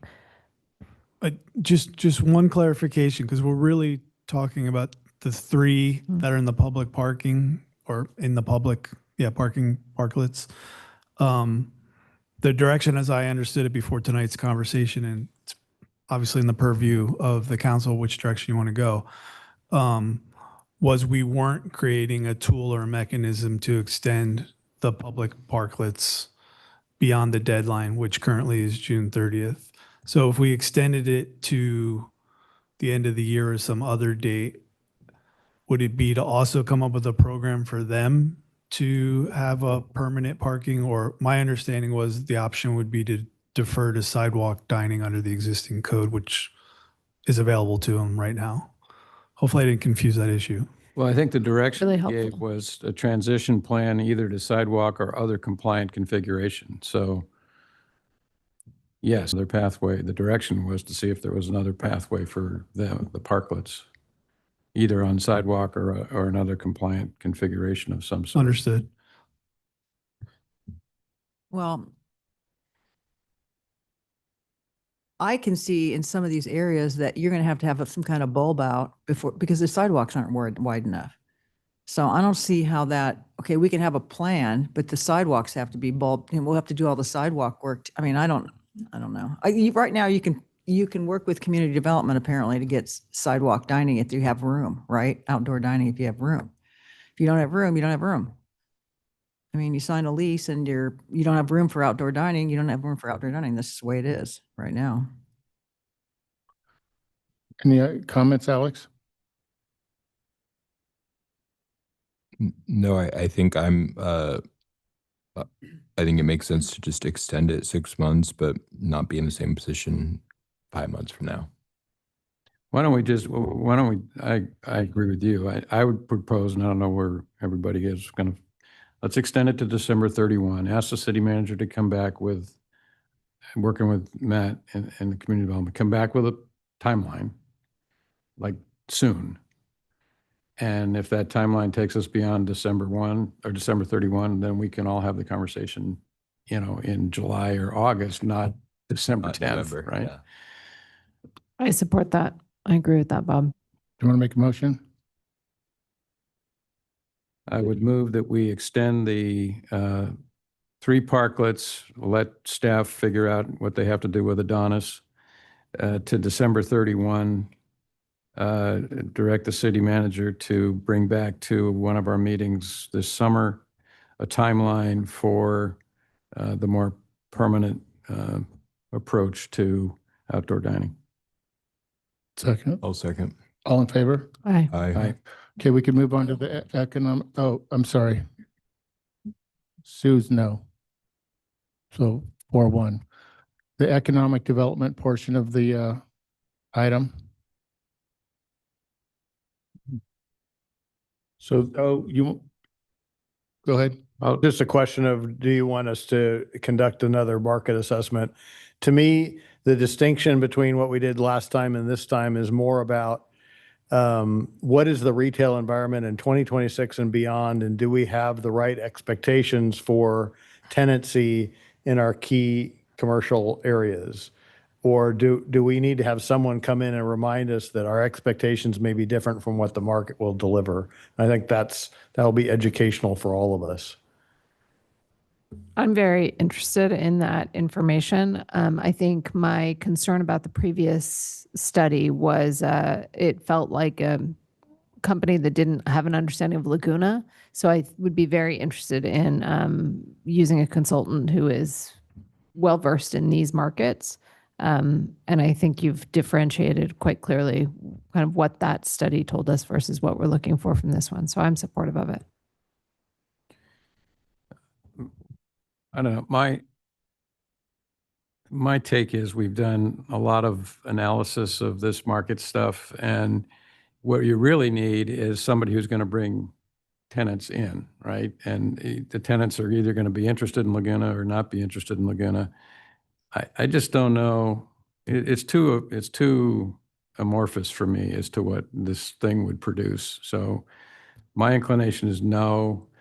If we need to get somebody kind of corralling potential tenants to bring them down here, let's do that. But that's where I'm at. I would tend to agree. I mean, I think economic development, to me, the best economic development is when we can have an AI plan check where we can basically promise businesses that if you come here, you're not going to deal with a year-plus permitting catastrophe. That's a discretionary process where you don't know what's going to happen, because under those circumstances, no one's ever going to come, right? And so I think the key here is just having a very predictable permitting process. And it's unclear to me what we would get from doing more analysis of the market, because ultimately the best way to gauge the market is to watch it in action. And so I don't know that this is necessary. And I think it's a good example. So that's where I would agree with Bob there. Hey, Dave or Jeremy, I asked you not long ago how many ice cream shops, was that in the downtown specific plan were allowed? It was like 15 or something of that nature? Yes. So to me, it's about tenant mix. Me too. And a while back, we had a discussion on the tattoo shops. Do we need X number 12 tattoo shops in Laguna? Do we need 30 ice cream stores? Do we need 50 t-shirt shops? That's really I don't know if we need a huge study for that.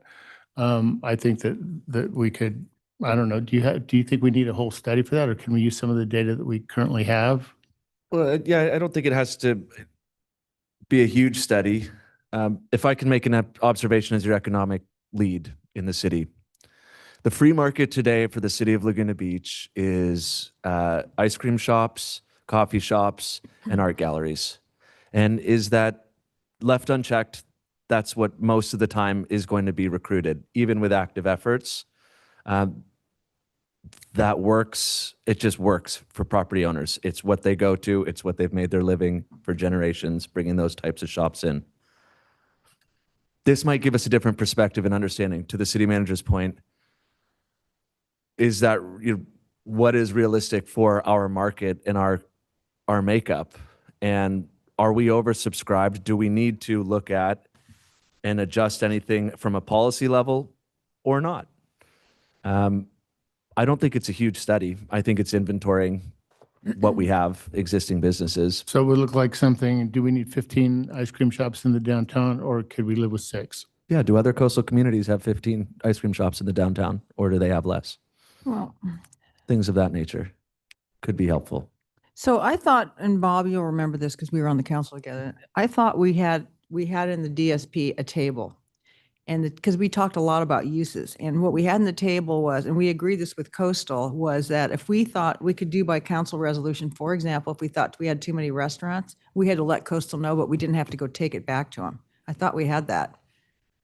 I think that's right. We can adjust by resolution. Mm-hmm. The ones by right. Right. I wasn't here at the time of adoption of that, but my understanding, because I'd looked into that issue, and I think it may have come back as a modification, but that was our desire, but that Coastal ultimately didn't agree to that in the final version. Serious? I thought they did. But again, I wasn't here. I'd have to verify that, but that was what I understood. Well, I also, the problem is, one of the larger problems we have is we have a problem with the landlords. It's impossible to know where the vacancies are going to come up. We've called them, especially on the promenade, we've called those landowners. They pay zero attention, zero. Well, that's kind of to my point. Why are they going to pay any attention to this marketing study or whatever? Well, no. You guys should be looking at this kind of business. Well, I don't need you to tell me how to run my business. I own this building. I'm going to run it the way I want to run it. Yeah, no, I get that. But, I have it's back to these 15 ice cream stores. Why do we need that? And I have a specific concern about the promenade. I do. I want a good mix, a good tenant mix down there. I mean, to me, again, and I'm no expert in this area, right? But defining what the market is in some sort of general way isn't going to change the market use down there. What you got to do is go find businesses that you want to have come and try to marry them up with a property owner down there. Well, we've been doing that. I know you've been trying, It's but I'm just saying, I don't think this market assessment's going to change any of that dynamic. Yeah, I think that might be right, but it's very, very frustrating to get kind of work on the mix because the landlords really don't care. I'm telling Well, you.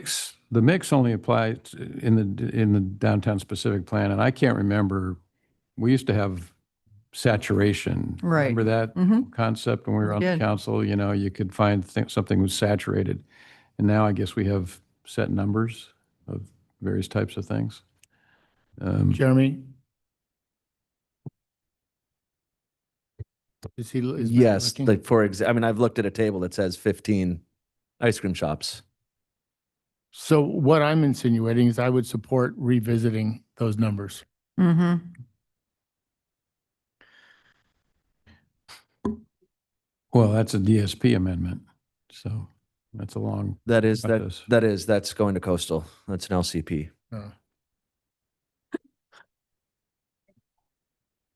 No, I'm just concerned. I noticed across from Main Beach the other day, that we had another ice cream store popped up and. Well, there is a phase 2 of the DSP going through. I mean, if you really feel Yeah. strongly about it, you could revisit that as part of that. But anyway, my point is what we're dealing with tonight, the market assessment. I don't think the market assessment is going to answer any of those issues. Are there any other ways to address these numbers, Megan, that you're aware of? Mr. Mayor, I think at the end of the day, if it's in the DSP, it's pretty tricky if we don't have that resolution language. That resolution language sounds amazing. So I think we'll go back and double check just to make sure.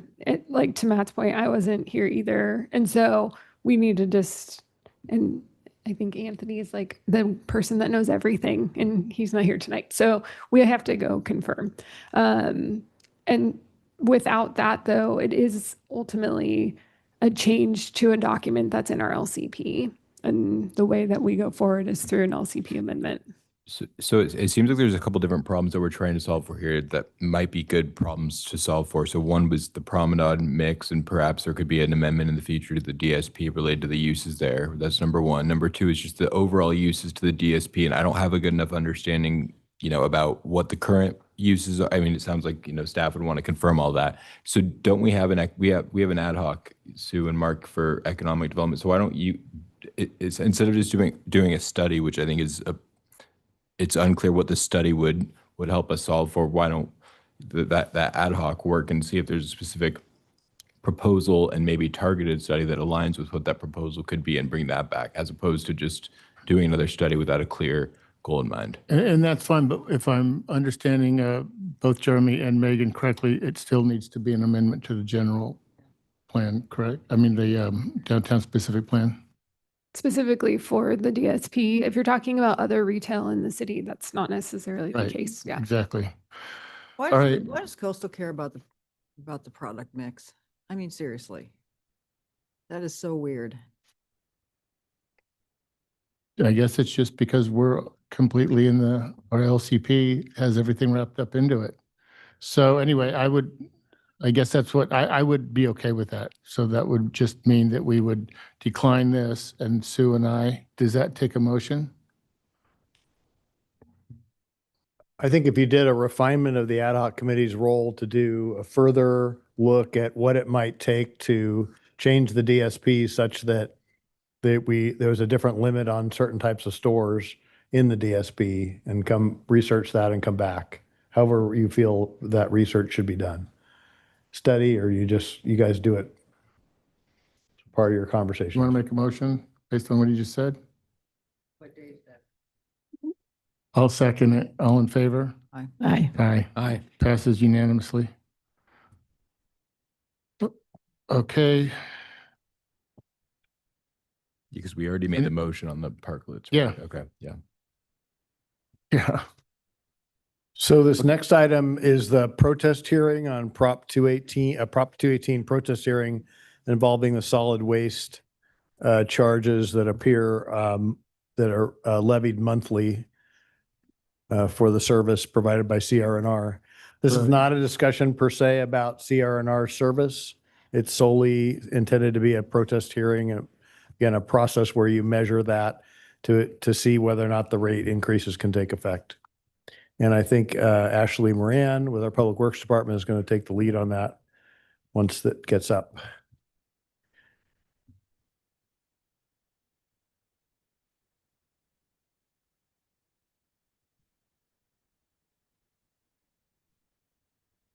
And in a few minutes, we'll be calling to see if there are any further protests in addition to the ones we've received. And that will be part of the public hearing. So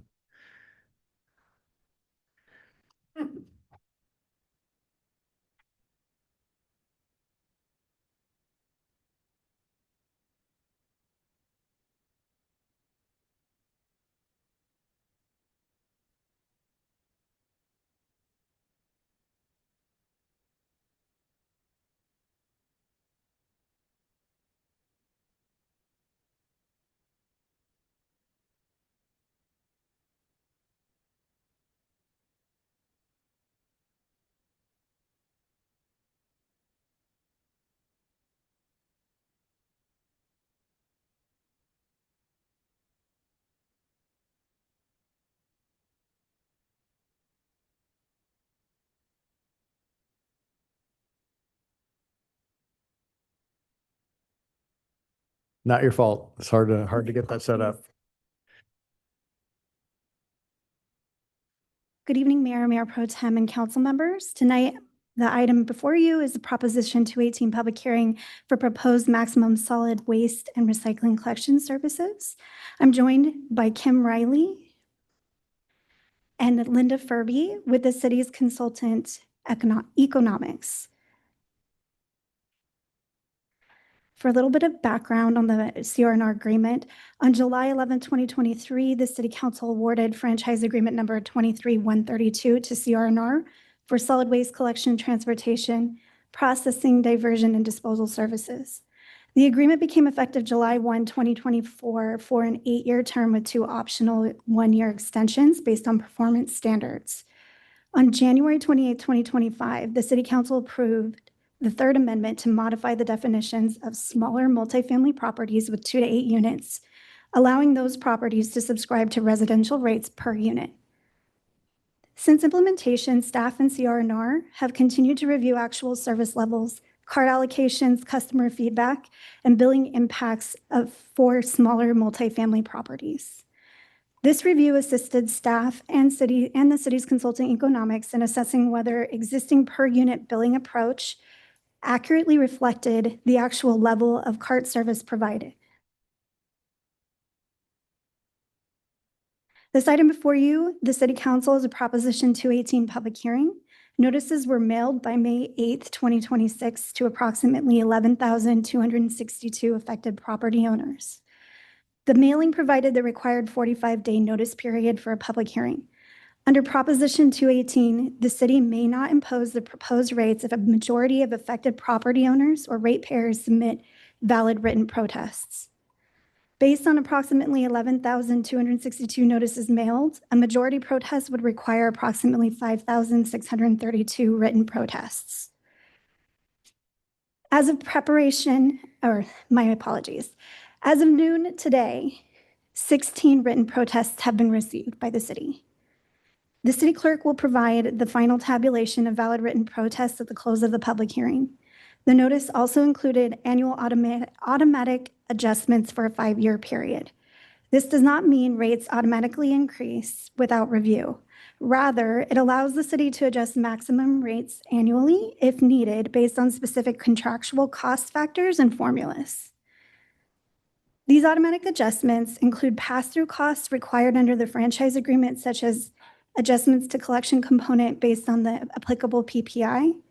They also include fuel subcomponent adjustments based on the applicable PPI, changes in landfill disposal costs associated with the waste infrastructure system enhancement, or otherwise known as WISE, and accounts for changes in the city's regulatory compliance costs.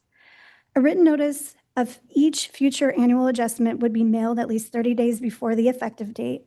The City Council would still retain oversight of the maximum rates, and any adjustment would need to be consistent in the formulas and cost components included in the approved rate structure.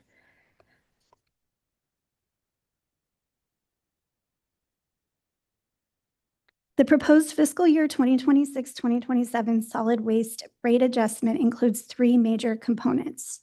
The first component is the county landfill cost increase associated with the WISE agreement. These are disposal costs charged by Orange County Waste and Recycling and passed through under the city's agreement with CR&R. The second component is the annual contractual inflation adjustment. This adjustment is based on applicable producer price index factors, otherwise known as PPI, including finished goods and natural gas. These inflation adjustments are required under the existing franchise agreement. And the third component is the small multifamily repricing adjustment. This would transition eligible 2 to 8 unit multifamily properties from a per unit billing to a CART payment $4.77 to $4.92 per month, depending on CART size. For the representative commercial service level shown, a 3 cubic yard refuse bin collected once per week, the monthly increase would be approximately $41.80. These rates represent the proposed maximum rates effective July 1, 2026, if approved by council. In summary, the proposed rate adjustment reflects 3 main components, as described before. Staff believes the proposed structure better reflects actual service levels. The rate structure also supports continued compliance with state recycling and organics requirements. Staff recommends that the City Council conduct the Proposition 218 public hearing and receive the City Clerk's final protest tabulation tonight. If no majority protest exists, staff recommends that the City Council adopt the resolution setting the maximum solid waste service rates effective July 1, 2026, approve the 4th Amendment to the CR&R agreement, and authorize the city manager to execute the amendment. Staff representatives from Economics and the city are here and available for any questions you may have. Thank you. Any questions of staff from council? None? I'll open the public hearing. Are there any speakers on this item? Thank you very much. We may be talking about some of the AI matters you discussed already this evening. The document that I've given to you is what I submitted to CR&R on 3 subject issues. And then when they did not respond accordingly, was given to the Public service department of the city, and you have a letter from that department in the packet that I've given you. The point related to the matter before you this evening is that I wanted you to be aware of some of the experience that the customers are having in this environment. You have there the answers of AI to the questions that I submitted to both entities in order to clear up the matter of the waste collection. And you also have a conundrum before you because you can read the law, which I have also given you the actual wording of the law and the franchise agreement and so on that governs these activities. And the responses from the company and from the city so far do not match what AI says. Now, I know that AI is not perfect, and I may have not given the questions perfectly. Things may have changed, but I thought you should be aware of the conundrum that the customers are in when they cannot get straight answers that agree with the written law that already exists. Now, as related to the item that you have this evening, I noticed, for instance, one of the issues that is in the recommendations is already established in the rules, and why it's coming up again is anybody's idea. I am wanting to report that every contact with the city and with CR&R was very kind and very generous and a very pleasant experience, even though the answers are completely 100% different than what the law says. And I don't know how that affects the situation tonight, but I suggest that you delay the matter as a matter of leverage and giving attention to a broader issue. Thank you. Thank you. Bill. Got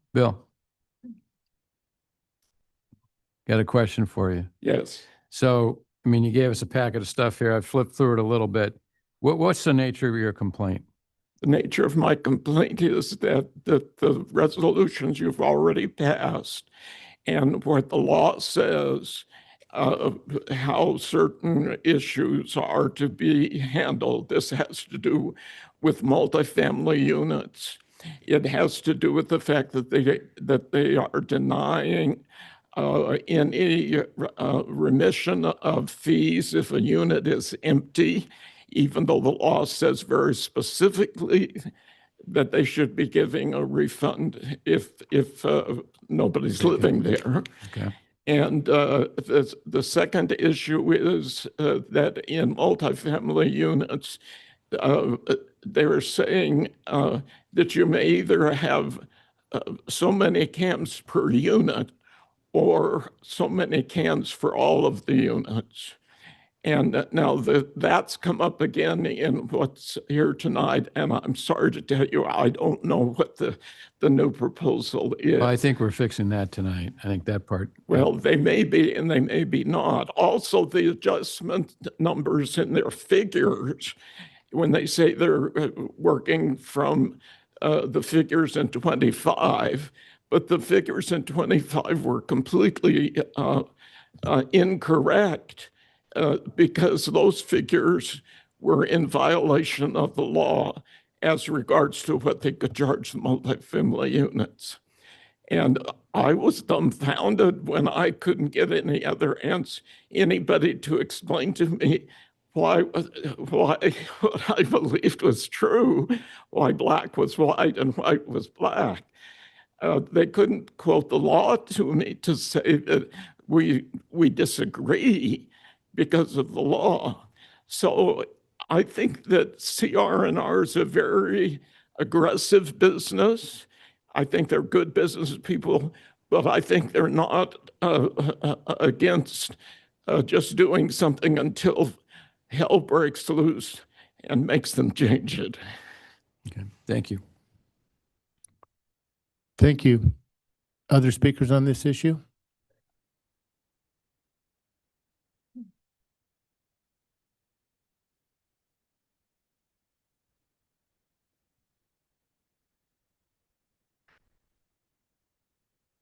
I'm going to try to read this. It's not easy for me. Remember your name. Pardon? Your name? Shaw. More importantly, my APN number is 641-381-42. My comments regarding the letter in protest of the proposed plan for garbage collection price increases. I've been a resident of Laguna Beach since 1965. Previously, the costs for garbage collection were included in our property tax payment. The arrangement worked smoothly.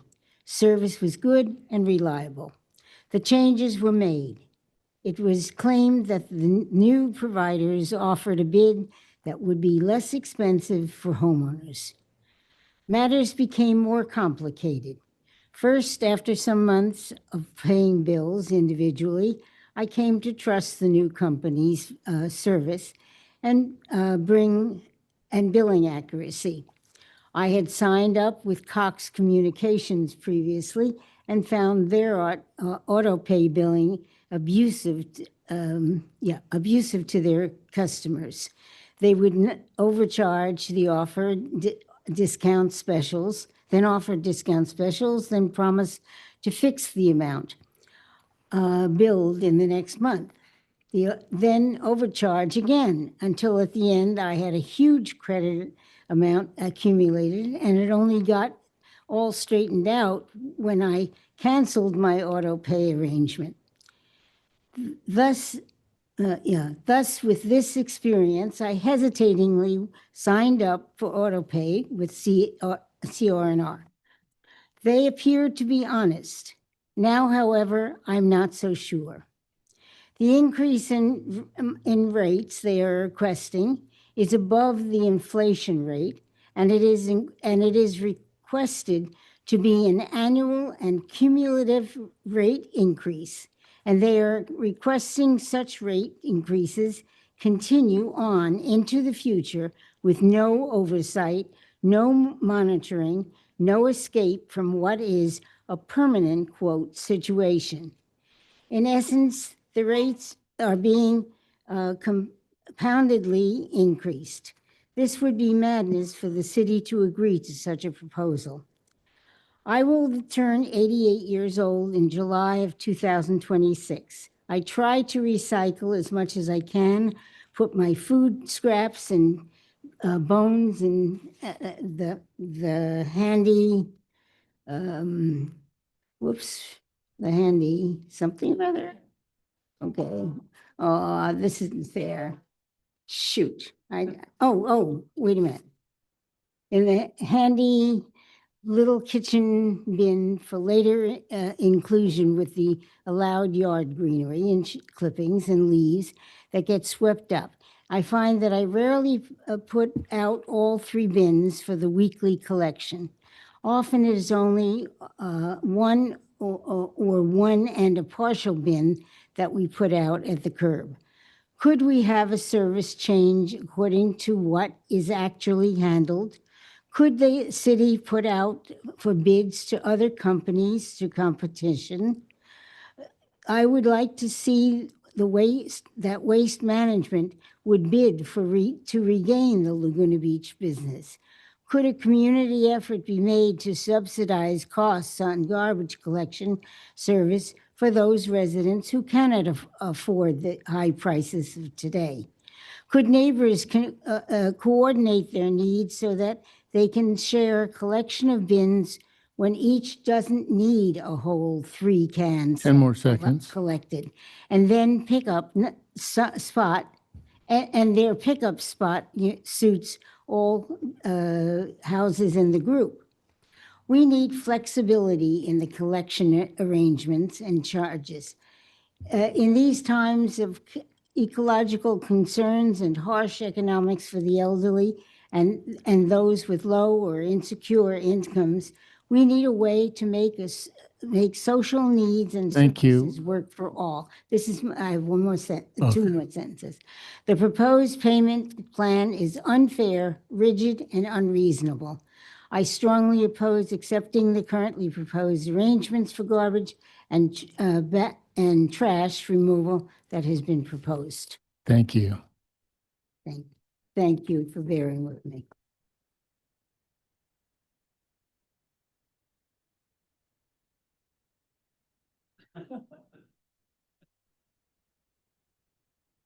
Other speakers on this agenda item? Hi, my name is Scott Martin. Can you put the mic up? Okay. Thank you. I really didn't come real prepared, but I own a small apartment complex. Most of the time, I've got more than 25% empty.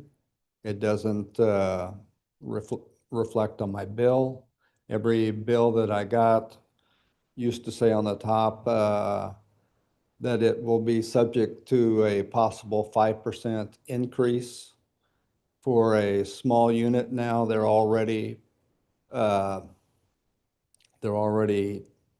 proposing a 28% increase. And I think one reason I got the little notice in the mail, and nowhere on there that I remember seeing that we were supposed to write in a formal complaint. I think that's one reason you only got 16 complaints, and the mailer made it seem like this was already a done deal. You can come and speak, but good luck, it's already been decided. And I wish it wasn't. Thank you. Other speakers on this item? How you doing, guys? My name is Brandon. I know it's been a long day, so I really appreciate you guys hearing me out. Are you guys aware that any of the protests given to you guys verbally are nullified? It says on the Laguna Beach website right here, quote unquote, oral comments do not count as formal Proposition 218 protests. So my first question is who's telling me like what my rights to protest are and what aren't? It seems like it's kind of trying to like supersede the Constitution in regards to our form. We have to send a letter in. Yeah, we can answer some of the questions after public comments. Of course, yeah, that'd be great. And then are you guys like familiar with the type of company CRNR is? Are you guys familiar with what's going on in Missouri? So they have an underground nuclear smoldering event that has been off-gassing into all the surrounding communities. Birth defects, killing hundreds, I'm pretty sure thousands of people at this point. They've lied, they've done everything, lobbying, they lied about the data, all this stuff. And like other people mentioned, nobody really uses these green bins. They're probably turning a huge profit on those. And after all this, they're coming here wanting to take more money from us. And if you look at the verbiage and what was listed in today's meeting, like the other guy said, it seems like a done deal. It's really confusing. This whole thing seems really hairy. It's a bad company. It seems like constitutionally speaking that our rights aren't being respected, which is why I'm even here. I saw that and I was like, isn't it my right to protest in any way I want? It's like, so when they spoke, their words had no value, is my understanding here, from what it says on the website. So I'm really taken aback by all this. I'm not sure. I'm not saying it's you guys who are enforcing it. It's probably CRNR and it just got slipped through the cracks. But this is hairy. This is weird. It doesn't seem right. And out of you guys are expecting 5,100 letters in the mail. How many homes are second, third, fourth, fifth homes here? On the letter that we received, it looked like a normal billing statement. It wasn't anything special. It wasn't saying we had to write a written letter protest. If it did, I might have missed it. Excuse me if I did. This doesn't make sense to me. I really want it to. It just doesn't. And this kind of rhymes with just like the whole Visit Laguna situation. People were up here talking, no one listened. They just threw a 10-year contract. I'm really concerned about this. I hope there's some common ground can be done, can be met here, but it seems like in a week, July 1st, CRNR is going to get their way. And I hope I'm wrong. I hope I'm misspeaking right now. But that's just kind of where I stand. I really appreciate you guys. I know it's been a long one. So thank you. Thank you. It slipped by me, but did you mention your name when you came up? I did, Brandon. Thank you. Next speaker. No speakers. I'll close public comments, bring it back to council.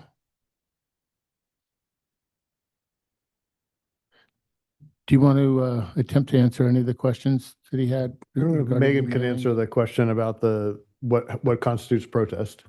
Mr. Mayor, sure. And I'm going to have Pat, you can talk to it in more detail because he worked on on the public notice that went out. Public notice is attachment 1 to the staff report, I believe. And it specifies the method of protest and it gives the details, including that protest need to be provided in writing. And Pat can, I think, talk about it a little bit more and answer a few other questions that came up.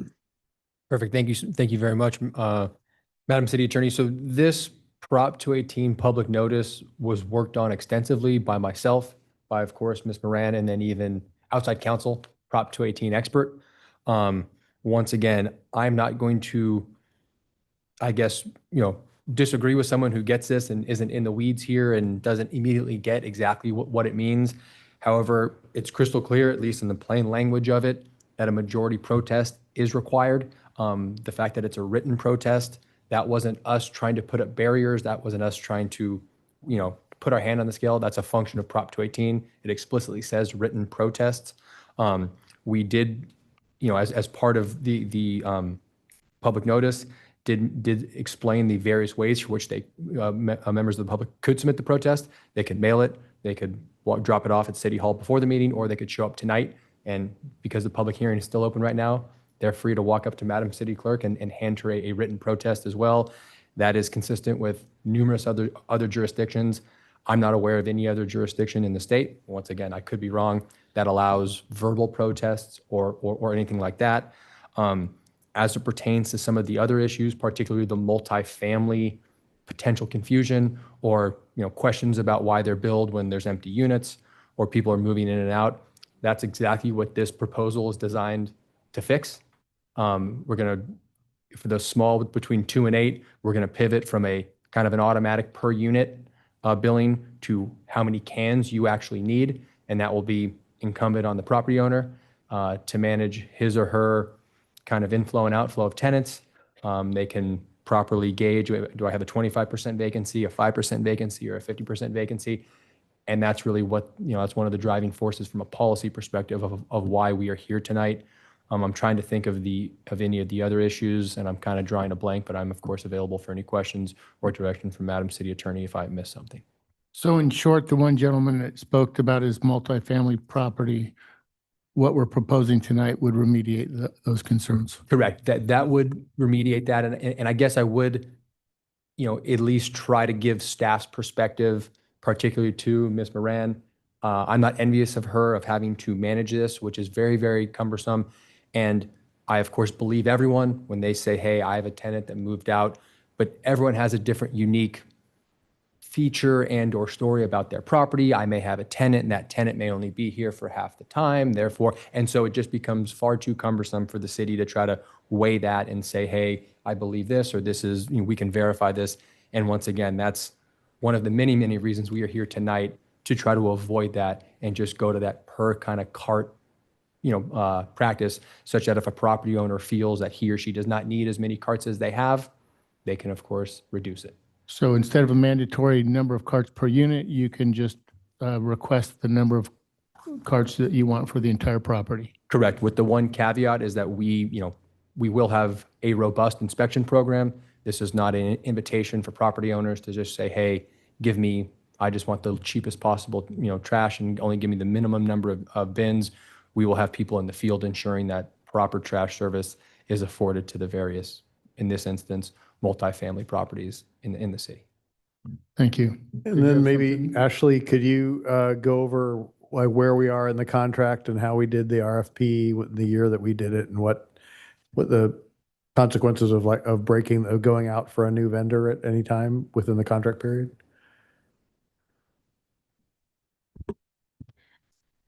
So yes, unfortunately, part of that was before my time. That's right. But we did do an extensive RFP, and I have Mark here to help and speak. Sorry about it. Thanks. Good evening, City Council. Mark McVoy, Director of Public Works. So yeah, when we did the RFP for new trash service, that was conducted 2022 through 2023, and that contract was brought before council in July of 2023. to go into effect July 1st, 2024. It was a one-year transition period because switching even with the same vendor to different service, it takes time. There's a long transition period. So we did an 8-year contract with 2 one-year extensions that are based on performance metrics, and staff would not recommend changing that at this time. We're in the middle of a contract. And so there were comments made about cost of service, but I think something we like to remind folks when they call us and ask about, their current trash bill and what they pay now, they compare it to what they used to pay under a different contract that was not up for council consideration. There were 2 new contracts to choose, and council did choose the contract at the time that was a lower priced proposal, which was CR&R. And so that's not, so to compare apples to apples, old contract versus new contract, there was some confusion there, but we do a lot of answering of questions when that comes up. So hopefully that answers. Can I ask a clarifying question? So the WISE impact, for example, and there's been some reporting on this and that I read in the Voice FOC about how that's not just something specific to CR&R, right? That's every city in Orange County. You are correct. That is the county's disposal costs, and so that impacts every jurisdiction in Orange County. And as it looks like here that of the 3 kind of changes, that's by far the biggest change, at least, well, for the commercial as well, but for the residential, it's almost, it's a big part of the delta. Correct. And then, okay, so those are my questions. Thank you. Any more comments or questions from my fellow council members? No, just to add on a little bit to what Mark said, and again, it's hard to remember these things, especially if you're not, if you're just a member of the public, but that the 2 bids that we got, and we only got 2 bids after an extensive solicitation. This one was $8 million cheaper over 8 years and $10 million cheaper over 10 years if the extensions are granted. So it was significantly less expensive than the waste management bid that was submitted. I do have a question, though, that, and maybe Ashley can answer this. One of the protest letters that we had from a woman that's in the staff report here that talks about her concern that CR&R trucks are picking up carefully sorted waste and kind of landfill waste and putting them in the same truck and not, I guess not taking the recycled material separately from the landfill material. What sort of reports do we get or analysis do we do that shows, how much of our waste, because we've got the 3 bins, we've all got the 3 bins, right? How much of our waste goes to landfill, how much of our waste is compost or green waste, and how much of our waste is recycled, although I think we all know recycled, you throw it all in there, but very little of that stuff sadly gets recycled nationwide. But do we get reports that show our waste streams and how big each one is and when periodically? Yes, I can answer that. So the franchise agreement itself requires monthly reports from the hauler, and each stream is broken out for the diversion rates, what goes to landfill, what goes to recycling and organics recovery, not only for city facilities, but commercial and residential as well. We also get tonnage information and other information on all of our diversion programs that we utilize our hauler for. Okay.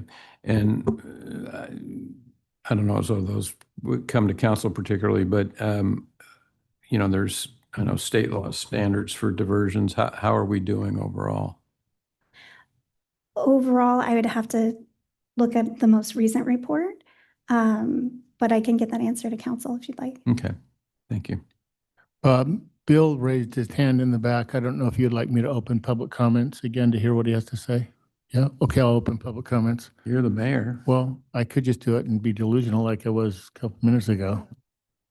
I just wanted to mention that in what I gave you, I said what the issues were, and I also printed then what I said and the copies of the actual wording of the laws. And the issue is that they're not, that the answers that they give don't match the law.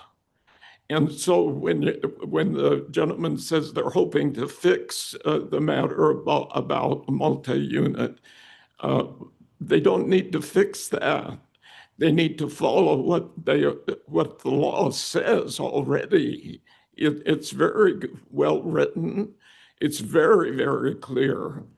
And I just looked at it and I said, well, what do I do? So then I came to Public Works and I gave them a copy, and I gave CR&R a copy of the AI report, and they answered and said, everything we're doing is just wonderful.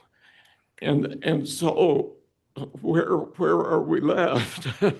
Now, I could be very wrong. AI could be very wrong, and that would be fine. But I think we need an ombudsman or someplace to go, because I think that if we're not all agreeing with the law or what the law says, then where does it leave the customers? Where does it leave the public? Where does it leave you?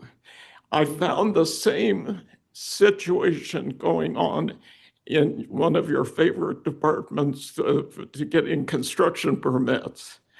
And very nice people, and they mean well, and they're trying to do a good job, but they don't know the law. And so then you go to AI and you get the law and they say, well, look at that. So I don't know if this has anything. My inclination would be not to pass a new thing until they explain how their policies are following the existing law. Thank you. Thank you. Close public comments. Oh, A question. okay. So is it my understanding now that you are already committed to an 8-year or a 10-year contract with the company or? CR&R. We're 2 years into an 8-year contract. Is it 8 years or 10 years we're committed to? Go ahead.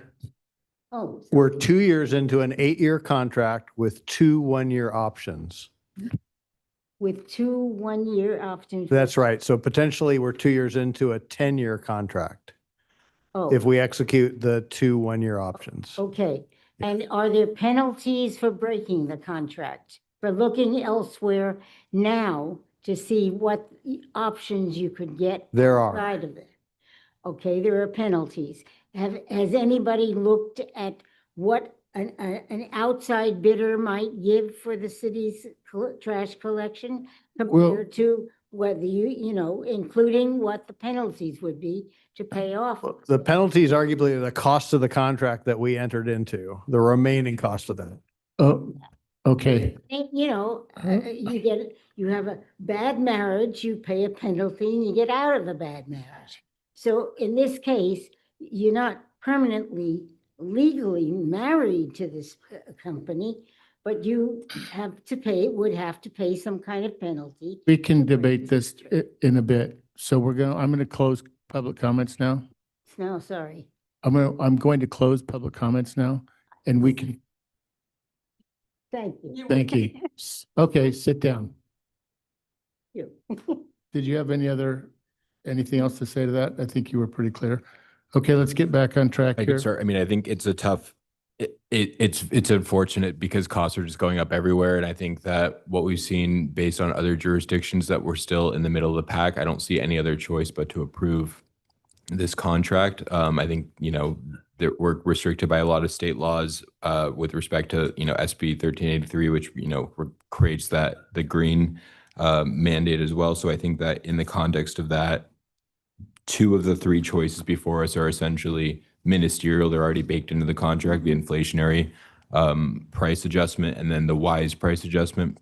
And then the multifamily one is arguably ministerial in the sense that we're basically, it's a discretionary choice, but I would argue that it is a fair approach and it ensures that people are paying for their use. So I'm supportive of the recommended action tonight. I think we should continue looking at ways to ensure that we don't have to do more increases, but I think it's likely that we will based on where the landfill is. And as I understand it, the city manager would speak more to that, but the original proposal for the WISE increase was actually more than what the county proposed, but then the city managers were able to reduce that. That's right. So my expectation would be that that number keeps going up, unfortunately. That's right. Right. It's a more graduated increase. And again, as Yeah. Mr. Renagi is pointing out, we had no choice in the matter. We need to have some place to dispose of our waste. Yeah. So based on that, I would support moving forward with this and because I just don't see any other option.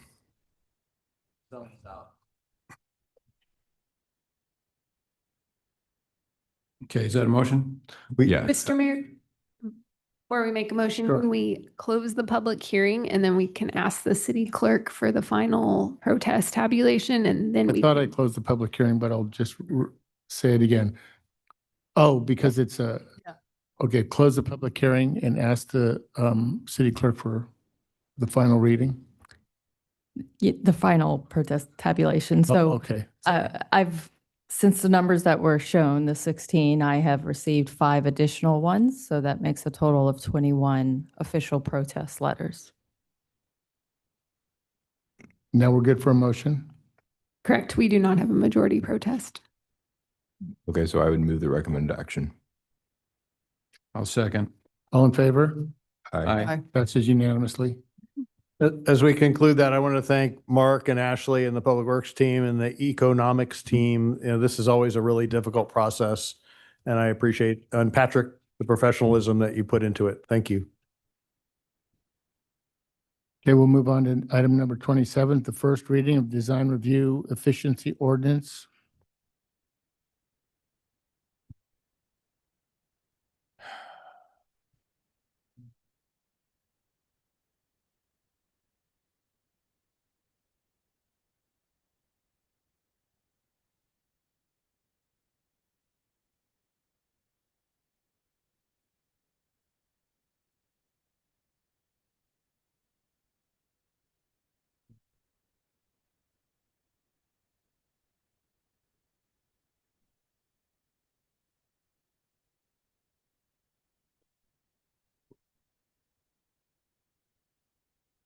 You ready?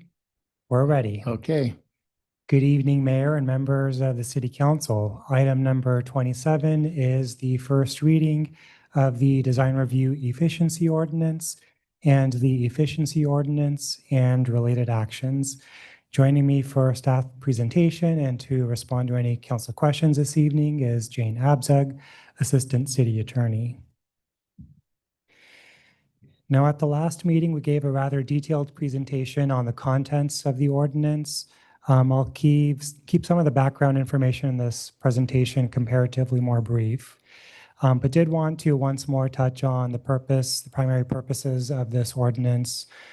The efficiency ordinance and the DR efficiency ordinance are intended to do 4 things. First, we worked really hard to get out of the planning application backlog, and we certainly don't want to find ourselves falling behind once more. That's hard not only on city staff, but also on our applicants. Second, we'd like to improve on how we process planning applications. The goal is efficiency, but without compromising on good government oversight. We certainly want to be as resilient as possible. We've talked a lot about how state housing laws are continually changing. We also want to be resilient in the face of staffing transitions and other things that are out of our control, and these changes will help us do that. Third, we have a talented and committed planning staff, and we want them to focus more of their attention on those projects where their expertise truly makes a great positive impact. And then fourth, changes in state law related to housing projects has to an extent forced the city's hand, and we're proposing changes that will allow us to be as protective of the city as possible. So there are 4 buckets within which these changes generally fall into. The first bucket is common practices that are not yet in the code, but are current city practice. And from time to time, city staff has procedures and has made certain code interpretations that are not currently clearly outlined in the zoning code. One example of that is the concept of zoning clearance, by which a project that does not require discretionary planning entitlements is otherwise reviewed and approved by planning staff, confirmed compliant with the zoning code, and then moves forward in the permit process, generally resulting in building permit issuance. That, among other procedures, would be codified with this ordinance. The second bucket, the biggest and perhaps most important bucket in terms of impact, is focused on reducing the level of design review required for various project types. And we've also proposed to consolidate the DR criteria from 16 to 11 to help staff operate more efficiently and reduce the potential for mistakes and delays. The third bucket is the miscellaneous bucket. It includes removing duplicative language and rewording standards for clarity. And the fourth bucket relates to changes to design review requirements for public works projects. And this is a recap of where we have been. This is the timeline for this project, which was kicked off with a community workshop back in October of 2024. And later that same month, the first public review draft of the ordinance was posted on the city's website for public review and comment. 4 public meetings were then held over the course of 2025, including a joint study session involving council, the Design Review Board, and Planning Commission. Then in March of this year, the Planning Commission recommended that the council adopt the ordinance.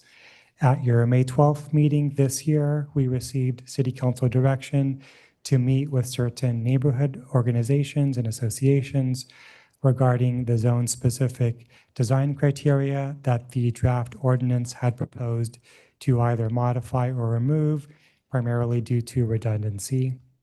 Since May 12th, staff has had very constructive dialogue with various neighborhood associations. We've met or otherwise communicated with the Three Arch Bay Association, South Laguna Civic Association, Lagunita, and Can Do. These discussions were very productive and led to numerous revisions to the draft ordinance. Also, during the month of May, a joint study session was held to consider the first public review draft of the Phase 2 Objective Design Standards. As you can see here, it has been a long road, and tonight marks the 9th public meeting or workshop, but staff has appreciated all the comments we've received along the way and believes the ordinance is stronger because of that input. Following the publication of the staff report last week, we received comments, concerns, and also good questions from residents regarding the proposed amendments to the Sarah Thurston Park or STP specific plan.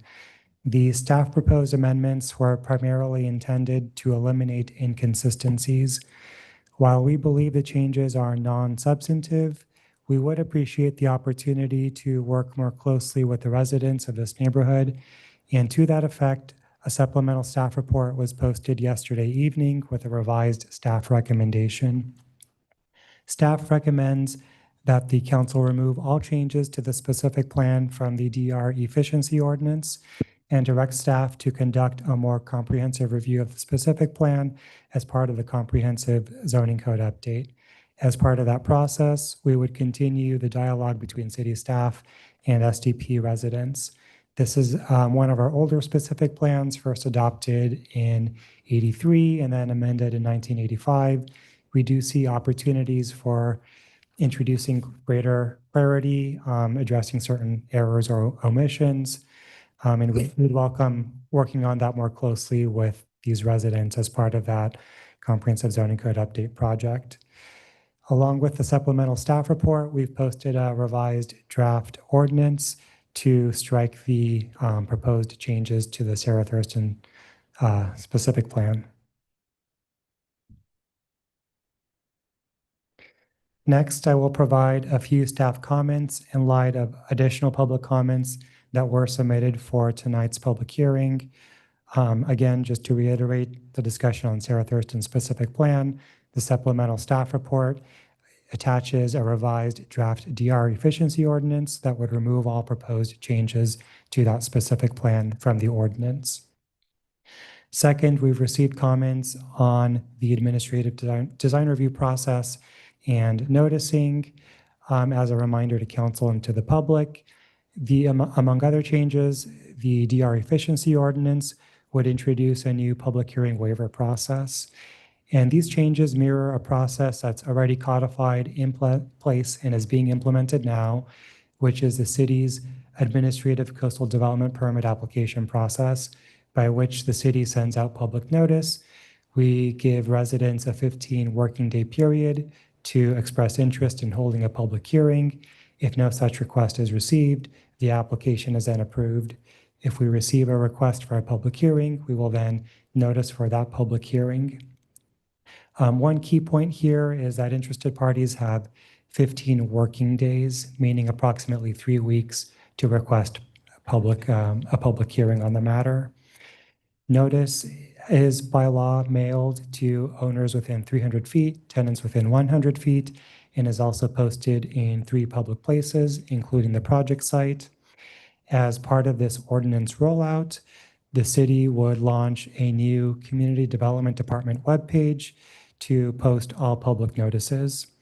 And it's important to note here also that the hearing may be requested not just by those residents that receive a copy of the mailed public notice, but also those that just generally have an interest in the project and are in receipt of the notice that's posted and made publicly available on the city's public website. I did also want to mention that city staff takes its responsibilities in conducting these administrative hearings very seriously. We very carefully review projects at these hearings for consistency with the city's design review criteria.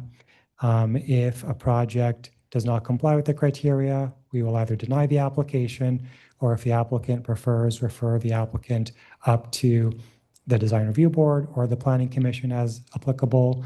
And we've received very few appeals of these determinations to the City Council. Next, with respect to appeals and referrals, we've received some good comments on some of the language in the ordinance and what that means for the appeal process. And to that effect, staff is proposing to add some clarifying language to replace the verbiage "appeal to City Council" with "appeal in accordance with the section on the screen here," which is the city's appeal provisions. That would reduce or eliminate any inconsistencies in how we're referring to the city's appeal provisions. City staff is going to propose that the council introduce this change as part of your motion tonight, should you be prepared to pass a first reading. Regarding luminous tube signs, there were comments related to a reference to luminous tube signs and the permit process for that in this ordinance. I did want to mention that the city staff is not proposing to introduce any new permit process, new allowances for luminous tube signs, but such an allowance does already exist in the city's municipal code. The code does already allow for the Planning Commission to consider and approve a luminous tube sign within the building interior, provided that it's removed at least 4 feet from the nearest window. And this ordinance does not authorize luminous tube signs on the outside of a business or building. Regarding pedestrian entry features, we received very helpful clarifying language from Ann Christoph regarding the gate that's installed below the overhanging trellis or archway feature that's permitted up to a height of 8 feet. Now, Ann suggested language that would clarify that the gate itself within the opening of that archway or entry feature does need to comply with the yard height requirements of generally 4 feet. That's good clarifying language and is consistent with a graphic exhibit that's in our code today. And staff is proposing to incorporate that change into the ordinance this evening. Regarding the landscaping requirements for ministerial housing units, wanted to reiterate that for these ministerial housing units, it's important that all applicable standards be objective so that they can be enforced by the city. Taller landscaping, if it would be allowed, does have a greater potential to create view impacts to private properties. And under this objective permit pathway, the city cannot apply subjective design review criteria such as view equity. Now, in response to the ODS Phase 2 feedback, the city's urban design consultant is developing additional objective standards, which will be presented as part of that separate ODS Phase 2 document that the council will consider and adopt by separate resolution. With regard to allowing for taller landscaping within the context of a ministerial housing unit, what an applicant could do is receive their ministerial approval of the housing unit itself and then seek separate approval through design review for a taller landscape plan, such as introducing a tree within the front yard or backyard of the property. We also received comments requesting changes to the language in the residential hillside protection zone. Staff introduced some language that actually originates from our general plan. The open space and conservation element has a requirement that any new development in the RHP zone is required to enter into an open space easement over any undeveloped portions of the site. That language is proposed to be copied over essentially verbatim into the RHP zone. The recommended changes would introduce an inconsistency between the zoning code and the general plan. And as part of this project, city staff is not proposing any changes to the general plan. I think that's a helpful comment, and we can certainly consider it as part of the comprehensive updates to both the zoning code and general plan. Lastly, regarding historic resource assessments, at this time, city staff is not recommending that we codify the historic resource assessment procedures. That would vary and depend on consultant selection. And then also big picture, the city processes and reviews numerous types of technical documents produced across a variety of disciplines, be they biological assessments, traffic engineering studies, and so forth. And the city does have a process in place. And again, it depends on who is commissioning those studies and who is funding those studies. And the city does ensure that there is integrity in that review process so that there is an impartiality in the review and processing of this information. But it is quite technical and is generally beyond the expertise of city planning staff.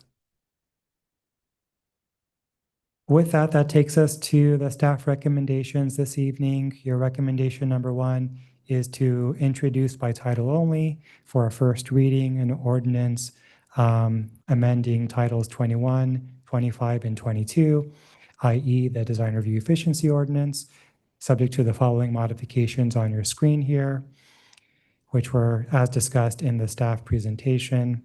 And then there's a final point here that I wanted to point out.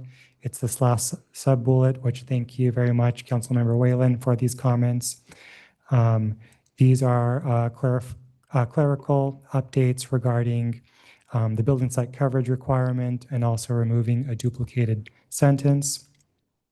Also, staff is recommending that the City Council waive full reading and introduce by title only the efficiency ordinance that amends Chapter 7.25, Chapter 2.16, and Chapter 17.50 of the Municipal Code. Furthermore, to direct city staff to incorporate the proposed draft changes to the Sarah Thurston Park specific plan, not into your ordinance this evening, but incorporate those changes for consideration under the comprehensive zoning code update. And city staff would continue to meet in dialogue with those residents as part of that project. Recommendation number 4 is to direct staff to return with these ordinances under recommendations 1 and 2 above for second reading and adoption on July 21st. Also to direct staff to introduce an urgency ordinance on July 21st for the design review efficiency ordinance. Also on July 21st, we would present to the City Council revisions to the design guidelines for development, which would track with the changes to the DR efficiency ordinance with respect to the consolidation of the design review criteria. And lastly, staff is recommending that the council find its actions tonight exempt from the California Environmental Quality Act. That will conclude the staff presentation, and we are available for questions. Thank you. Thank you. Any questions of staff? None. Anthony, can you go back to page 8 real quick? 7, one more.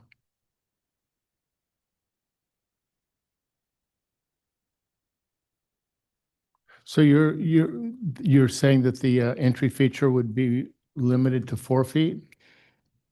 Yeah, thank you for that question, Mayor. We assume there might be a need for additional clarification. So on the slide here is that graphic exhibit that's in the zoning code today.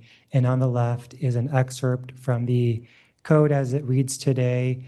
And it explains that pedestrian entry features, which include only arbors, arched entries, arcades, or finials, are limited to the 8-foot height allowance. That does not include the 4-foot gate that sits below that arched entryway. And so the clarifying language would introduce helpful language that is consistent with the graphic exhibit on the screen here, which depicts the 4-foot height gate below the taller entry feature that would be permissible under the municipal code up to a height of 8 feet that overhangs that entry gate. Okay, that concerns me, but we can talk about that in a moment. Any other questions? None? Okay, I'll open up public testimony. Are there any speakers on this? Hi, Penelope Milne, Can Do. I just wanted to thank the council members and staff who really spent considerable time with us going over more than one issue. And I think the end result is an excellent one, not only in terms of the outcome of changes to ordinances, but also I think in terms of sort of mutual trust and communication. And we look forward to working with staff on the comprehensive zoning code update on more than one thing, but especially on the Sarah Thurston Park specific plan. The Laguna Canyon planning study, the consultants there did make some suggestions about that update. We made some additions to that. So anyway, looking forward to that. If I may ask a clarifying question, though, my understanding was that the necessity for an open space easement in the RHP that was only in the open space and conservation element had been added to the zoning code, but then I thought maybe one of the slides said no because of an inconsistency. So I think I'm not understanding that fully. And I'd love to know whether it in fact will be added to the zoning code or not at this point. Thank you. Next speaker. Helen Shirley, Sarah Thurston Park. Thank you, everyone, for meeting with us and listening to us. And I apologize if I was in any way aggressive yesterday or raised my voice, because I think I might have. But I really appreciate everything that you guys did, listening to us. And all my neighbors are at the thing at Sawdust last night. That a couple of them left. So they all thank you, too. Thank you so much, you guys. Thank you. Next speaker. Good evening, Merrill Anderson, President, Village Laguna. Village Laguna applauds the changes made to Section 22, incentivizing smaller dwellings and ADUs with a sliding scale floor area ratio and square footage limitation. Appropriately sized homes will solve many issues so important to residents: views, privacy, affordability, and hillside preservation. We appreciate the planning staff incorporating these changes in the DRB streamline process and for conferring with residents and other stakeholders to address concerns about specific planning provisions. Continuing our participation in this process, we recommend additional enhancements to the ordinance in a letter that we recently sent to you. Rather than go through these items now, we ask that you and city staff please review these at your earliest convenience. We believe that these enhancements will further the goals of reducing workloads and streamlining the process while also respecting the needs of residents. Thank you. Thank you. Next speaker. Hello, Joy Berry, and I just want to say I was so delighted to see Section 22 with the scalable FAR and also incentivizing smaller dwelling units. I do a lot of work in the Central Coast, and a lot of the communities have adopted that kind of ordinance. And it has solved a lot of the affordability as far as renting and buying. It's more affordable with smaller homes. It's solved the view issues. It has solved privacy issues, and it's solved a lot of hillside preservation. So my hat's off to you. Thank you for doing it. I also like the fact that you put yellow coded in the new excerpts and marked those out. So I just have two quick questions for you, and I thought about the open space. In section 23, though, one of my questions is, why is the language of requiring conformance with the city's general plan deleted? I didn't quite understand that because I thought an ordinance would have to be in compliance. And the other question is in section 25. Our general plan requires in the Hillside Preserve, if it's ESHA or extremely sensitive environmental habitat, the owners to offer a permanent open space easement, not 21 years. And my question is, why was the ordinance specifying 21 years versus permanent? Thank you very much. I know the planning staff has done a lot of work, and I'm grateful for the outcome. Thank you. Other speakers on this item?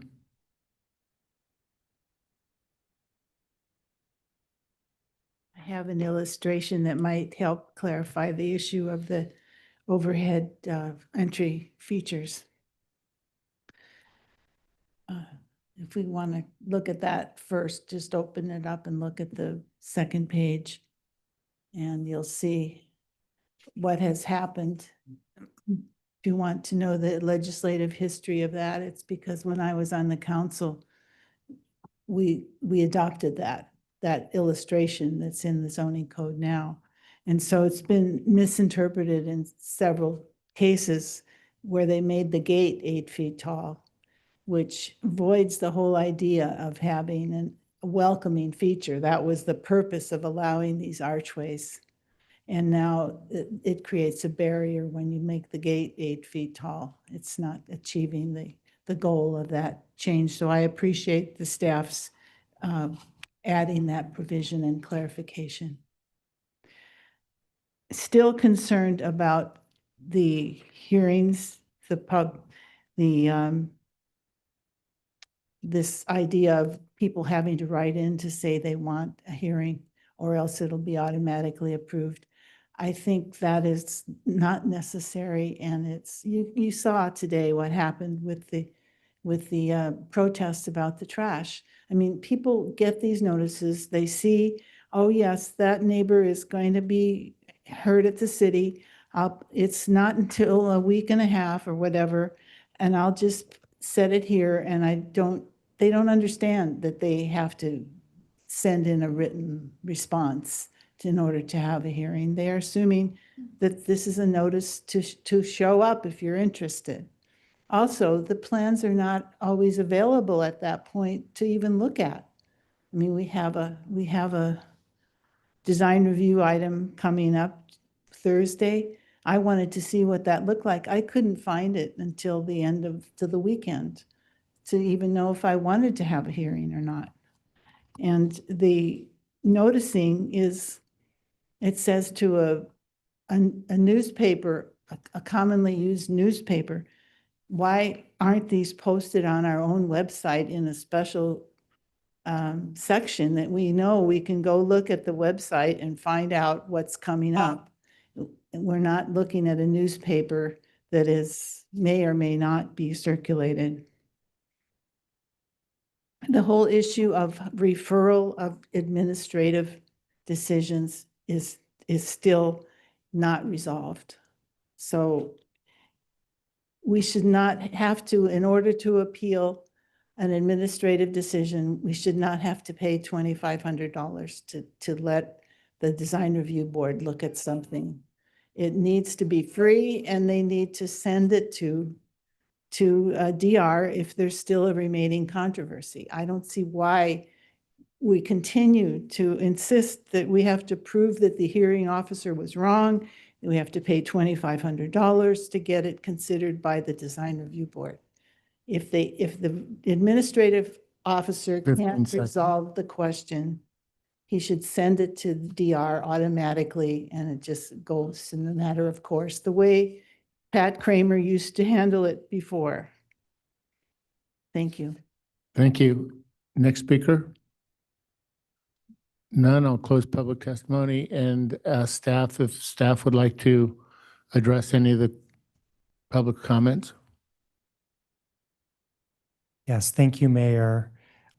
Regarding the open space easement requirement that was proposed to be incorporated into the RHP zone, that is still part of the draft ordinance that staff is recommending the council introduce and for a first reading this evening. The comments about making a possible change to that were in light of a request by a member of the public to modify the language as proposed by staff in the draft ordinance. And at this time, staff doesn't recommend any changes because there would be a vertical consistency issue between the general plan language and the zoning code and bylaw. We would want to ensure that both documents are consistent with one another. There is a 21-year period by which the city has to accept the offer to dedicate the easement, which I think probably resolves those concerns by the members of the public, but it is otherwise a permanent easement over the property. Regarding section 23, I believe that's in the RHP zone. There's a section on design review, and staff was proposing to remove language regarding conformance with the general plan. I think the intent there was that didn't necessarily add anything to that section of the code. The entire zoning code implements the general plan. More specifically, the general plan provides a generalized policy guidance, and it's implemented more specifically by the zoning code. And I don't think retaining that language strengthens the city's position with regard to processing applications. And then I did want to make a few comments on the administrative design review process. I think our process today, as it relates to coastal development permit applications that are considered administratively, is working quite well. I have not heard feedback that owners are missing their opportunity to request a public hearing. I think we are providing a sufficient noticing period, which essentially equates to 3 weeks to understand whether there is an interest in holding that public hearing. And if we do receive that interest, a public hearing is then held. During that 15 working day period within which someone can request a hearing, staff does make application materials and plans available for review during our normal working hours at City Hall. And then when we are posting agenda items for a notice public hearing, we are posting those materials oftentimes well in advance of the 24-hour agenda posting requirement under the law, typically on the Thursday the week prior to, of that noticed public hearing. I think our process today is working quite well. Our hearing officer is quite judicious in his review. He frequently will continue items because the application as initially presented at the public hearing leaves him wanting or unsatisfied, and there are questions that merit further scrutiny and review. I think we're very careful and will continue to be careful under this process. We understand that there's a lot of decision-making authority being delegated to staff, and we by no means take that lightly, but we think we are taking that authority very carefully and with high regard.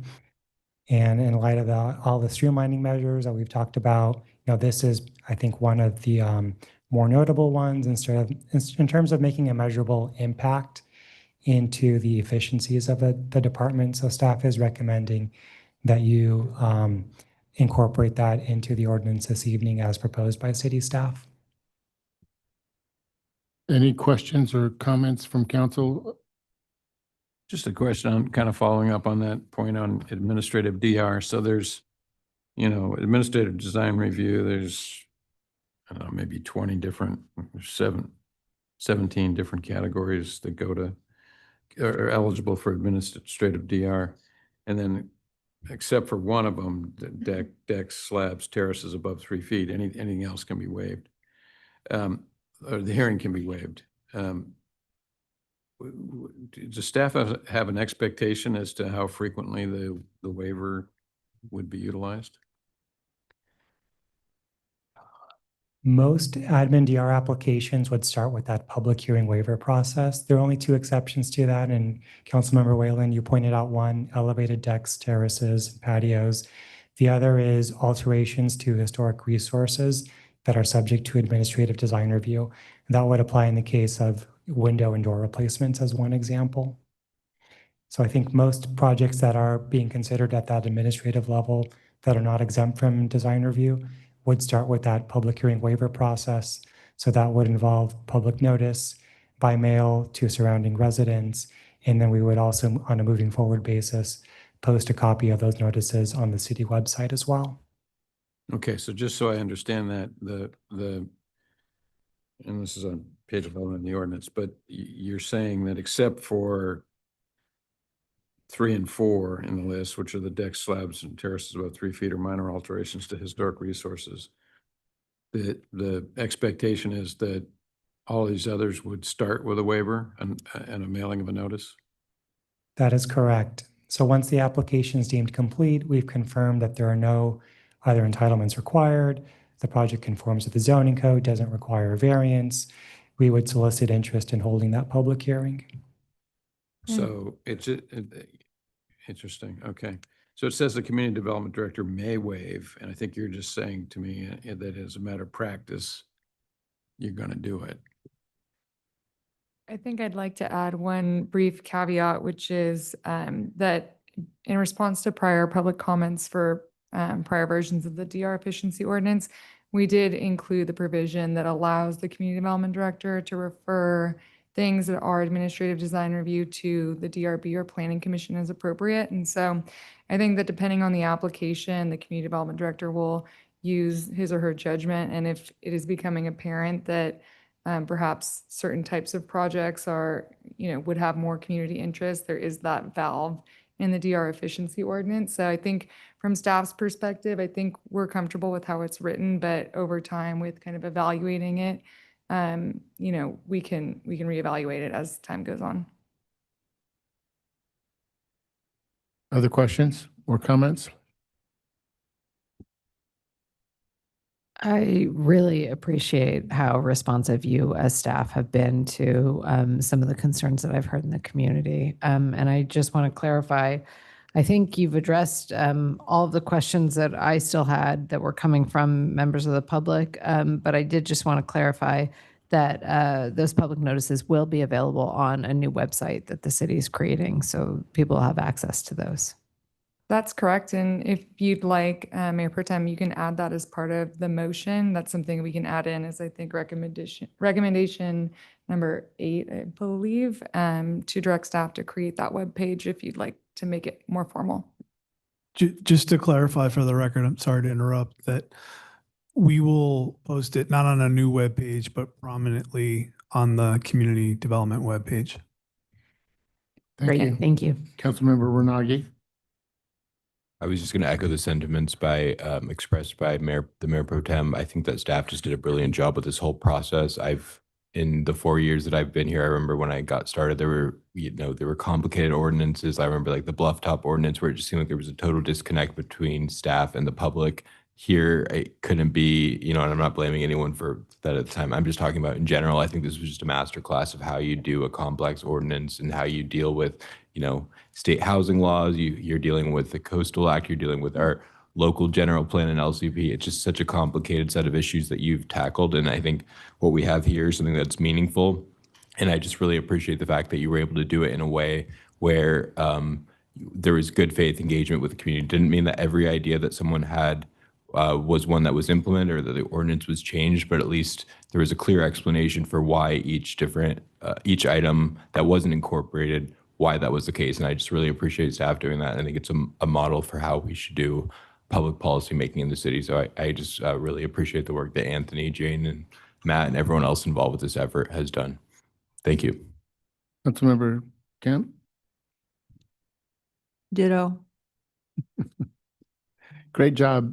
I agree with both Mayor Pro Tem and Councilmember Renagi. I just have one little item. Back to the gate. I think it needs to be 5 or 6 feet. Now, I walk around town, as you know, and a lot of folks that are abut the houses that are abut the commercial zones are using their gates as for safety. And if you can reach over and unlatch them, it negates that. And also with home delivery, you know, a lot of people have where you can put the packages below, but if you can reach over the 4-foot gate, it doesn't work. So I think that should go to 5 or 6 feet, the actual entry doors, not 4 feet. I mean, the adjacent fence could still be 4 feet. Appreciate that thought. And then I could understand how that could be a security issue in certain cases. My recommendation is that we perhaps exclude omit any changes to that section of the code for the time being. And as part of the comprehensive zoning code update, we can take a closer look at the pedestrian entry feature standards. That's fine. Thank you. Any other comments? None. I will close the public hearing and bring it back for a motion. You need me to read the Oh. title? I'm assuming Yes. you're gonna. Yeah.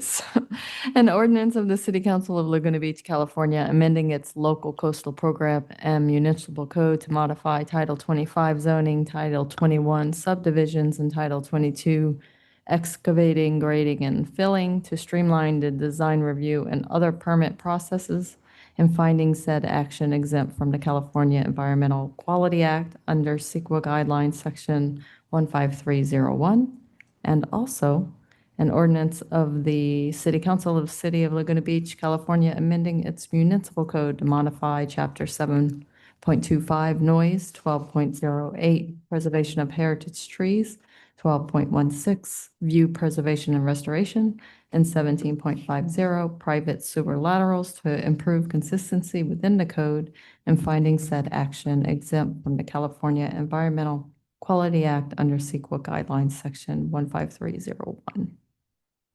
Thank you. So do I need to close the public meeting again?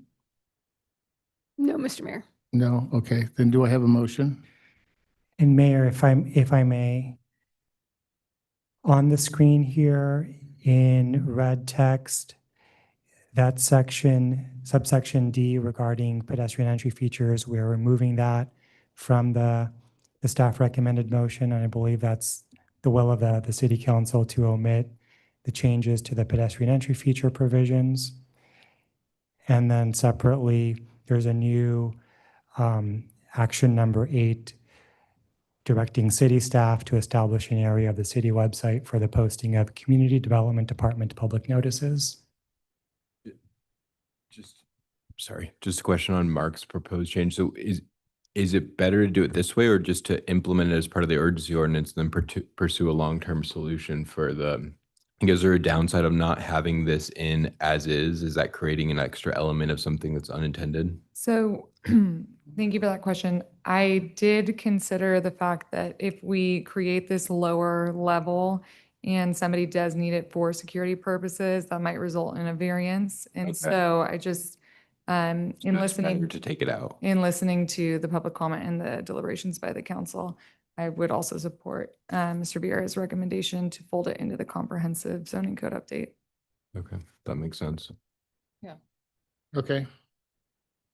So I would move the actions as recommended and outlined just now by staff. I second. All in favor? Aye. Aye. Passes unanimously. Great work. Great job, you guys. Good job, you guys. Thank you. We will move on to appeal number 8, 855 La Vista Drive. So this has been continued, so I will open the public hearing. Are there any public comments on this matter? None. I will close it, the public hearing, and ask for a motion to continue? I move Appeal A is continued until July 7th, 2026. A second. All in favor? Aye. Approved unanimously. Do we have any council member items? None? Meeting adjourned.